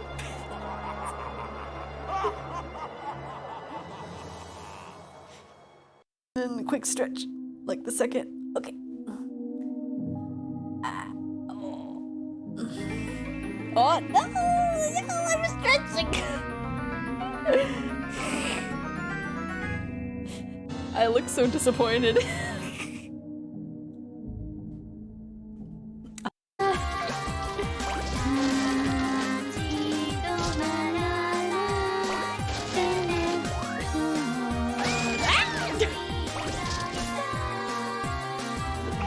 Cat scared us so mad, even the rat.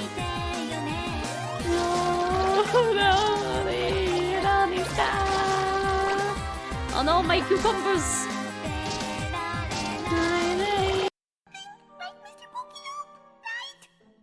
That's right, baby. Daddy's here. All right. What? Now, here's what we're gonna do.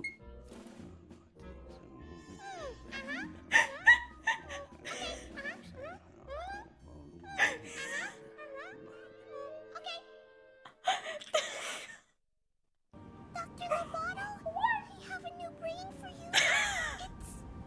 It's a really Struggling with mental health, just beat your meat. That's what this game is teaching me. You know? Little boy, I am sorry I'm gonna to stop say right that you there. Things are about to go south if you kept the power on. Yeah. He was upset. He was like, "What the heck? I was trying to charge up my power, and you turn off the light. How dare you? I need power to power up." No, I'm not doing it. It'll It's be tempting, but I shall be a fine. good girl. I'm not going to do it. Oh, I It'll shouldn't be have done that. fine. It'll be fine. Take my streamer word for it. You will be fine. Because they were in the way? Well, they were also eating you. I see. Well, time is short. Let us carry on to the next floor. Like they kept surrounding me and going, "Hum, hum, hum, hum, hum." I died like 3 times. Oh. Stop talking the second I take a bite. Ah! Or like, let me try to imitate his voice. That was not close enough. With nobody here, maybe while no one was around, the desks creep about on their own accord, licking the floors clean of dirt. What are you talking about? If I suddenly stepped into a place like that, would the desks, in their surprise, fly at me, crush my bones, and eat me alive? What are you talking about, Keiichi? Keiichi be living in Wonderland. That's ridiculous. I felt regret at wasting valuable thinking time on stupid delusions. This guy's more worthless than tits on a fucking bull.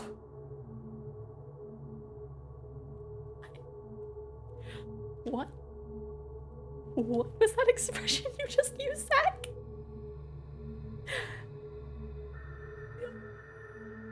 I don't know. What are you talking about, Zach? Looks like there's people even dumber than me. Just tits on a bowl. Joseph! Joseph, are you in the bathroom? He's coming. Oh my god!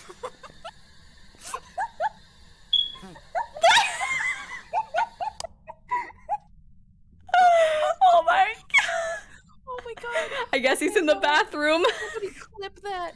Oh, somebody clip that! Please! That was such a good scare! Oh my gosh! It's so pretty. Oh no, I'm farther away from the scan. No. Ah! Whoa!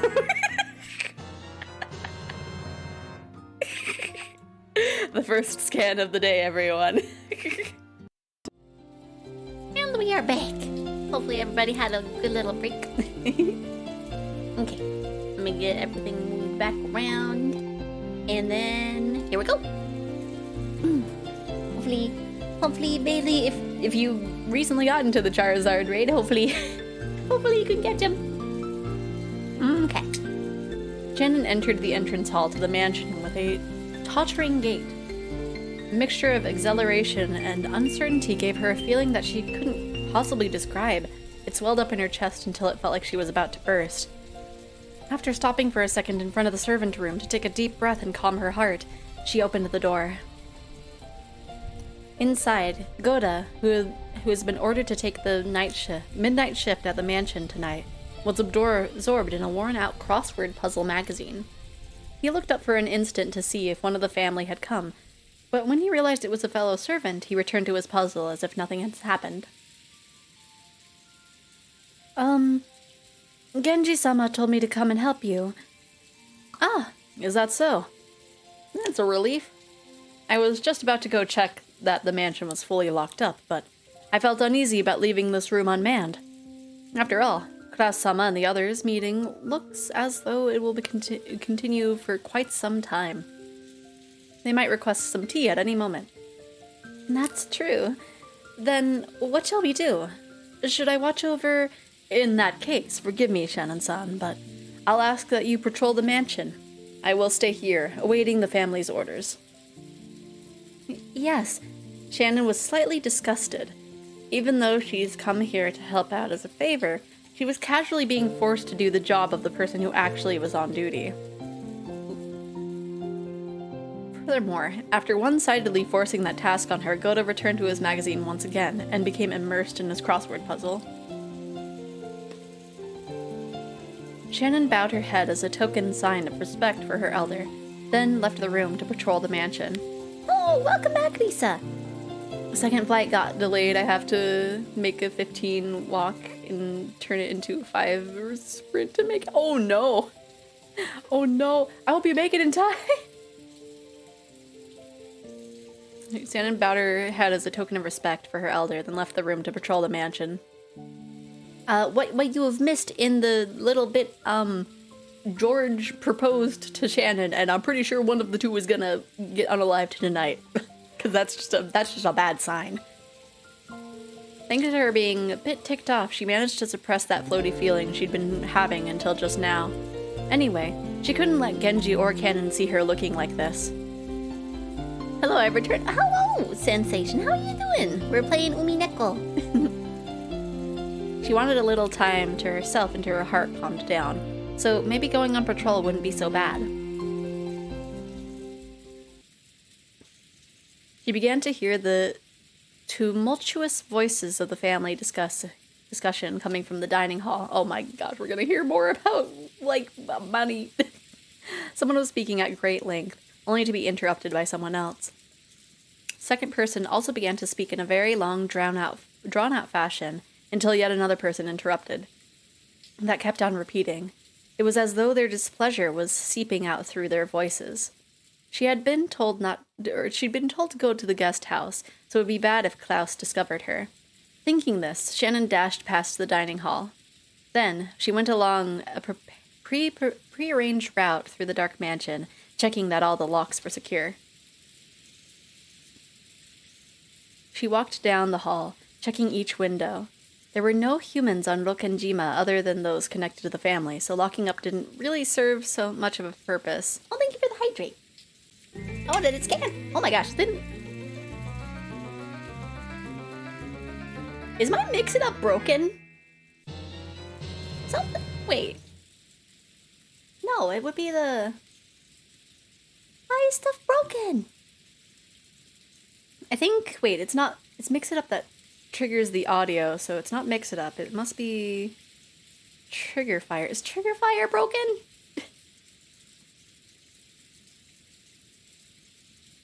Have I fixed Trigger Fire since I changed my password?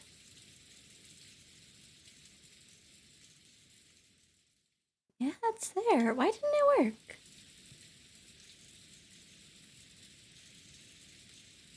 It says it's connected. Maybe let me try. Let me see. No. No. Why are things broken? And I guess no. Let me see. I'll have to look into why stuff is broken. Oh, Roll is the other spelling. No one had been in the habit of locking up the Ushiromiya head family, at least not until Natsuhi had scolded them for being careless. The metal fixture on the windows were ice cold, and as she checked on them one by one, the glow in her heart seemed to cool down. 'Cause yeah, I need to troubleshoot some stuff. There you go. There you go, you got the right roll. Ooh, a 6. That's not too bad. Ooh. We got glowing butterflies. Welcome back, Bailey. Ooh, a 17. That's not too shabby. At that time, she thought she saw something twinkling across the hall. I have mac and cheese. I want mac and cheese. Twinkling? How could anything be twinkling through the darkness of the hall? She figured she must have been imagining it, but she still held her breath. Grasping a curtain, she fearfully gazed down the hall. However, other than the occasional crack of the thunder... Yeah, that's gonna be broken for today. However, other than the occasional crack of thunder... Let me go ahead and just, like... turn off the sound for that. Because, yeah, I'm gonna need to troubleshoot that later. Let me see, where is it? There it is. Let me go ahead and turn that off. Is the twinkling of the witch's eyes mad? She was unable to glimpse any flicker again. It must have been her imagination after all. Maybe her heart was so agitated that she'd seen something that didn't even exist. Shanna went back to checking the windows. However, a certain unnerving memory was resurrected in the back of her mind.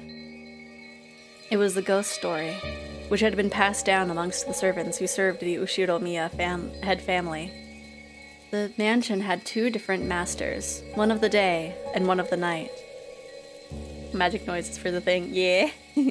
Beatrice, the master of the night, would sometimes fly around the mansion in the form of sparkling butterflies. That was the story. Come to think of it, didn't Kanon-kun once say he'd seen one with his own eyes?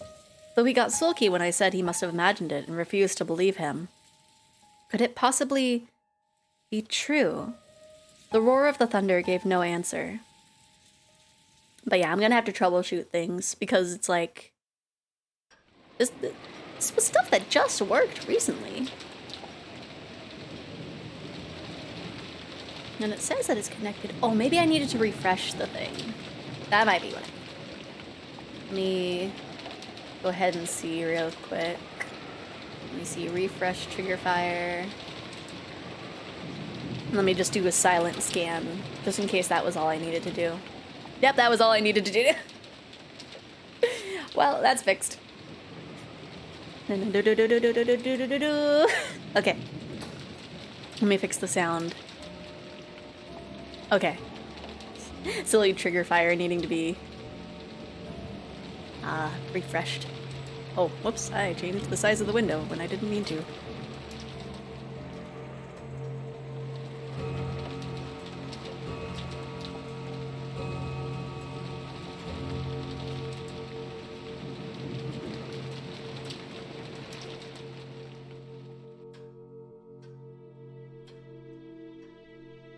Okay, who's gonna die?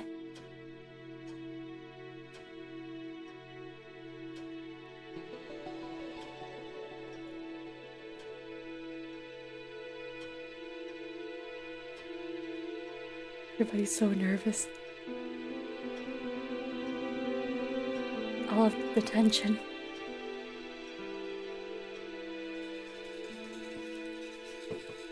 She's like, oh yes, it is finally time.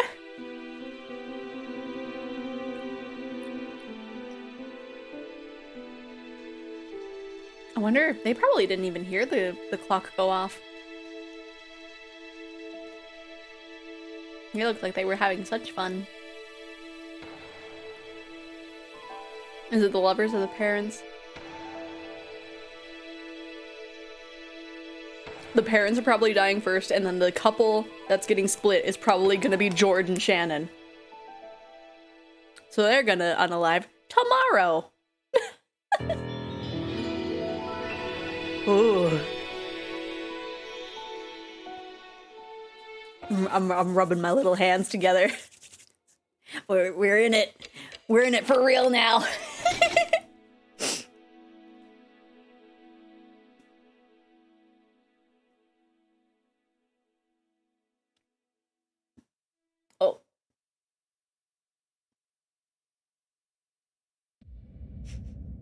Oh, 86. That's when it was. A body has been discovered. Yeah, sometimes Nightbot and Stream Elements like to fight. A lot of the commands there are just kind of the default ones that I don't even know if most of them are set up. But I will copy and paste the list for you. Or I will copy and paste the link for you. Or not.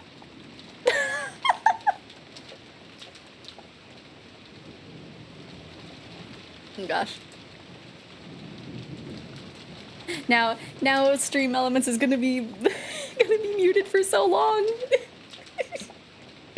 Are your Stream Elements with Nightbot fighting? I don't know. They always do that. But yeah, there's the link. Only I can post links, right? Well, I got through. But yeah, like I said, a lot of the commands on that list are just generic ones. I don't even know if any of them are like properly set up. I think let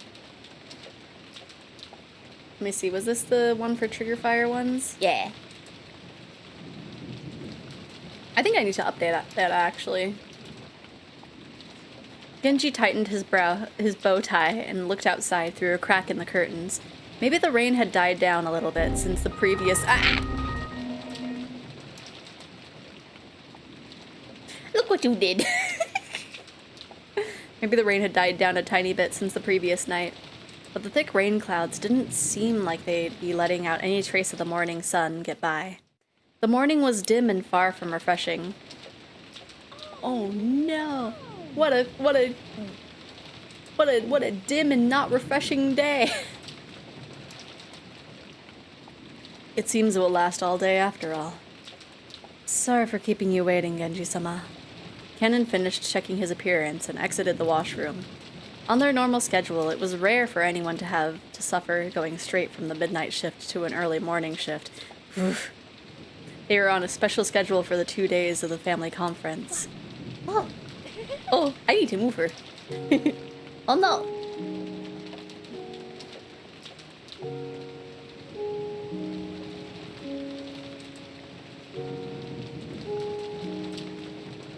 I'm dead.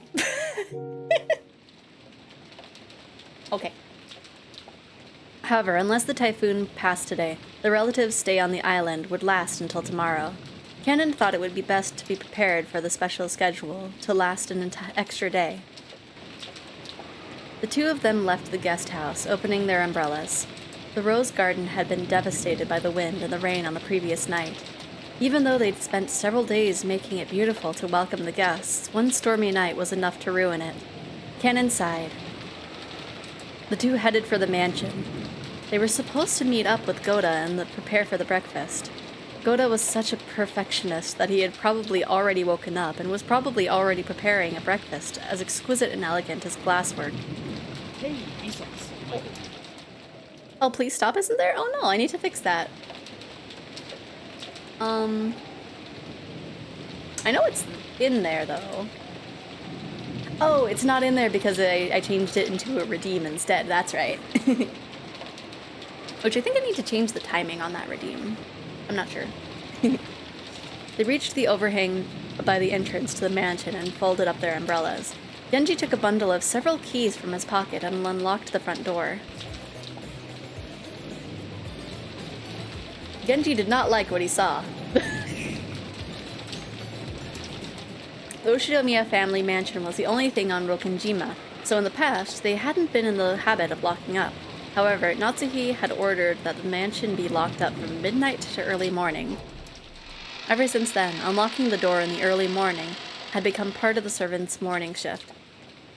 This task had been given to Genji and Kennen so that Goda could start preparing breakfast as soon as he woke up.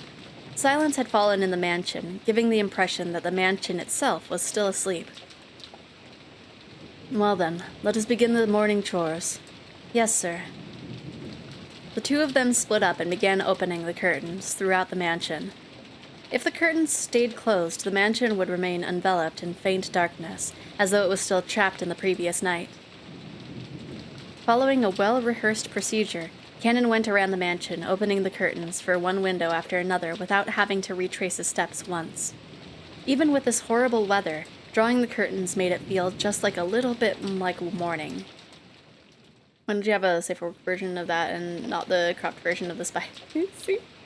I mean, I don't know. Like, maybe I should do that for the say-so one. While doing that, he passed in front of the kitchen. Even though he hadn't smelled anything yet, his stomach started aching for some of Goda's prized cooking. Good morning. He tried to greet Goda, who should have been getting breakfast ready, but Goda was nowhere to be seen. Oh, Goda's dead. The kitchen was darkly lit, and not only were the curtains not open, the fan wasn't even running. It was still cold, without any trace of a fire being lit, so of course there was no signs of breakfast being made either. Though it would have been inexcusable, perhaps Goda had overslept. Even servants are only human. They sometimes sleep in and show up late. In the rare case that such a thing happens, it's part of a servant's code to hide the unsightly scene before anyone notices, smoothly cover it up, and make sure the family never even realizes that anything has gone wrong. Cannon took the receiver of the phone that had been fitted to the wall and dialed the number for the extension line in the servant's sleeping room. He couldn't hear that characteristic sound of a dial tone.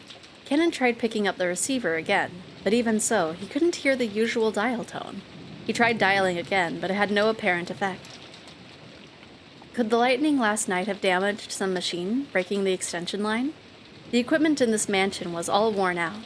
Cannon fully understood that even the smallest thing could have caused it to break down. He gave up trying to wake Goda with the phone and dashed over to the servant's sleeping room.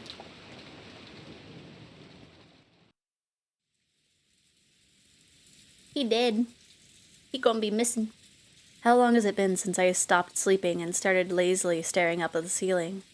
That vague sense of awakening was part of Natsuhi's usual morning experience. She always slept lightly, and she couldn't sleep at all without medicine. To Natsuhi, sleep was definitely not a happy thing. When she looked outside, she saw it was still pouring. If she hadn't sensed a tiny amount of light, she might have mistakenly thought it was still the previous night. She herself was one of the hosts, so she mustn't wake up later than her guests. Urging herself on, she raised up her body, which still hadn't completely recovered from yesterday's weariness. No one would torment her as long as she remained inside this room. And her headache wouldn't get any worse here. This room was the only place she could find— oh no, Majima! The only place that she could find peace. So when she left, it meant returning to the world where her husband's siblings kept trying to stab each other in the back. Oh, someone is dead. The lines have been cut. Oh no! Right? The lines have been cut. The guy who's supposed to be cooking everything isn't showing up. In that case, wouldn't it be better to just stay locked up in this room forever? That ridiculous notion brought a bitter smile to Natsuhi's face. She was starting to sound like Kinzo. Though she often complained about Kinzo staying locked up in his own room and refusing to attend to everyone else, the truth was that she longed to do the same. Natsuhi gave her head a small shake, and her fantasy was replaced by the reawakening of her usual headache. When she reached for the doorknob, trying to leave the room, her hand touched the scorpion charm that she hung from it before going to sleep the previous night. All the adults are going to be dead except for her. It was Maria's charm, which Natsuhi had received from Jessica. Didn't Jessica say something about it having the power to repel magic, telling her to hang it from her doorknob? Maybe it was thanks to the charm that at least this room had been protected from the malice of her husband's sibling. As she thought this, her mood began to get a little more cheerful. I wonder if I have Jessica to thank for the little bit of peaceful sleep I managed to receive. Then Natsuhi remembered. That's right. Last night, I promised Jessica that I'd give her a charm of my own in exchange for this one, didn't I? The bodies hit the floor! Natsuhi opened a drawer of her dresser and took out an antique accessory case that she had treasured when she was a child. Inside, there were many small objects that Natsuhi had thought were valuable at the time. From amidst those, she pulled out a red pouch. Inside was a small, round mirror about 10 centimeters across. That's really small, I think. It looked quite old, but the design of the back of the mirror was very ornate, and it felt like something with historical value. At the very least, it seemed much more authentic than the other charm, which looked like a plastic scorpion keychain. She had heard that this was a spiritual mirror for warding off evil spirits. She had been given it specifically by her grandmother when her grandfather's mementos had been distributed. It had been believed since long ago that a strange power resided in this mirror. Perhaps people thought it could reflect calamity and malice in the same way it reflected light. Natsuhi returned the mirror to its pouch. It would probably be a fitting object to hand over to Jessica. Until... Just as she was placing it in her pocket, the sound of someone knocking on the door suddenly echoed throughout the room. Yes? Good morning, madam. It is Genji. My apologies for waking you so early. I'm coming now. What is it? No servant had ever come to her this early in the morning, nor had they come to wake her in person. Perhaps something bad had happened. Maybe some fatal oversight had been made while preparing breakfast, something that would shame the household in front of their guests.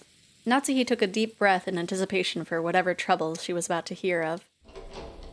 When she opened the door, Genji once again gave a morning greeting while bowing deeply. Natsuhi tentatively responded. Good morning. Did something happen? My apologies. It would seem that the telephones have broken down due to the lightning last night. The extension telephone isn't working, so please forgive my coming to see you directly. Extension telephone isn't working? That will be troublesome. Will it be possible to fix it? I am afraid we don't know the location of the damage. Later on, I would like to call in an expert and have him repair it. Does that mean we'll be unable to have it repaired until after the typhoon passes? Then it will remain broken down for the duration of our guest's stay. Will that hamper our efforts to care for our guests? We will do all that we can to ensure that there is no problems. Listen here, you little... I'm here for blood and broken hearts, so let's change that. Just punch him. Very well. I'm counting on you to make sure that we have no blunders. Natsuhi let out a small sigh of relief.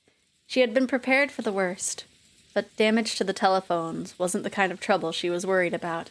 Then again, even this would probably be enough to spark sarcasm from Eva. Natsuhi gave her head a slight shake. Are the preparations for breakfast proceeding well? As that, we haven't been able to find Goda. The arrangement for the breakfast has yet to be carried out. What did you say? Natsuhi was indignant. To her, this was a much bigger problem than the phones not working. And despite that, this piece of information was the part that had been postponed. Why did everything go well most of the time and then come to something like this when the relatives were visiting? Natsuhi put her hand to her forehead and shook her head. Well, I suppose he slept in. At any rate, just see to it that someone hurries up and prepares breakfast. I don't care who. What? Natsuhi exited into the hall and turned around for a second to close the door to her room. The creepy thing she saw there silenced her completely. It was an unpleasant sight, as though someone had dipped their fingers in a reddish-black liquid and scratched at the door around the doorknob. It was probably some sort of awful prank, arranged by some person who wanted to make it look as though they'd tried to force the door with bloody hands. Rich, I don't care for myself. Fix me a full-course meal, right? I don't care that our best cook is missing. Yeah, the charm saved her. What sort of prank is this? How awful. I also just noticed it as I came to call you. I will clean it later. Perhaps. This is a vulgar joke by one of the guests. Disgusting. Truly disgusting. Who in the world would pull such a childish and disgusting prank? Natsuhi had a pretty good idea, but of course there was no proof. So even if she pushed the issue, it would just seem as though she was making a fuss about nothing. In fact, it would surely be better to act as though she hadn't even realized that such a prank had been played on her.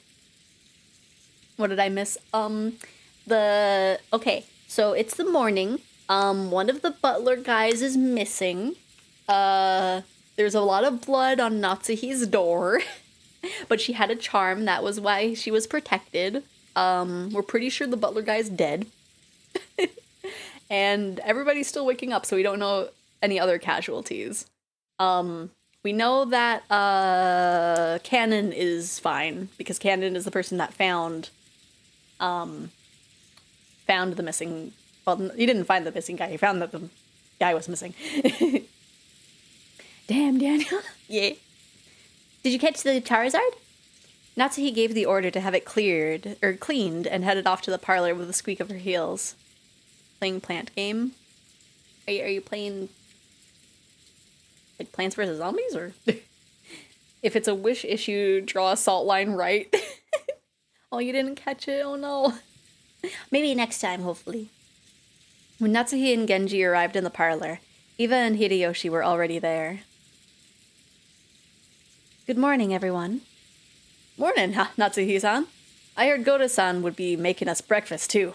My stomach's been getting all excited since I woke up. I have to wait for people to come join the raid first. Oh, I see. Okay. I've just been going up to, like, the little crystal things and just being like, I will just fight with NPCs. After all, it seems food is all you can look forward to at the head family household. I'm pleased to see that you two are in high spirits so early in the morning, Eva-san.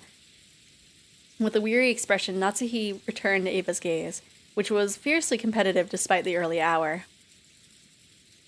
Then Conan jogged in. Or Cannon. Why did I say Conan? Yeah, no, the raid requires people, otherwise you won't clear it. Oh, I see. Okay. I guess I haven't been doing those ones then. After bowing an apology to the relatives for running inside the mansion, he noticed Genji and told him something in a small voice. Yeah, Eva's still alive. Just came out, so yeah. Cannon, have you still not found Goda? My apologies, madam. I went all over the inside of the mansion and the guest house, but I still haven't found him. For a 7-star raid, you can only go up to 6 for beating the entire game. Oh, okay.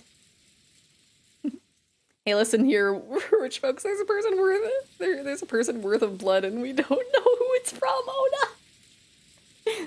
And just Maria's just happily like, it's Beatrice. Where in the world has he gone? At any rate, breakfast is a higher priority than finding Goda right now. Wow. See to it immediately. Yes. Kennen glanced at Genji. It seemed he had something else to report, but was uncertain whether or not the words should come from him. Genji nodded and decided to give the report himself. Madam, it is not only Goda. Your husband is also nowhere to be found. My husband? Yes. Even before visiting you, I went to his room to tell him that breakfast wasn't being prepared, but I did not find him there. Furthermore, he is not the only one missing.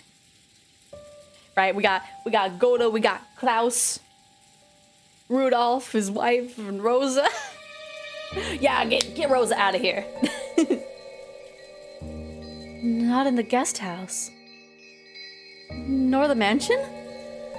Yes. They were not in their rooms in the guest house either. When she'd heard that Goda alone was missing, she'd assumed that he'd slept in or was loafing around somewhere.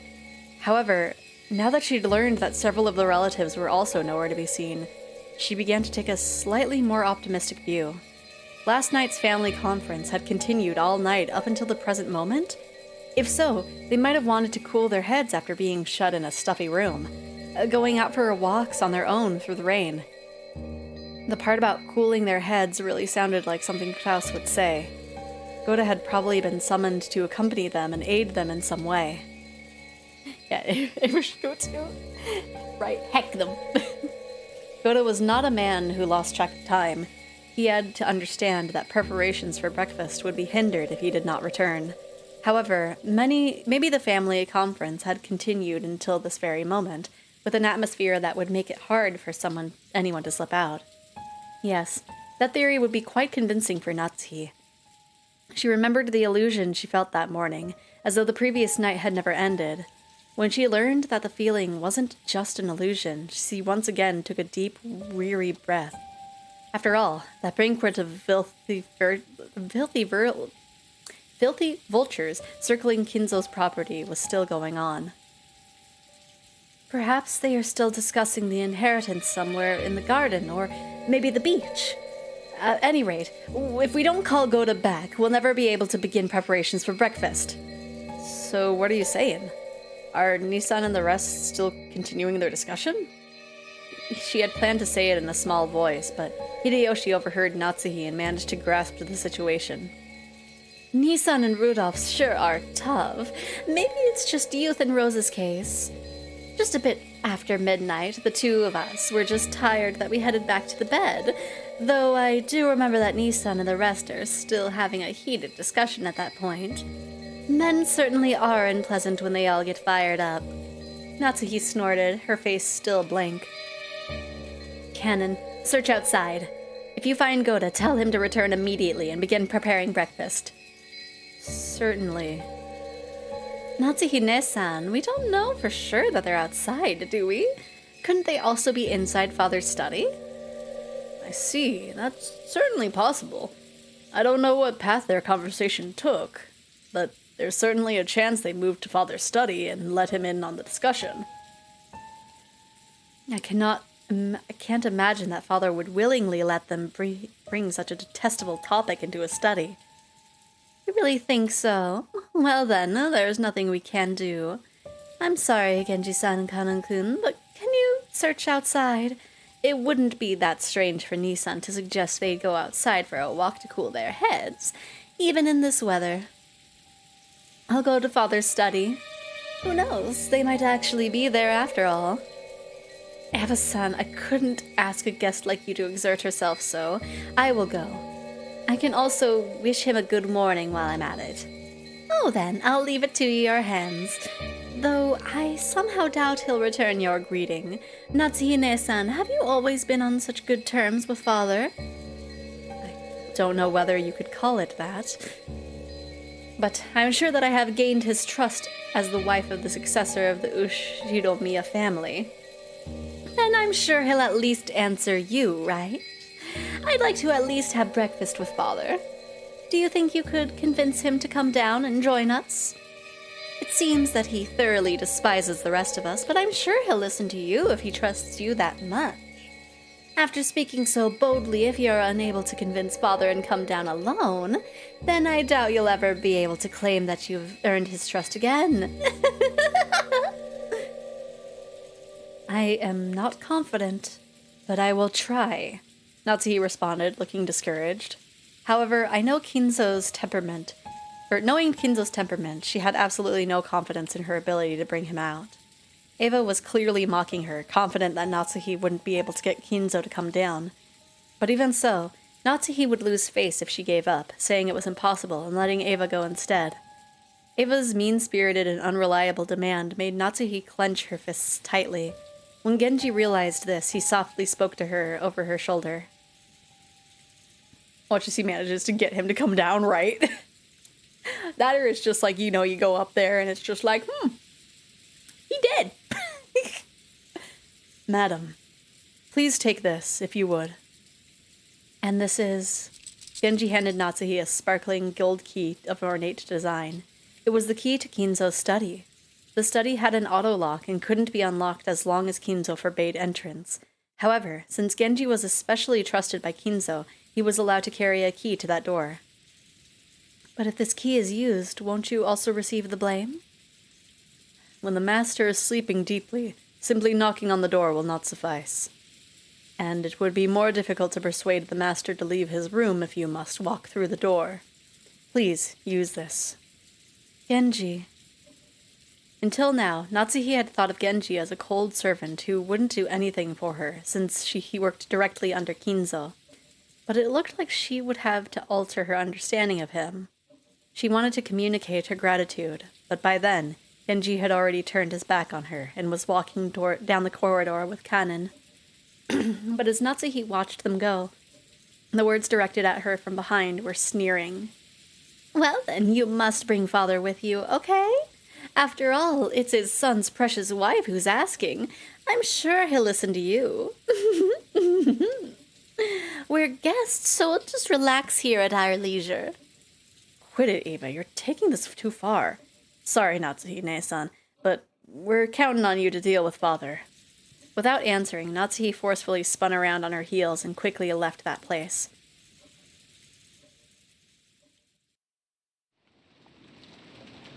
I wonder when the thing will happen to Eva.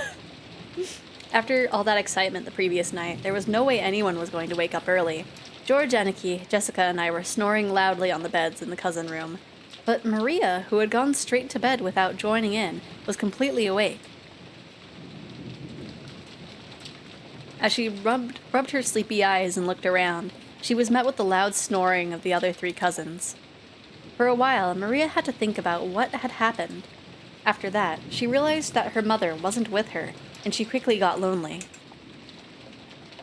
Maria left the cousin room, trying to head to the room that had been arranged for her and her mother. Paying no heed, she's gonna find out that her mom's dead. Oh no. Paying no heed to the 3 who were sleeping soundly, she slammed the door shut. In response, Battler mumbled and rolled over in his sleep, but it wasn't enough to wake him up. After a while, Maria returned, once again opening the door with a lively bang.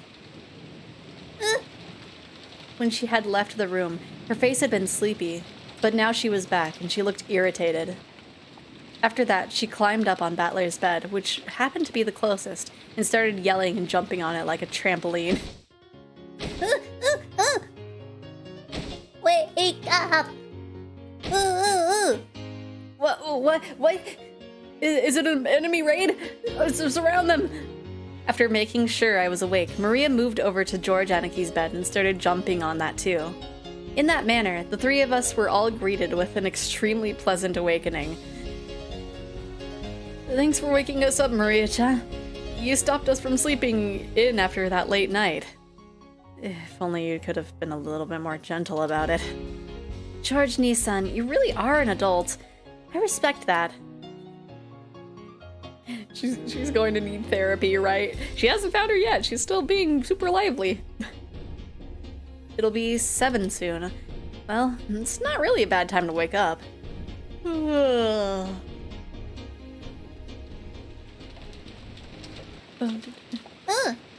not here. Aunt Rosa? She wasn't in her room? I wonder if she's already woken up and gone to the mansion. Not here. Mama. Maria kept groaning ooh and looking unhappy. She didn't exactly seem lonely because her mother wasn't around. It was more like she was irritated and thrown off balance because her mother wasn't where she'd expected. If she could just tell her where her mother was, that alone would probably calm her down. But unfortunately, we had no way of knowing Aunt Rosa was, except that she wasn't here. Voice calming. Oh, well, thank you. Anyway, it's time for breakfast, so let's head over to the mansion. That's right. Maria, let's go to the mansion together, okay? I'm sure Aunt Rosa will be there, too. Mama's in the mansion? Then I'll go there. Yeah, guess we should go to the mansion. Our parents have probably already gone there.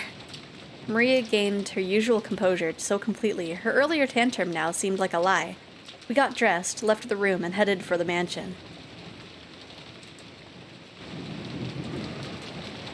Let me see, so we're gonna see if the adults are gonna tell her, or if they're just gonna skirt around it. Once more, there was a knocking sound on the study door. But there was no answer.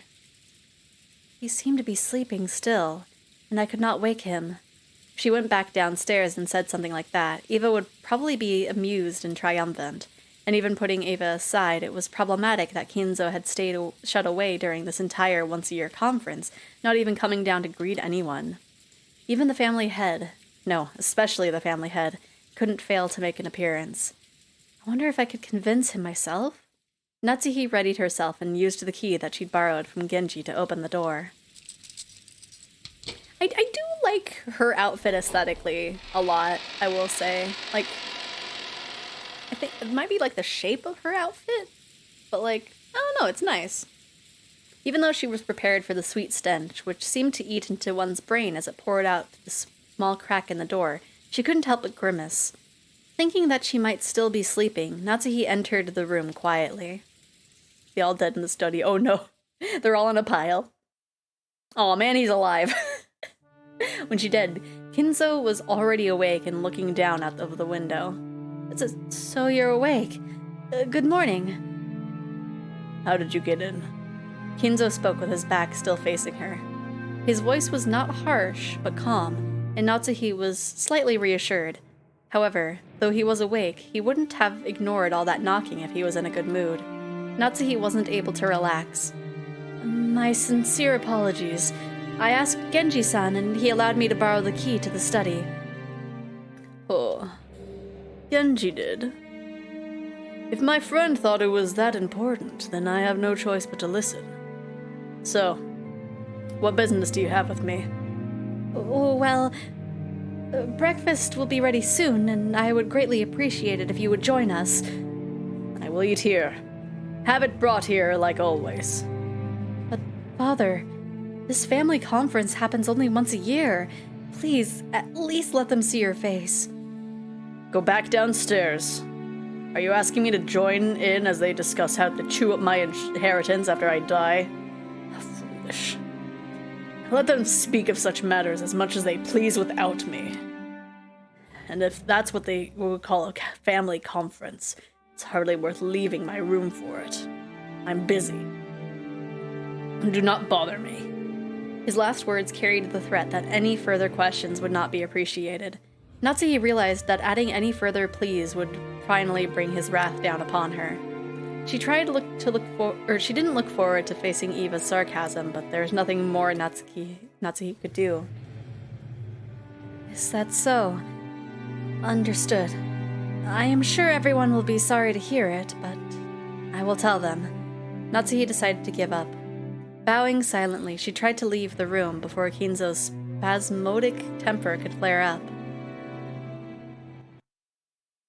As she did, Kinzo spoke to her. His voice was so calm and gentle it felt like it came from an entirely different person. Natsuhi, it has been quite some time since you married into the Ushiromiya family. Yes, it has been many years since I was first permitted to bear the name Ushiromiya. Do you sometimes long for your previous family? No. Marriage means abandoning your birth family. I am Ushiromiya Natsuhi. The Ushiromiya family is the only family I come home to, the only one I am fond of. She truly wasn't exaggerating. Such was the resolve she felt whenever she applied the Ushiromiya family name to herself. And that's precisely why she was so saddened when her husband didn't treat her like an Ushiromiya, leaving her to race about in vain. If Klaus were a woman, and you his husband... No, I won't say that. What do you mean by that, Father? Natsuhi was shocked. If Kinzo's words just now were what they seemed, it would have been more than enough to make up for all she'd suffered up to that point. Forget it. It's just the nonsense of an old man. Kinzo once again faced away from her. He told her to forget it, but Natsuhi couldn't help feeling the warmth in her heart. Father, even though I, Natsuhi, am not connected to you by blood, I am still your daughter. I will most assuredly see to it that your honor and glory and everything you have left behind are protected. You do not have the right to wear the one-winged eagle. However, the one-winged eagle is surely engraved in your heart. That is irrefutable proof that you are my blood relative, one who will inherit the glory of the Ushiromiya family. Some will sneer that there is no eagle on your clothes, but such words are not worth lending an ear to. Only those who hold the eagle in their hearts are my true blood relatives. I now consider it an honor that you are welcomed into the Ushiromiya family. Without saying anything more, Kinzo remained with his back to Natsuhi. However, Natsuhi couldn't help but feel something warm well up inside her that she hadn't felt since long ago, when she had just been a child. Natsuhi bowed silently to his back and left the room. Yeah, it is all oddly wholesome. I guess in his mind he's just like, I can say whatever I want, I'm gonna die soon. Ah, good timing. How is father? You were taking so long, so I came to check. When Natsuhi left the study, she saw Eva climbing the stairs, and their eyes met.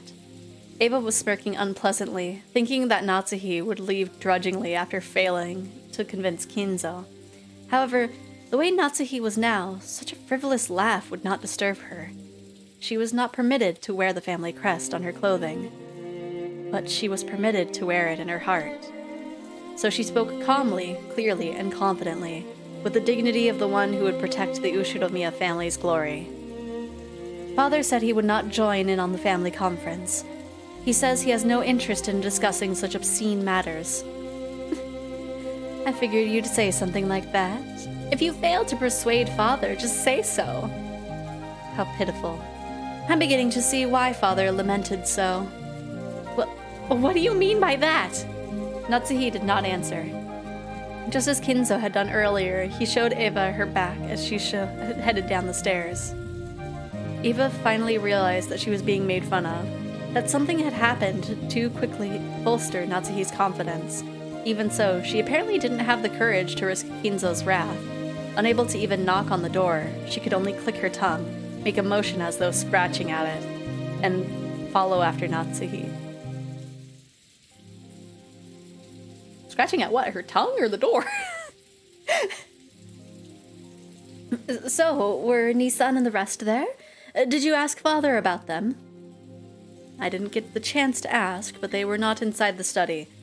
Father would never let them into his room to discuss such a lowly topic, so it is unlikely he knows where they went. Let us go downstairs and wait for the servants to return from their search. Breakfast may be late, but how would you like some tea, Eva-san? That would be fine. Eva couldn't hide her confusion at the complete difference in Natsuhi's attitude. She was acting so boldly, and while Eva hated to admit it, she even had a sense of dignity about her. Unable to find fault with anything, Eva could only follow Natsuhi back to the parlor. You know what? Natsuhi's not too bad. She was a little sassy earlier, but she's definitely not Rosa. When the two of them returned to the parlor, Hideyoshi had been joined by the 4 children and Nanjo. Genji, who had been talking with Hideyoshi, reported the current situation when he noticed that Natsuhi had returned. The old lady is missing. Oh, right. Yeah, Kumasawa is unaccounted for, and Shannon is unaccounted for, but I feel like she's probably, Shannon's still gonna be around, because she has to, have something happen this night, because of the couple thing, I think. They're just unaccounted for, they're a mystery. You still have not found my husband and the rest? Yes, my apologies. Also, Kumasawa... Okay, no, Kumasawa is okay. Kumasawa has started preparing breakfast, so she's okay. She said that she will just need a little while longer. The clock read a little past 8. 8 should have been the time to start breakfast. Normally going over that time limit would be a disgrace to the host. Cannon is now searching outside. Also, no one has seen Shannon either. Oh no, even Shannon's missing? Truly, just how many people did my husband bring with him on his little walk? Oh, maybe Shannon is in danger. I felt like she would probably be in danger tomorrow or this night, but I guess not. Just how many people had gone missing by now? Not that the number was that large, now that the number was this large, it was starting to feel truly unpleasant, as though the people here were the only ones being left out of something interesting. Man, it's like, I want to disappear. Why is everybody else getting to disappear? I like this. Yeah, it's really intriguing. I am enjoying it a lot. At least, that seemed to reflect the feelings of the children, and Maria in particular. She was indignant, her stomach grumbling, almost as though her mother and the others had left her alone to go off and eat something delicious without her. The other children were flipping through the channels on the television, trying to find a program that might interest Maria and cheer her up again. Nanjo was sitting on the sofa, gazing blissfully at the children while reading a book. It must have been a book about chess. Can I disappear? No! Don't disappear. The sound of footsteps came rushing towards them with a pitter-patter. There was only one set, so they realized before seeing who it belonged to that it was probably Cannon, not Klaus and the rest. Madam, excuse me. Judging by your appearance, you still haven't been able to find them. My apologies. I still haven't. That will be enough. You've worked hard. She didn't know where they were, but they had to be somewhere in this island. They hadn't had a thing to eat since the previous night, so their stomachs must be growling about now. They'd probably come plodding back on their own accord before long.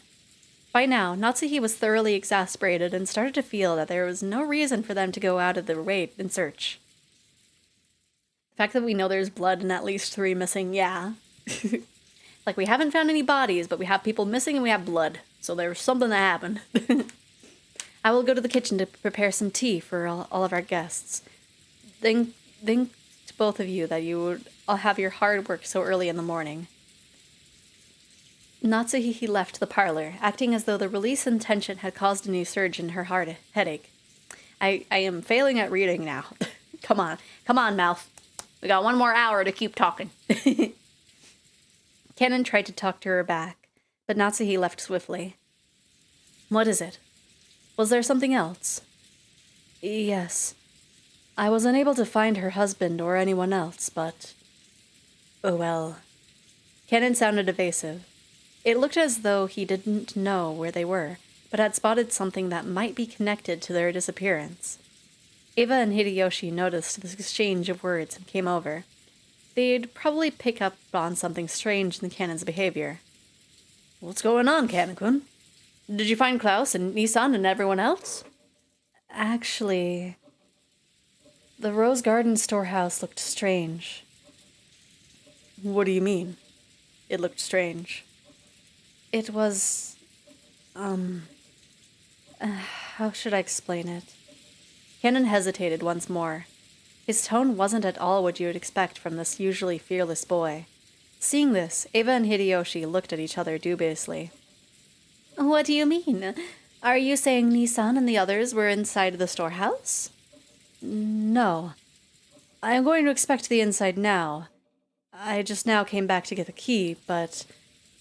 I don't really get it, but it sounds like we've just got to look around inside it. Where's the key to that storehouse? It is in the servant room. Let us check inside the storehouse at once. Is there blood and gore in a abandoned corpse? Maybe. Cannon dashed off to the service room and returned with the key. Genji left the parlor, saying that he would go check, but then Eva and Hideyoshi followed after him. What was this something strange about the storehouse that had caused the usual fearless Cannon to hesitate? It was still pouring outside, but perhaps their curiosity over this something that Cannon couldn't talk about won out. While the children made a big fuss watching television, Cannon and the rest dashed over to the entrance.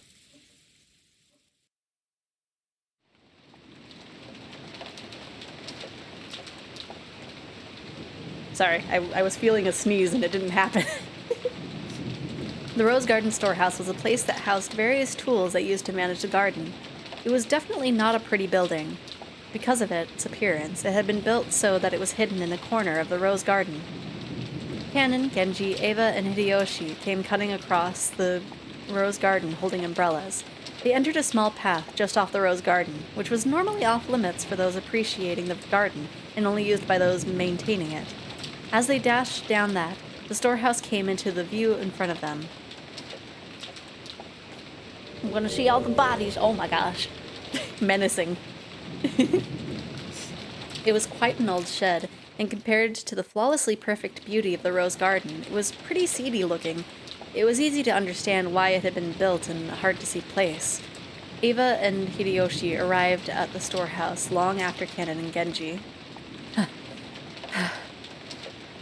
You two sure are fast. I thought my heart was gonna explode. I never knew they had a storehouse all the way over here. But what? What is that? When Ava looked where Cannon was pointing, she was at a loss for words. Noticing this, Hideyoshi also followed Cannon's finger and was likewise too shocked to speak. The entrance to the storehouse was a kind of shutter. And there, everyone suddenly realized why Cannon had been unable to find words to describe what they now saw. On the shutter, which was completely filthy from being exposed to wind and rain for so long, stuck right on it. Oh, that's not a body! There was something that looked like a strange, dark red liquid? Mucus? Or maybe it was some sticky paint. An indescribably eerie shape was drawn on the shutter with some kind of ghastly substance. The rain had caused it to drip down like fresh blood leaking from an open wound. It probably is blood.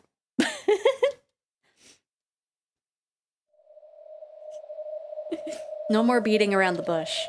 Some kind of mark was drawn there, with a ghastly substance that looked like blood, in a shape that seemed to suggest something ominous. 2 circles were drawn there, and inside them was a design that looked like a cross. The 4 ends of the cross were widely exaggerated, and it looked like some kind of crest from somewhere around Europe. Oh, I see. See what it's going for. And in the cracks between these shapes, written closely packed together, were some unfamiliar characters, or possibly symbols. It disappeared on us. A vulgar bit of graffiti.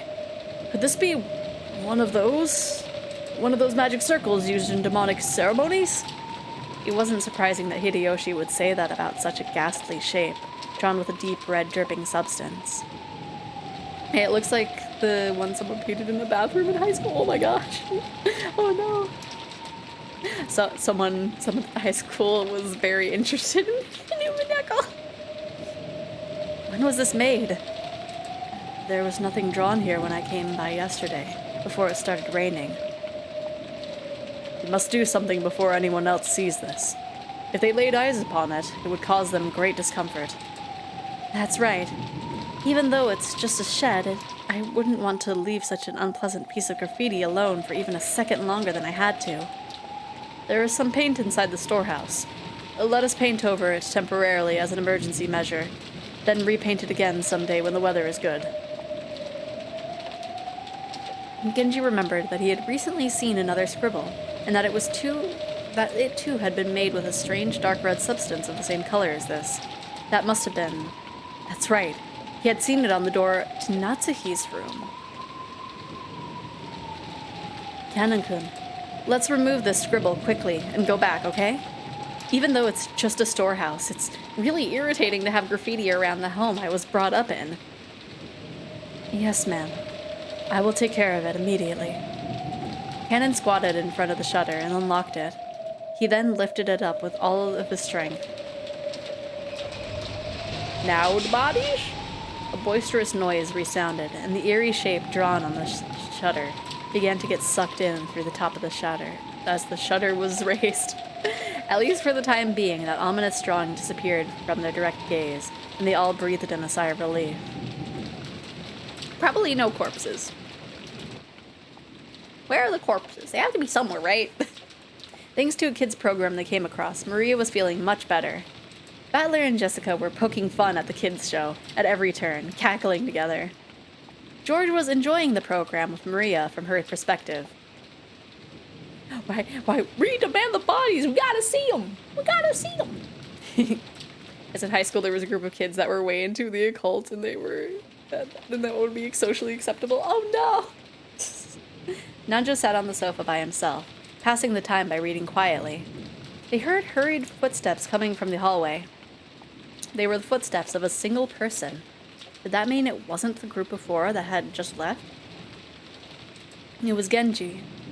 It was very rare for Genji, who considered being out of breath a violation of a servant's virtues, to be gasping for air. He had probably come dashing back from outside the mansion.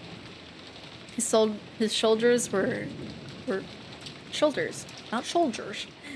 His shoulders were soaking wet, and he didn't have his usual trim appearance. When Genji noticed Nanjo looking at him, He gave a small, silent bow and quickly approached him. Dr. Nanjo, my apologies. Please, come with me, quickly. Oh, they did find the bodies, I think. What is the matter? As Genji whispered something into Nanjo's ear, Nanjo went pale. He rose from the sofa, trying not to be noticed by the children who were still engrossed by the TV. And the two of them rapidly left the parlor, muffling their footsteps. Just as they were about to exit the parlor, they came across Natsuhi, who was pushing a serving cart loaded with a tea set. Genji whispered something into Natsuhi's ear, and Natsuhi went pale too in apparent shock. Then, leaving the serving cart where it was, the three of them dashed towards the entrance. George noticed them running down the rose garden through the window. What's that?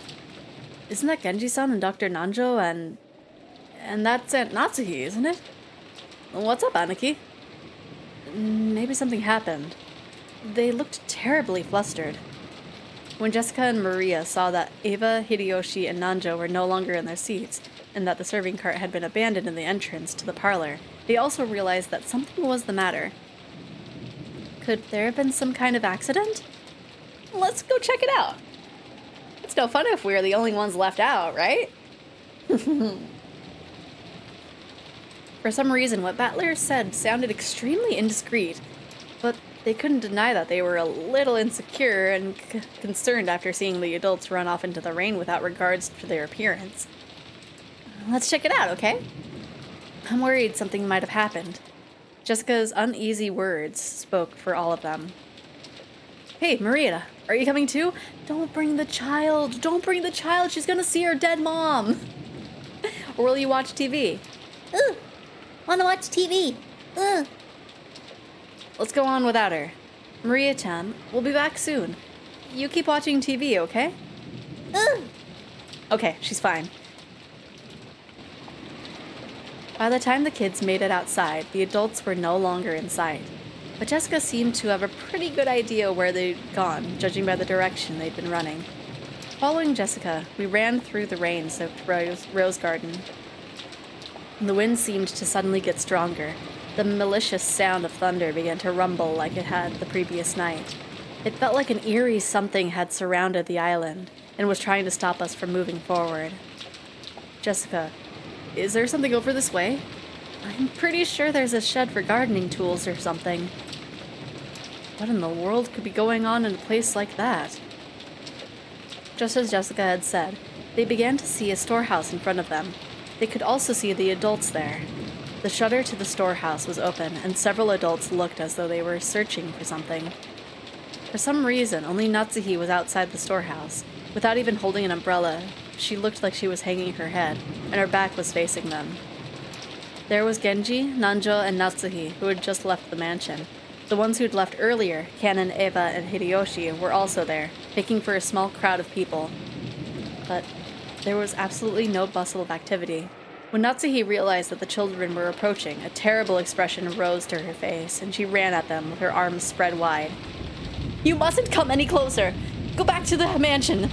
But despite that, no, because of that, the kids saw the scene Natsuhi was trying to keep them away from. Inside the storehouse, with its shutter wide open, a faint fluorescent light shone down, and right there was... Jessica's piercing shriek rang out, but that was just because Jessica's scream was the loudest. The same thing spilled out of Battler and George's mouths as well. Eva spread her arms just like Natsuhi, roaring at the kids with a bone-curdling expression on her face. George, take everyone and return to the mansion! Quickly! Right now! When Natsuhi spread her arms, I thought she was trying to prevent us from advancing any further. But that wasn't why Eva was spreading her arms right now. She wasn't trying to stop us kids from seeing that terrible scene. It was her mother's heart, trying to protect the eyes and hearts of us children by blocking our view of that terrible scene by at least the width of one of her arms. One of my favorite OSTs, let's go, oh my gosh. It is really nice, I do like it. Is this some kind of joke? I'd seen this kind of cheap scene all too often. In manga, TV, anime, and movies, I'd seen it over and over again. This was just seeing something appear in real life that I'd seen plenty of times before in some of those more sensational movies. Right? That alone shouldn't... Ah! But that suit, it's that old bastard's... Isn't it? I get it. Then that's Uncle Klaus. And Kei-san. And Rosa. Yeah! Dad! Dad! You mustn't, Jessica! You mustn't go in! You mustn't look... Dad! Dad! Ah! Loki vibes. Yeah. Rigor mortis has set in across almost the entire body. Most likely, 6 hours or more have passed since death. As far as I can tell by looking at the damaged area, there is a high probability that they were damaged after their deaths. No, I must watch what I say. I'm a general practitioner. Examining corpses is outside of my area of expertise. So what's going on? Oh, it's bumping now! So what's going on here? Just killing them wasn't enough, so they went on to do something like this? Devil. This here's the work of the devil! Aunt Natsuhi caught Jessica in her arms, and Aunt Eva caught George Aniki. So I was the only one who could approach the entrance to the storehouse. If only there had been someone there to catch me, too. I wouldn't have needed to have this horrible, evil scene burned to my eyes. No. That's not it. It isn't that there's no one here to catch me. The people who should catch me, they're right here, aren't they? Just as Jessica said, it did look like a storehouse for gardening tools. A lawnmower with extra blades, a grass sickle and hammer, some carpentry tools such as a saw, piled up potted plants and bags of fertilizer. And treated just the same, the corpses of several people who have been laid to rest here. No, had been tossed in here. I could tell them by their clothes. That old bastard and Kirei-san, Uncle Klaus and Aunt Rosa. Beyond that, Goda-san and... There's still more of them? How many people died? You're kidding me. That's more than I can count on one hand. Damn it! I didn't know whether it had been one of those gardening tools, which if used for something other than their intended purpose could definitely be wielded with a naked brutality. Or whether some horrible tool had been brought in here specifically for this. Anyway, each one of the bodies jammed in here had been given an atrocious makeup. It wasn't makeup. It was more like their faces had been plowed. Oh my god. My gosh. So Sixer Death. Resurrected Player is the name of this OST. Okay, I'm gonna have to save that somewhere. And I don't... Do we know if the thing for... Do we know if this is OST is on Spotify or not? I think I found some of the songs, but I definitely do need to make sure this one's on there. Many died in here, yes. Their faces were smashed, forced into expressions that normal people couldn't make even after death. I couldn't tell where the eyes or the noses were, but I could find their mouths, because they were gaping wide, their gums exposed. Oh my gosh! But their front teeth were missing, and even the cheeks that should have covered all of this were torn up and laid bare. That trendy makeup you always spent so much time on even though you're a man isn't doing a thing now. I have the Umineko OST on my playlist. Okay, so I need to make sure that I have it all there, because I know I have a few on there, but like, goodness. Yeah! Dad! I always thought you were going to hell. But still, not like this, right? You weren't such a son of a that you shouldn't have to suffer so brutally. Kirei-san, didn't I tell you to stop going out with that guy? There's absolutely no reason for you to end up like this too. You've got no faces. No faces. Damn it. Damn it, damn it, damn it. Ah! Peddler-san, you mustn't look anymore. There's no way your mother and father would want you to see them like this. For their sakes, you mustn't look anymore. Dead people are supposed to have faces that look like they're sleeping peacefully, right? They've got no faces! My dad and Kirei-san have no faces! I don't even know what kind of faces they were wearing when they died. What's wrong with me? Will I have to see these smashed monster-like faces every time I remember them? It's just great. I didn't want to remember that old bastard's smug face anyway. Just great, just great! But why even Kirei-san's face? Kirei-san wasn't a crook. Sure, she ticked me off a bit now and then, but she was like a cool big sister to me. This is wrong. This is all wrong. At least Uncle Kraus has it better, doesn't he? It's not his whole face, just the side. At least he's got half his face left, right? That's still better. Still better. No! Jessica filled her ears with the sound of her own screaming, trying to shut out my reckless words. Stop it, Battler-kun. Just stop it. Just stop it. Anaki. Anaki! Ah! Disregarding age and appearances, I fell to my knees, clinging to Anaki's waist and sobbing. It was as if I was crying on behalf of everyone there, representing the feelings of everyone there. I screamed over and over. Right, good thing Maria's just like, haha, magical girl anime. or like Doraemon. Please excuse my language. This is heckin' awesome, right? Like, really took another step up after doing Higurashi. I've been literally defaced, right? Father, the ones lying dead. Lying over there are Uncle Kraus, Uncle Rudolph, Aunt Kray, and Aunt Rosa, and Goda-san. It's just those 5, right? No. There are 6 people. There's one more person over here. The body Hideyoshi was looking down on now happened to be hidden amongst the shadows in the mountain range of objects, in a blind spot to George, who stood by the entrance. So George couldn't tell whose body it was. So George cursed himself. He cursed the fact that his worst guesses always turned out to be right. So, the one lying at your feet is Shannon, isn't it?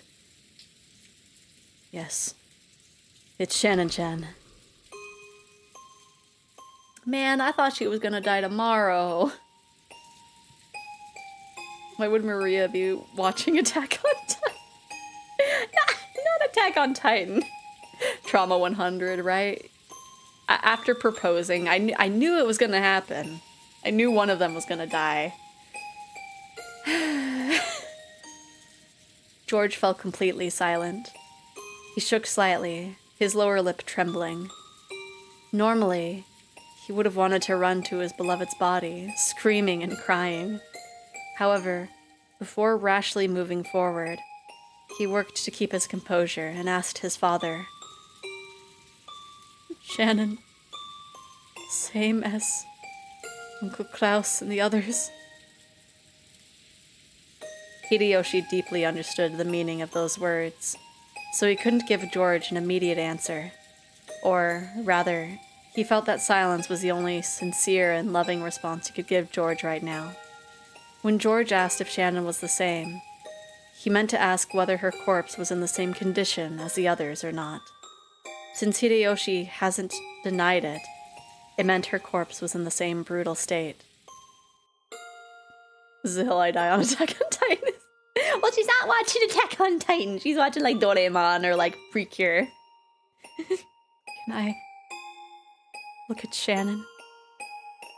No. You can't. Why not?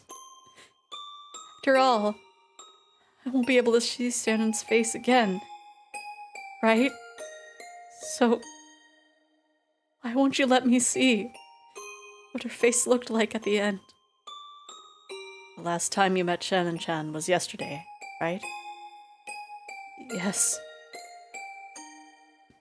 I see. When you left her, what kind of face was she showing you? It was a wonderful smile. After he handed her the ring, she hesitated, even though she must have already made up her mind. Then she looked bashful and ran away because she was embarrassed to let him see her face looking like that.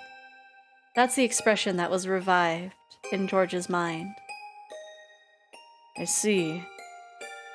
Then I'm sure Shannon-chan would want to leave you with that smile in your memory. Hideyoshi looked down upon Shannon's body lying at his feet.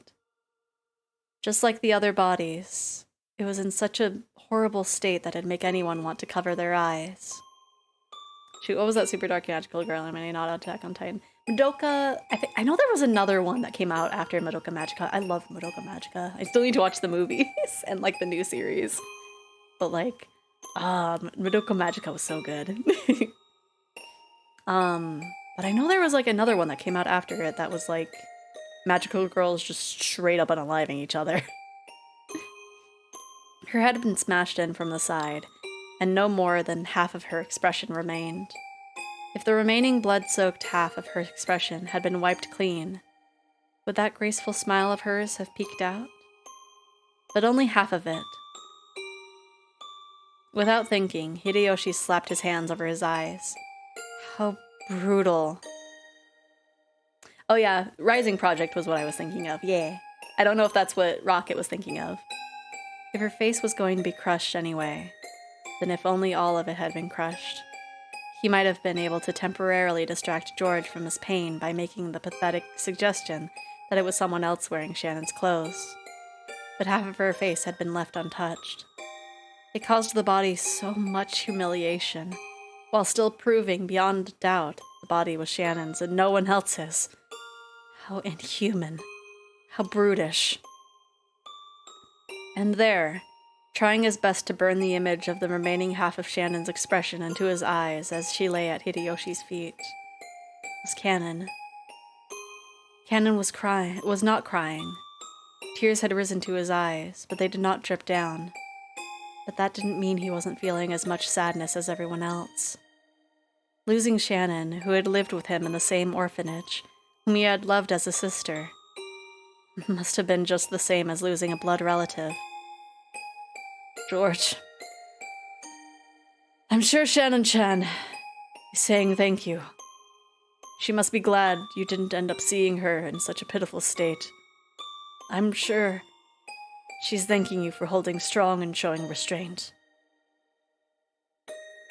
I understand. I understand, Father. I understand. George leaned against the outside wall of the storehouse, crouching down limply. Father, I have a request. What is it? I want you to look for me. Is there a ring on Shannon's finger? A ring? Let me see. Hideyoshi crouched down. As he did, Cannon silently pointed to one of Shannon's hands. Yeah, there is. It's a diamond ring, with a valuable diamond. Must have been pretty expensive. And which hand? And which finger is it on? The ring finger of... Ah! I knew it! Ring finger of her left hand. I see. So, Shannon-chan was engaged? George. Don't tell me you... Ava, that doesn't matter right now. A man made a lifelong promise to Shannon-chan. A man promised her happiness for a life. Who that man was isn't the issue here. Being told that by a man is a woman's dream, isn't it? I don't know when she received this ring. I also don't know who gave it to her. However, even so, Shannon-chan took this ring. Then she accepted it and put it on her left ring finger. Sure, the man who gave it to her was also happy. To most of the people there, Hideyoshi was simply disturbed by this extraordinary situation and was blurting out nonsense. However, Someone who knew of George and Shannon's true relationship would understand the full meaning of those words. I see. Thank you, Father. George stood up. The traces of tears still streaked his face, but his expression had returned to its usual calm one. Let's go. Battler-kun, Jessica-chan. If we stay here any longer, we'll get in the way of the adults. You're right. Jessica sniffled once, showing her face to her mother, who had been holding her the whole time, to let her know she was okay now. When she faced George again, she once again had her usual expression, although she still couldn't smile. Battler, hang in there. Battler kept on crouching in front of his parents' bodies. I'm sorry. Crying like hell calmed me down. You bastard, Dad. Bet you're laughing at me. After all that shit I talked about you, here I am crying like a baby just because you died. Well, so what? I guess I just got that gene that makes you cry when your parents kick the bucket. Battler's face was still bright red from the tears, but he had at least recovered enough to fake a smile, if only a bitter one. Yeah, who's gonna tell Maria? What are they gonna tell Maria? Because they're not gonna tell her that, you know, hey, your mom's dead. But like, I don't know. What would you tell a kid like that? Cannon, you mustn't remain here any longer either. Take the children and return to the mansion. Natsuhi had been standing under the rain this whole time, unable to take a step into the storehouse. Maybe she had her own way of grieving, different from Battler's. Realizing that she had to take on a role of responsibility now that her husband was dead, she gave Cannon those orders. Yes, madame.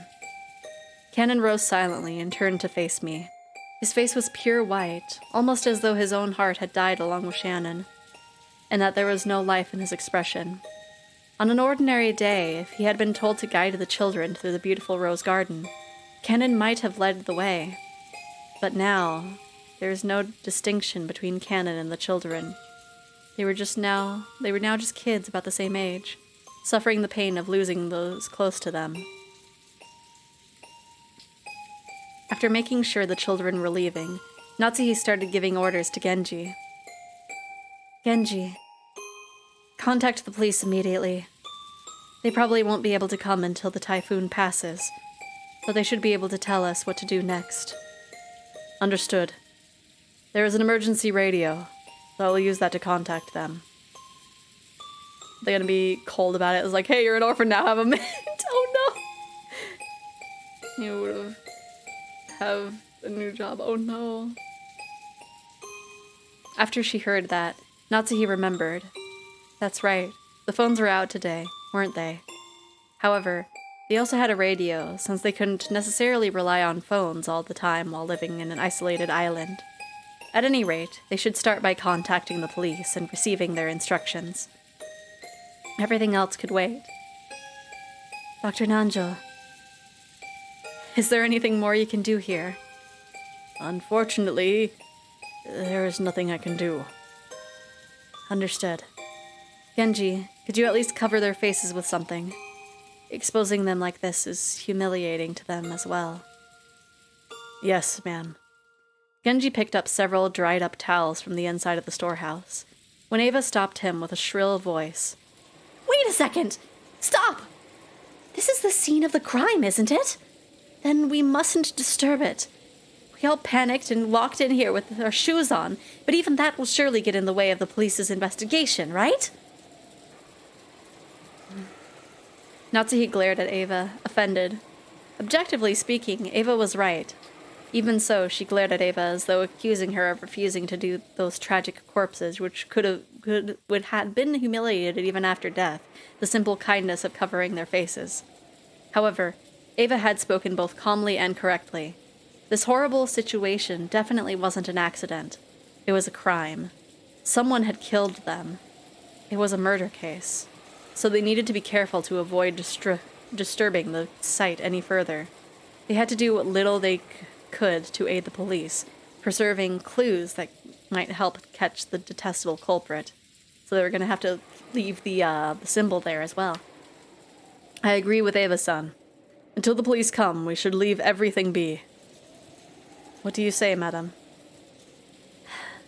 You're right. Very well. Close it up. And, just in case, we should put a different lock on it. A different lock? Yes. When we came here, the shutter was locked.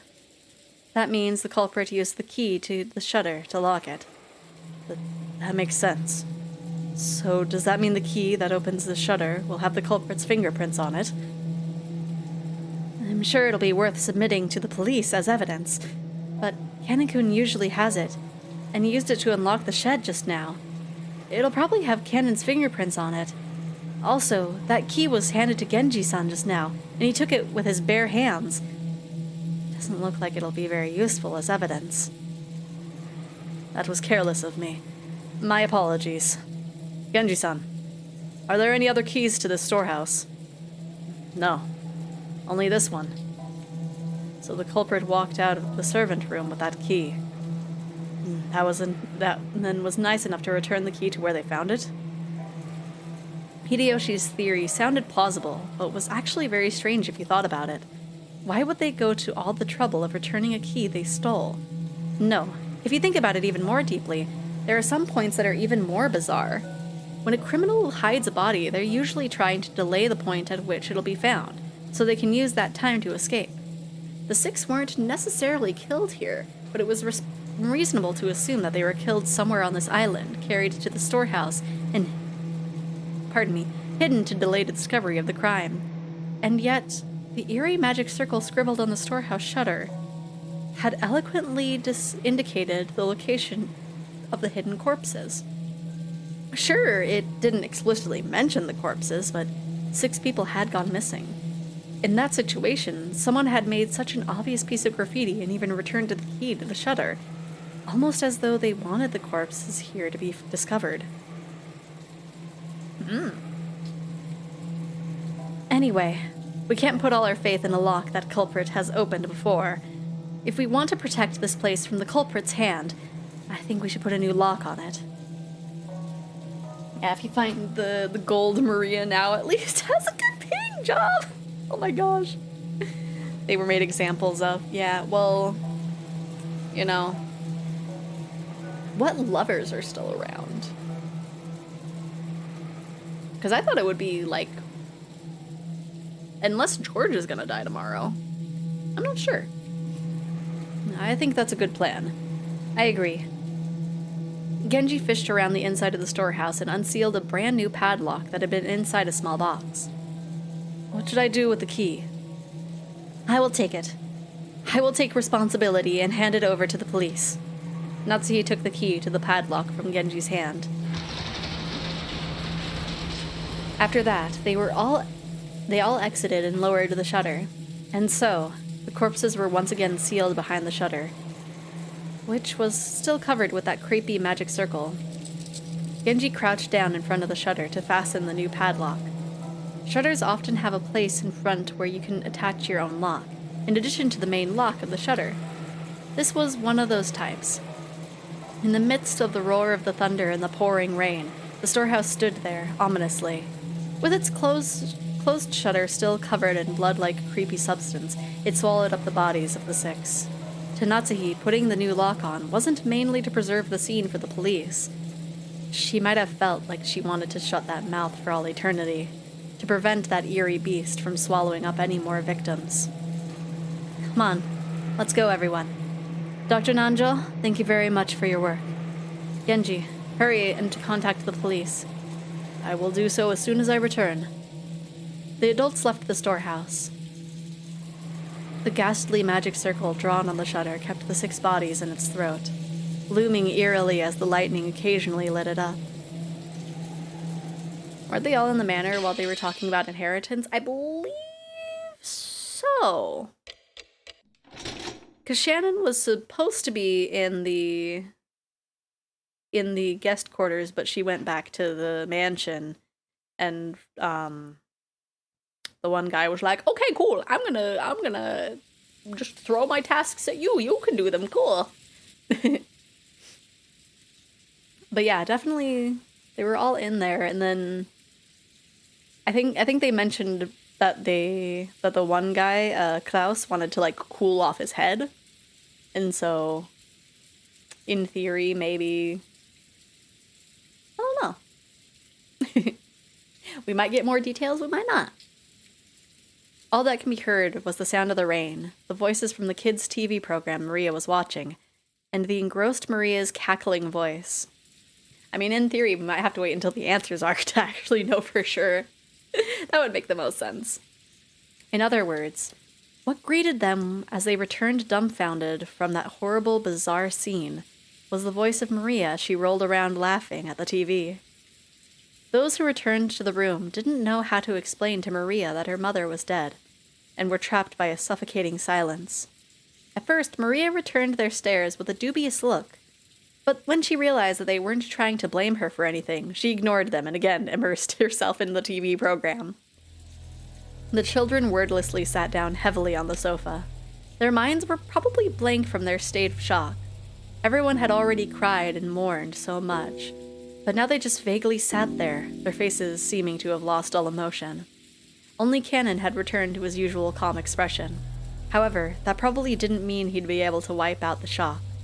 Nothing was reflected in his eyes as he stared into empty space. Hideyoshi kept on fidgeting, and every time he remembered that horrible scene, he started muttering about how he couldn't believe it, how it couldn't have been something from this world, how it must have been the work of demons. Every now and then, his muttering produced a question directed at Nanjo, but the latter kept repeating in a calm doctor-like manner that nothing could be understood by only glancing at the scene, and that until the police arrived, they wouldn't learn anything. However, Nanjo only appeared calm next to Hideyoshi, who simply couldn't suppress his agitation and fear. In fact, Nanjo had also received a huge shock, and his face was deathly pale. Maybe that atmosphere was why she tried to rise to the challenge and take charge. Natsuki appeared to be unchanged from her normal attitude, and she briskly gave directions. "I will go see father. Genji, quickly contact the police." "Certainly." "I wonder if you would allow me to tag along, Natsuki-ne-san? Since Klaus Nisan is now gone, the task of aiding father has been left to me. It would be improper of me to relax here while relying entirely on you."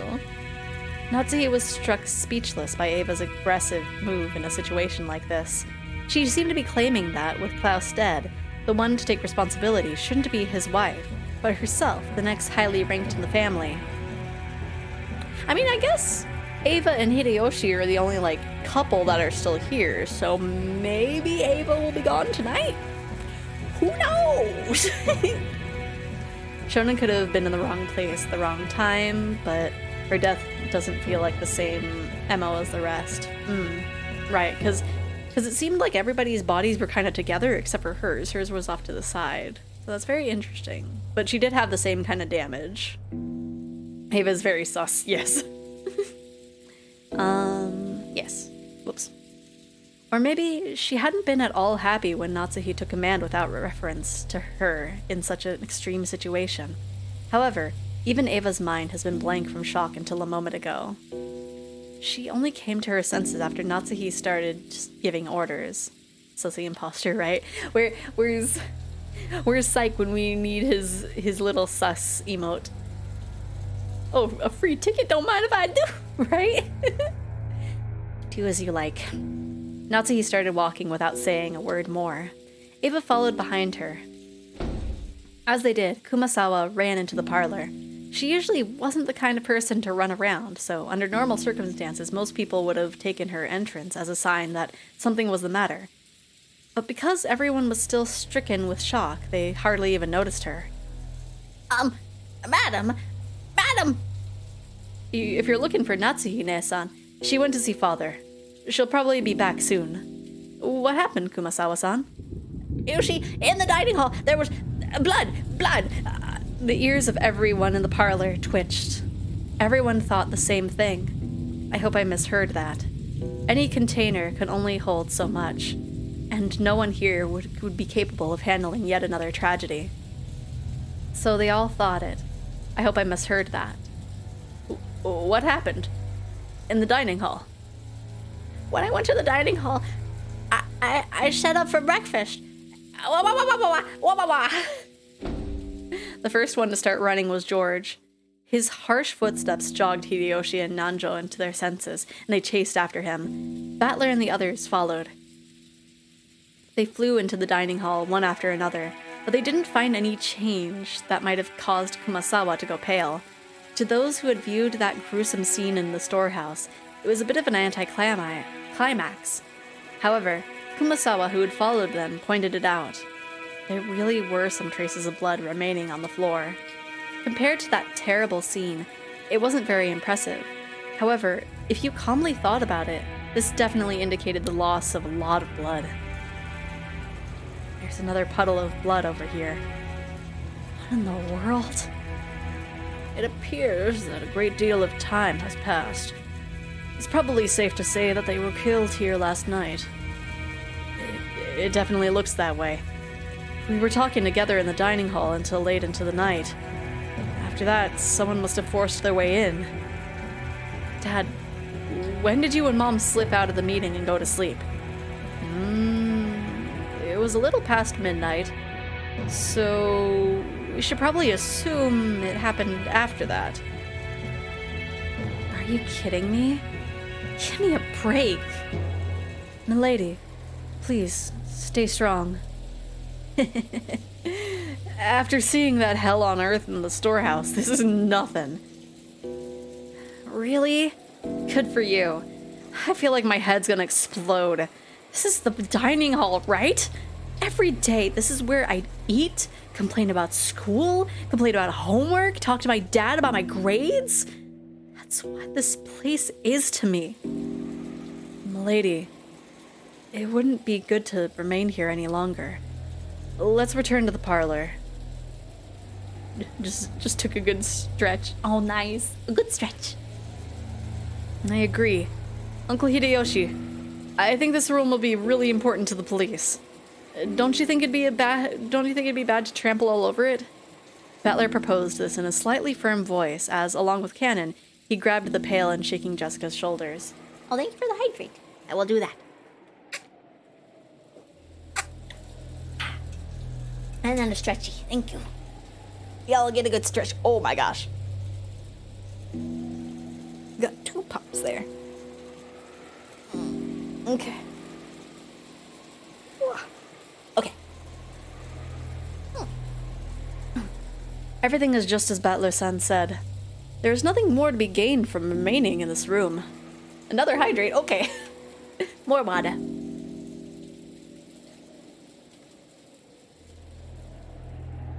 I think I stretched too much. My face feels weird. It was good that I stretched. Was I, like, keeping blood flow from my face somewhere? Okay, well, feels better now. Okay, that was weird. Nanjo spoke while looking at everyone's pale faces. Like, no joke either. You sounded real thirsty. Well, thank you. That is incorrect. That's... That's a weird bug. The bot's silly. Even though that horrible scene in the storehouse felt like something not of this world, at least when we'd be able to leave, to cut ourselves off from the place and run away, everyone had shared in that feeling. Maybe follow age? Maybe that'll work? Maybe try follow age instead of watch time, because that's a little weird. However, this dining hall was different. It was in the mansion, the main building of this estate, and as Jessica had said, it should have been one of the most calming places even inside the mansion. It was where all of the relatives had eaten lunch and dinner yesterday. The shock of seeing this place smeared with blood reminded us that the horrible spectacle in the storehouse and forced us to accept that we hadn't really been able to run away from the scene of that tragedy. I agree too. The culprit might have left traces in this room. Amateurs like us shouldn't stir this place up. Let's leave quickly. Quickly. Hideyoshi also understood the meaning of what Battler had said and pushed everyone to hurry out of the dining hall. Okay, follow age at least works. Because I'm wondering if, like... Because I could only think of, like, maybe the bot fight, maybe he broke the watch time, but it would be silly to, like, have it be broken that much. Also, oh my gosh, 10 months. That was wild. Let's see. The way we were then, looking at that blood any longer would have been too harsh. Nobody went against his words. Everyone raced each other out of the dining hall. It was almost as though the last person in the room would be trapped in here, all alone.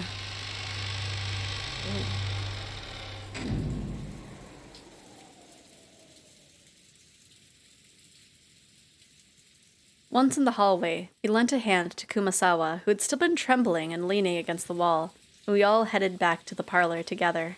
Then, Genji returned. Oh, Genji-san. Were you able to contact the police? As to that, I'm afraid I must apologize. I don't know if it was a failure of the radio or something else that caused it, but... What the... So you couldn't contact the police? Oh, no! Anyway, both the phone and the radio failed? My apologies. A boat will be arriving on Monday morning, and I believe we'll be able to borrow their communications equipment. Isn't there a boat on this island? Can't we just take a little trip out to the Nijima Police Department? Hideyoshi-san, that would be impossible with this weather. At the very least, we can't do anything until the typhoon— until the typhoon passes us by. See, 1 year, 1 month, and 5 days. What? I feel like I tried to say a word, but I just went, wah. I mean, y'all are in the middle of the typhoon, right? Like, a lot of communication devices are gonna be broken with a typhoon. Klaus-sama's boat is being repaired, and it's not on the island. Therefore, we must wait for the boat coming on Monday. Follow for 2 weeks. Man, 2 whole weeks. Like, oh yeah, because from day one. Almost 5 months with that 1 year. How could this happen? 6 people are dead. The phones and the radio aren't working and there's no boat. So until the typhoon passes and the boat comes, in other words, until tomorrow morning, we're gonna be stuck here on this island unable to contact the police, aren't we? I worked hard for this VIP badge. Just sat here when it was annoying. You're not annoying. Sus imposter, oh no. Which means that, not just us, but the criminal who killed everyone is also confined to this island. That certainly follows. The culprit who killed everyone is still here on the island. So the bastard who killed Dad and the others must still be hiding somewhere, unable to escape. Damn it. Damn it, damn it, damn it! I'll catch that bastard. No way I'll hand him over to the police. Slice him to bits myself! Maria's just like, I'm trying to watch cartoons. What are you talking about? Maria had finally realized that something odd was happening in the parlor. Rather than noticing something odd, it was probably better to say she felt unhappy and neglected, since everyone was getting so excited about something only she didn't know about. Jessica Onechan? Did someone die? The way she spoke was completely calm, just as though she was talking about someone who had appeared on a television drama, as though it was someone else's problem. My brain desires to draw more, but my back is telling me no. Oh It's always good to take a little break, though. Just take a little rest. Just lay back, stretch out your back for a little bit, and then you can go right back to drawing. Jessica probably didn't like that.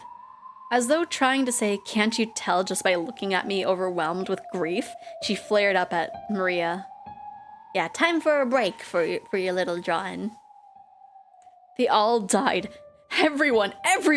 My dad and Butler's parents, Goda-san and Shannon, and even your mother, too. Oh, well, I guess that is what happens. Stop it, Jessica-chan. You aren't the only one who's sad. Maria-san, I know this will come as a shock, but please, listen. Your mother has died. Mama died? Huh? I'm doing that brain just go burr, yeah. Someone committed, right? That's what's basically happening. Yeah, someone killed her. I know it's sad, but stay strong. It just turns to Maria and she's like, finally! How many people died? 6 people! 6 people! Damn it. How could anyone do something that cruel? There's a limit to how cruel you can be if you're human. I don't know who it is, but the culprit isn't human. There's no way their blood is red.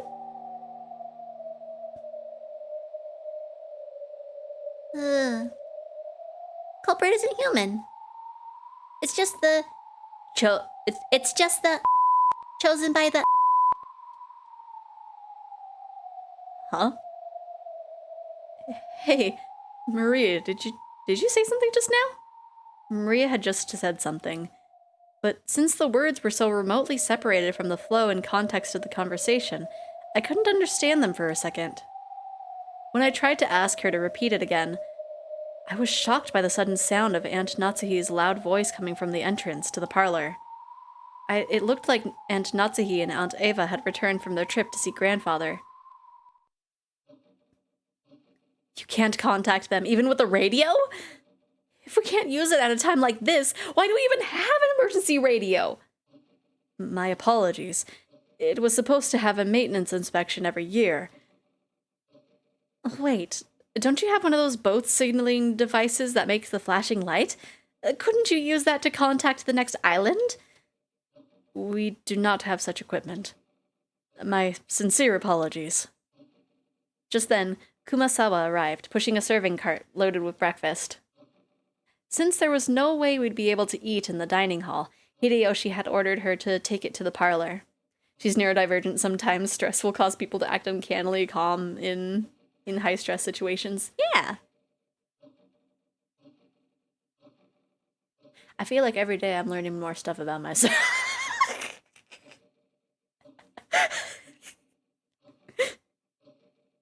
Why are we eating breakfast here?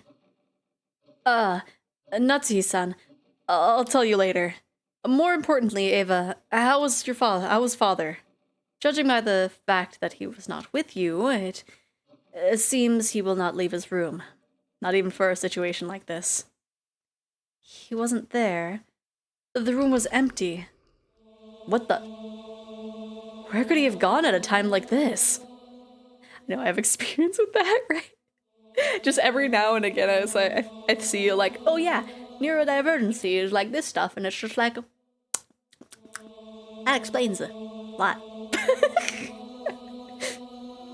Do you mean to say father has left his study?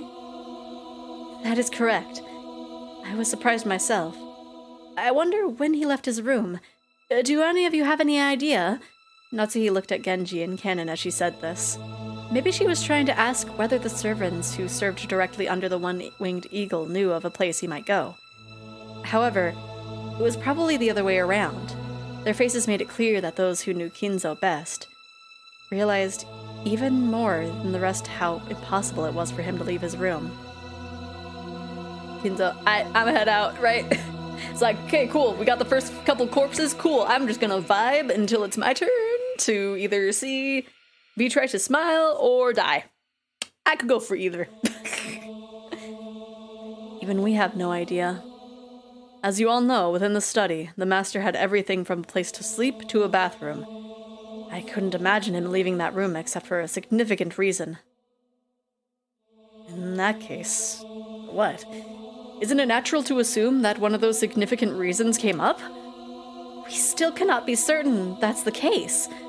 Anyway, he is a fickle person, so it's possible he went for a walk by himself, unaware of the current situation. If that is the case, then we must act with all haste to tell him what has happened and ask for instructions. That's right.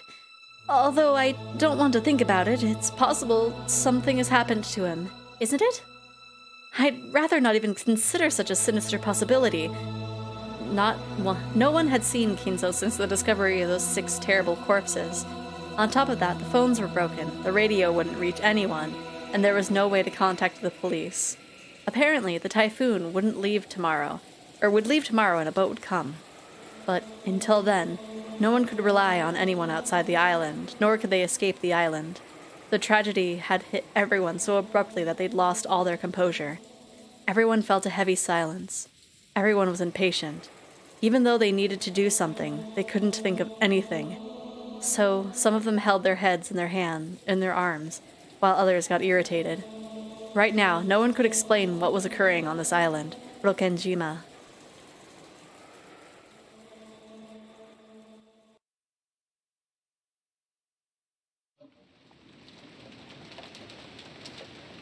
I'm looking at the time and it's like, do I keep going?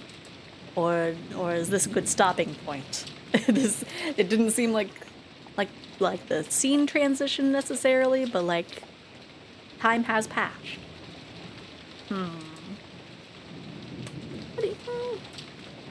Because I'm worried if I keep going, like I'm gonna be a little bit late to ending. But I also don't want to go yet.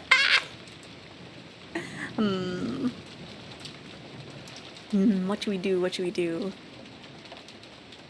Let me see. Is there anybody that like I definitely want to raid at the moment? We'll go for a little bit longer.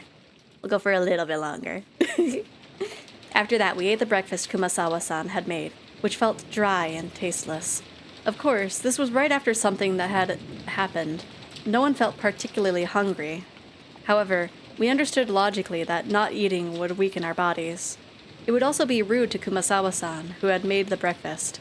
Kumasawa-san had taken some unusual Western vegetables, ones that Goda had probably ordered with his ultra-elaborate meals, and cooked them in a Japanese way, which made them turn an unpleasant color. As to what Goda-san had been planning to cook with these ingredients, right then I couldn't even imagine it. If I did think about it, I'd be reminded of the way Goda-san died, and the sour taste would fill the inside of my mouth. Everyone pretended to eat for the time being, but of course, no one made much progress. Then we began pooling our knowledge of our current situation. First off, 6 people, which included Uncle Klaus, my dad, Kirei-san, Aunt Rosa, Goda-san, and Chenan-chan, had been found in the Rose Garden storehouse as brutally mutilated corpses. And yet, we still couldn't contact the police, since both phones and the radio were unusable. So until the typhoon passes, there was nothing we could do.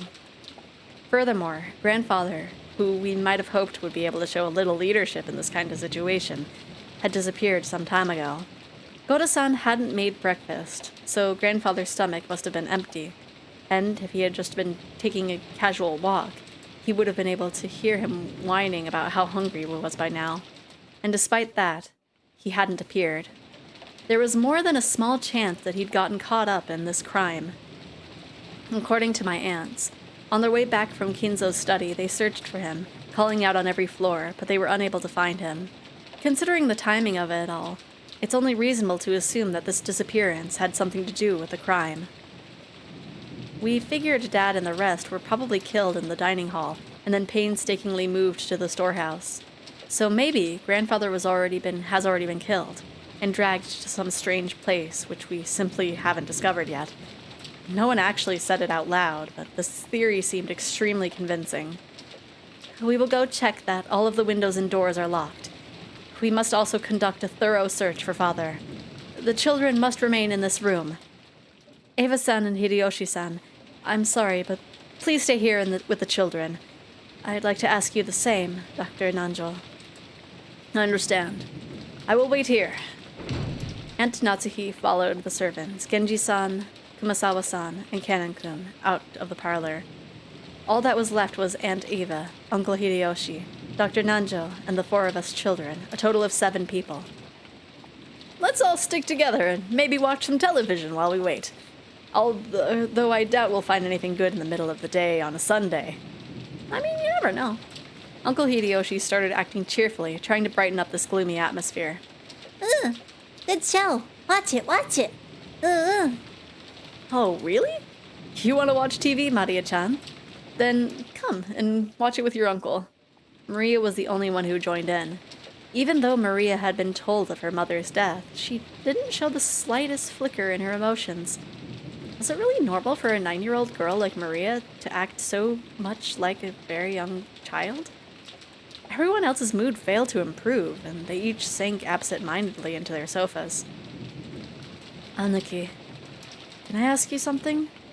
What is it? Just now, in the storehouse, you said something about Shannon-chan and a ring. Did you give that to her?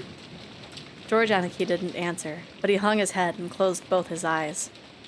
There could be no clear response. Quit it, Butler. Figure it out yourself. You're right. I shouldn't have asked. That's right. It was me. Last night. I don't know why I was... I zoned out for a second and I thought they were talking to Maria for some reason. That's right. It was me. Last night I proposed to her. That was when I gave her the ring. I told her that tomorrow she should put it on whatever finger she wanted as her answer. I guess that was a pretty pretentious thing to say. And that ring had been on the ring finger of Shannon-chan's left hand. Well, several years ago, Shannon came to me asking for advice about you, George Nissan. I wonder what she could have said. Shannon was always really bad at lying. It was obvious pretty quickly that you were the one that she was talking about. She asked whether it'd be okay for her to get close to someone, even though she was only a servant. She asked about what kinds of things boys like, what kinds of clothes she could wear to make them happy. Lots of stuff like that. Well, I guess you could say I felt envious hearing her say that. So then she was given an engagement ring, and it all ended right there. Different people value things differently, but being proposed to by a man, well, it could be a high point of your life. So I'm sure last night, Shannon was happy from the bottom of her heart, happier than she'd ever been to the day of her birth. George Anaki sighed deeply without raising his head. Or maybe tears had risen to his eyes. It seems Shannon was on duty in the guest house last night. But because she was too embarrassed to go back to the guest house with me, she went over to the mansion. Think about how Shannon must have felt. When you receive an engagement ring, then no matter how much warning you've been given beforehand, it's perfectly normal to get excited that your mind goes blank. She must have been incredibly embarrassed. And then Shannon went to the mansion even though she wasn't been assigned there, helped Goto-chan with his work and got caught up with his crime. If only I hadn't given her that ring on that day in that place, Shannon would have been caught in the crime. Anaki, that's the one place where you're wrong. It's definitely wrong. So don't cry anymore.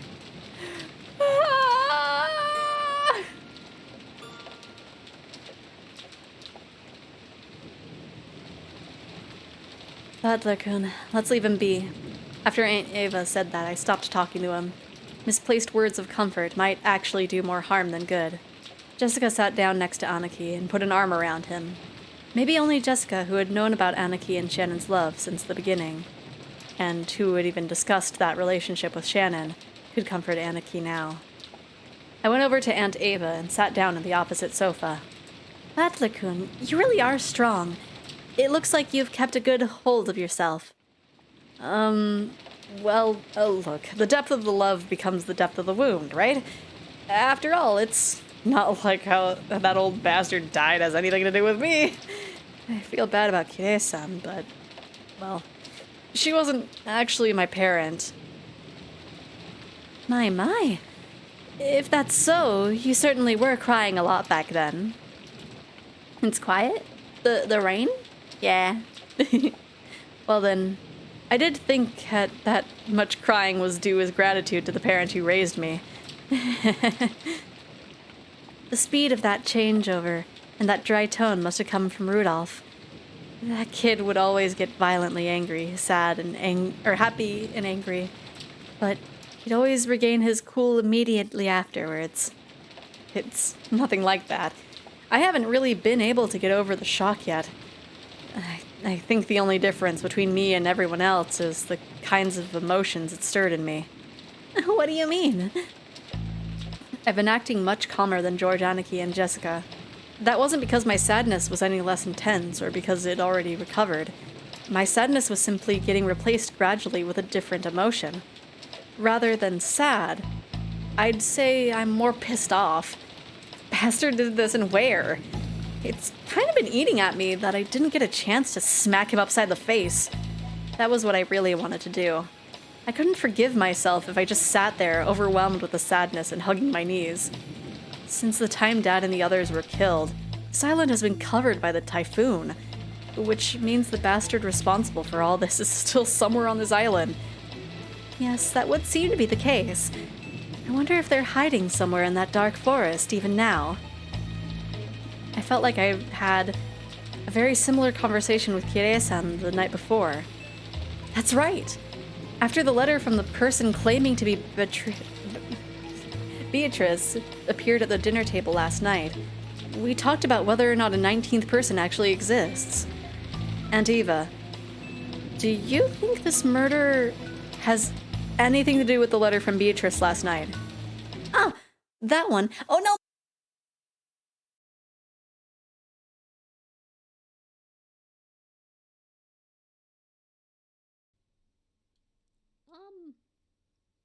What? Okay. That was weird. I came through... that one? Oh no, the game audio is broken! No! The game was like, okay, it's past 6, you need to end stream. Rude. Okay. That is very sad, actually. But okay. Can't do much without sound. Especially with the new track just starting out. Okay. I don't know why my sound card is bullying me, but I guess we gotta go over here now. We can at least have the BGM. Okay, so we gotta find somebody to raid. I'm sorry, everybody. It's not me. It was my audio card. I can't control it. I can only like keep it from doing it for so long until it's just like, nope, I do what I want. So let's see who we can raid today. Ooh. Let me see if how long Amma has been streaming, because I wanted to raid her like yesterday, but she was like just ending. Oh, she's doing a collab. That's cute. Let me see. Yeah. Woo. We'll raid Amma. Let me get that ready. Amma. Let me see. Then start raid, and then we'll do... I really liked the mysterious witch raid message. So we will do that again. Because we're still kind of figuring out what's going on. But the stuff has started. The moida has begun. Thank you everybody for joining me today. We will see each other again next week. I think same days, so Wednesday and Thursday. I'll let you know if I have another day of streaming, but those are my full days. So if I have another day of streaming, it might be like a little game. Who knows? But I'm really sad that my sound drivers like broke at the last second there. Writes those down, yeah. So yeah, it'll just be nice and simple. Wednesday and Friday. And yeah, I am really excited. The scene in the actual thing, like actually having the corpses revealed, that was so well written. I'm so excited. like oh my gosh. I feel like weirdly Higurashi just kind of like goes casually over that, but like the bodies were just well written. Anyway, you'll see a lot of me during Umineko streams. Yeah. Anyway, I'll see you guys next week. Bye-bye. Bye-bye. Bye-bye.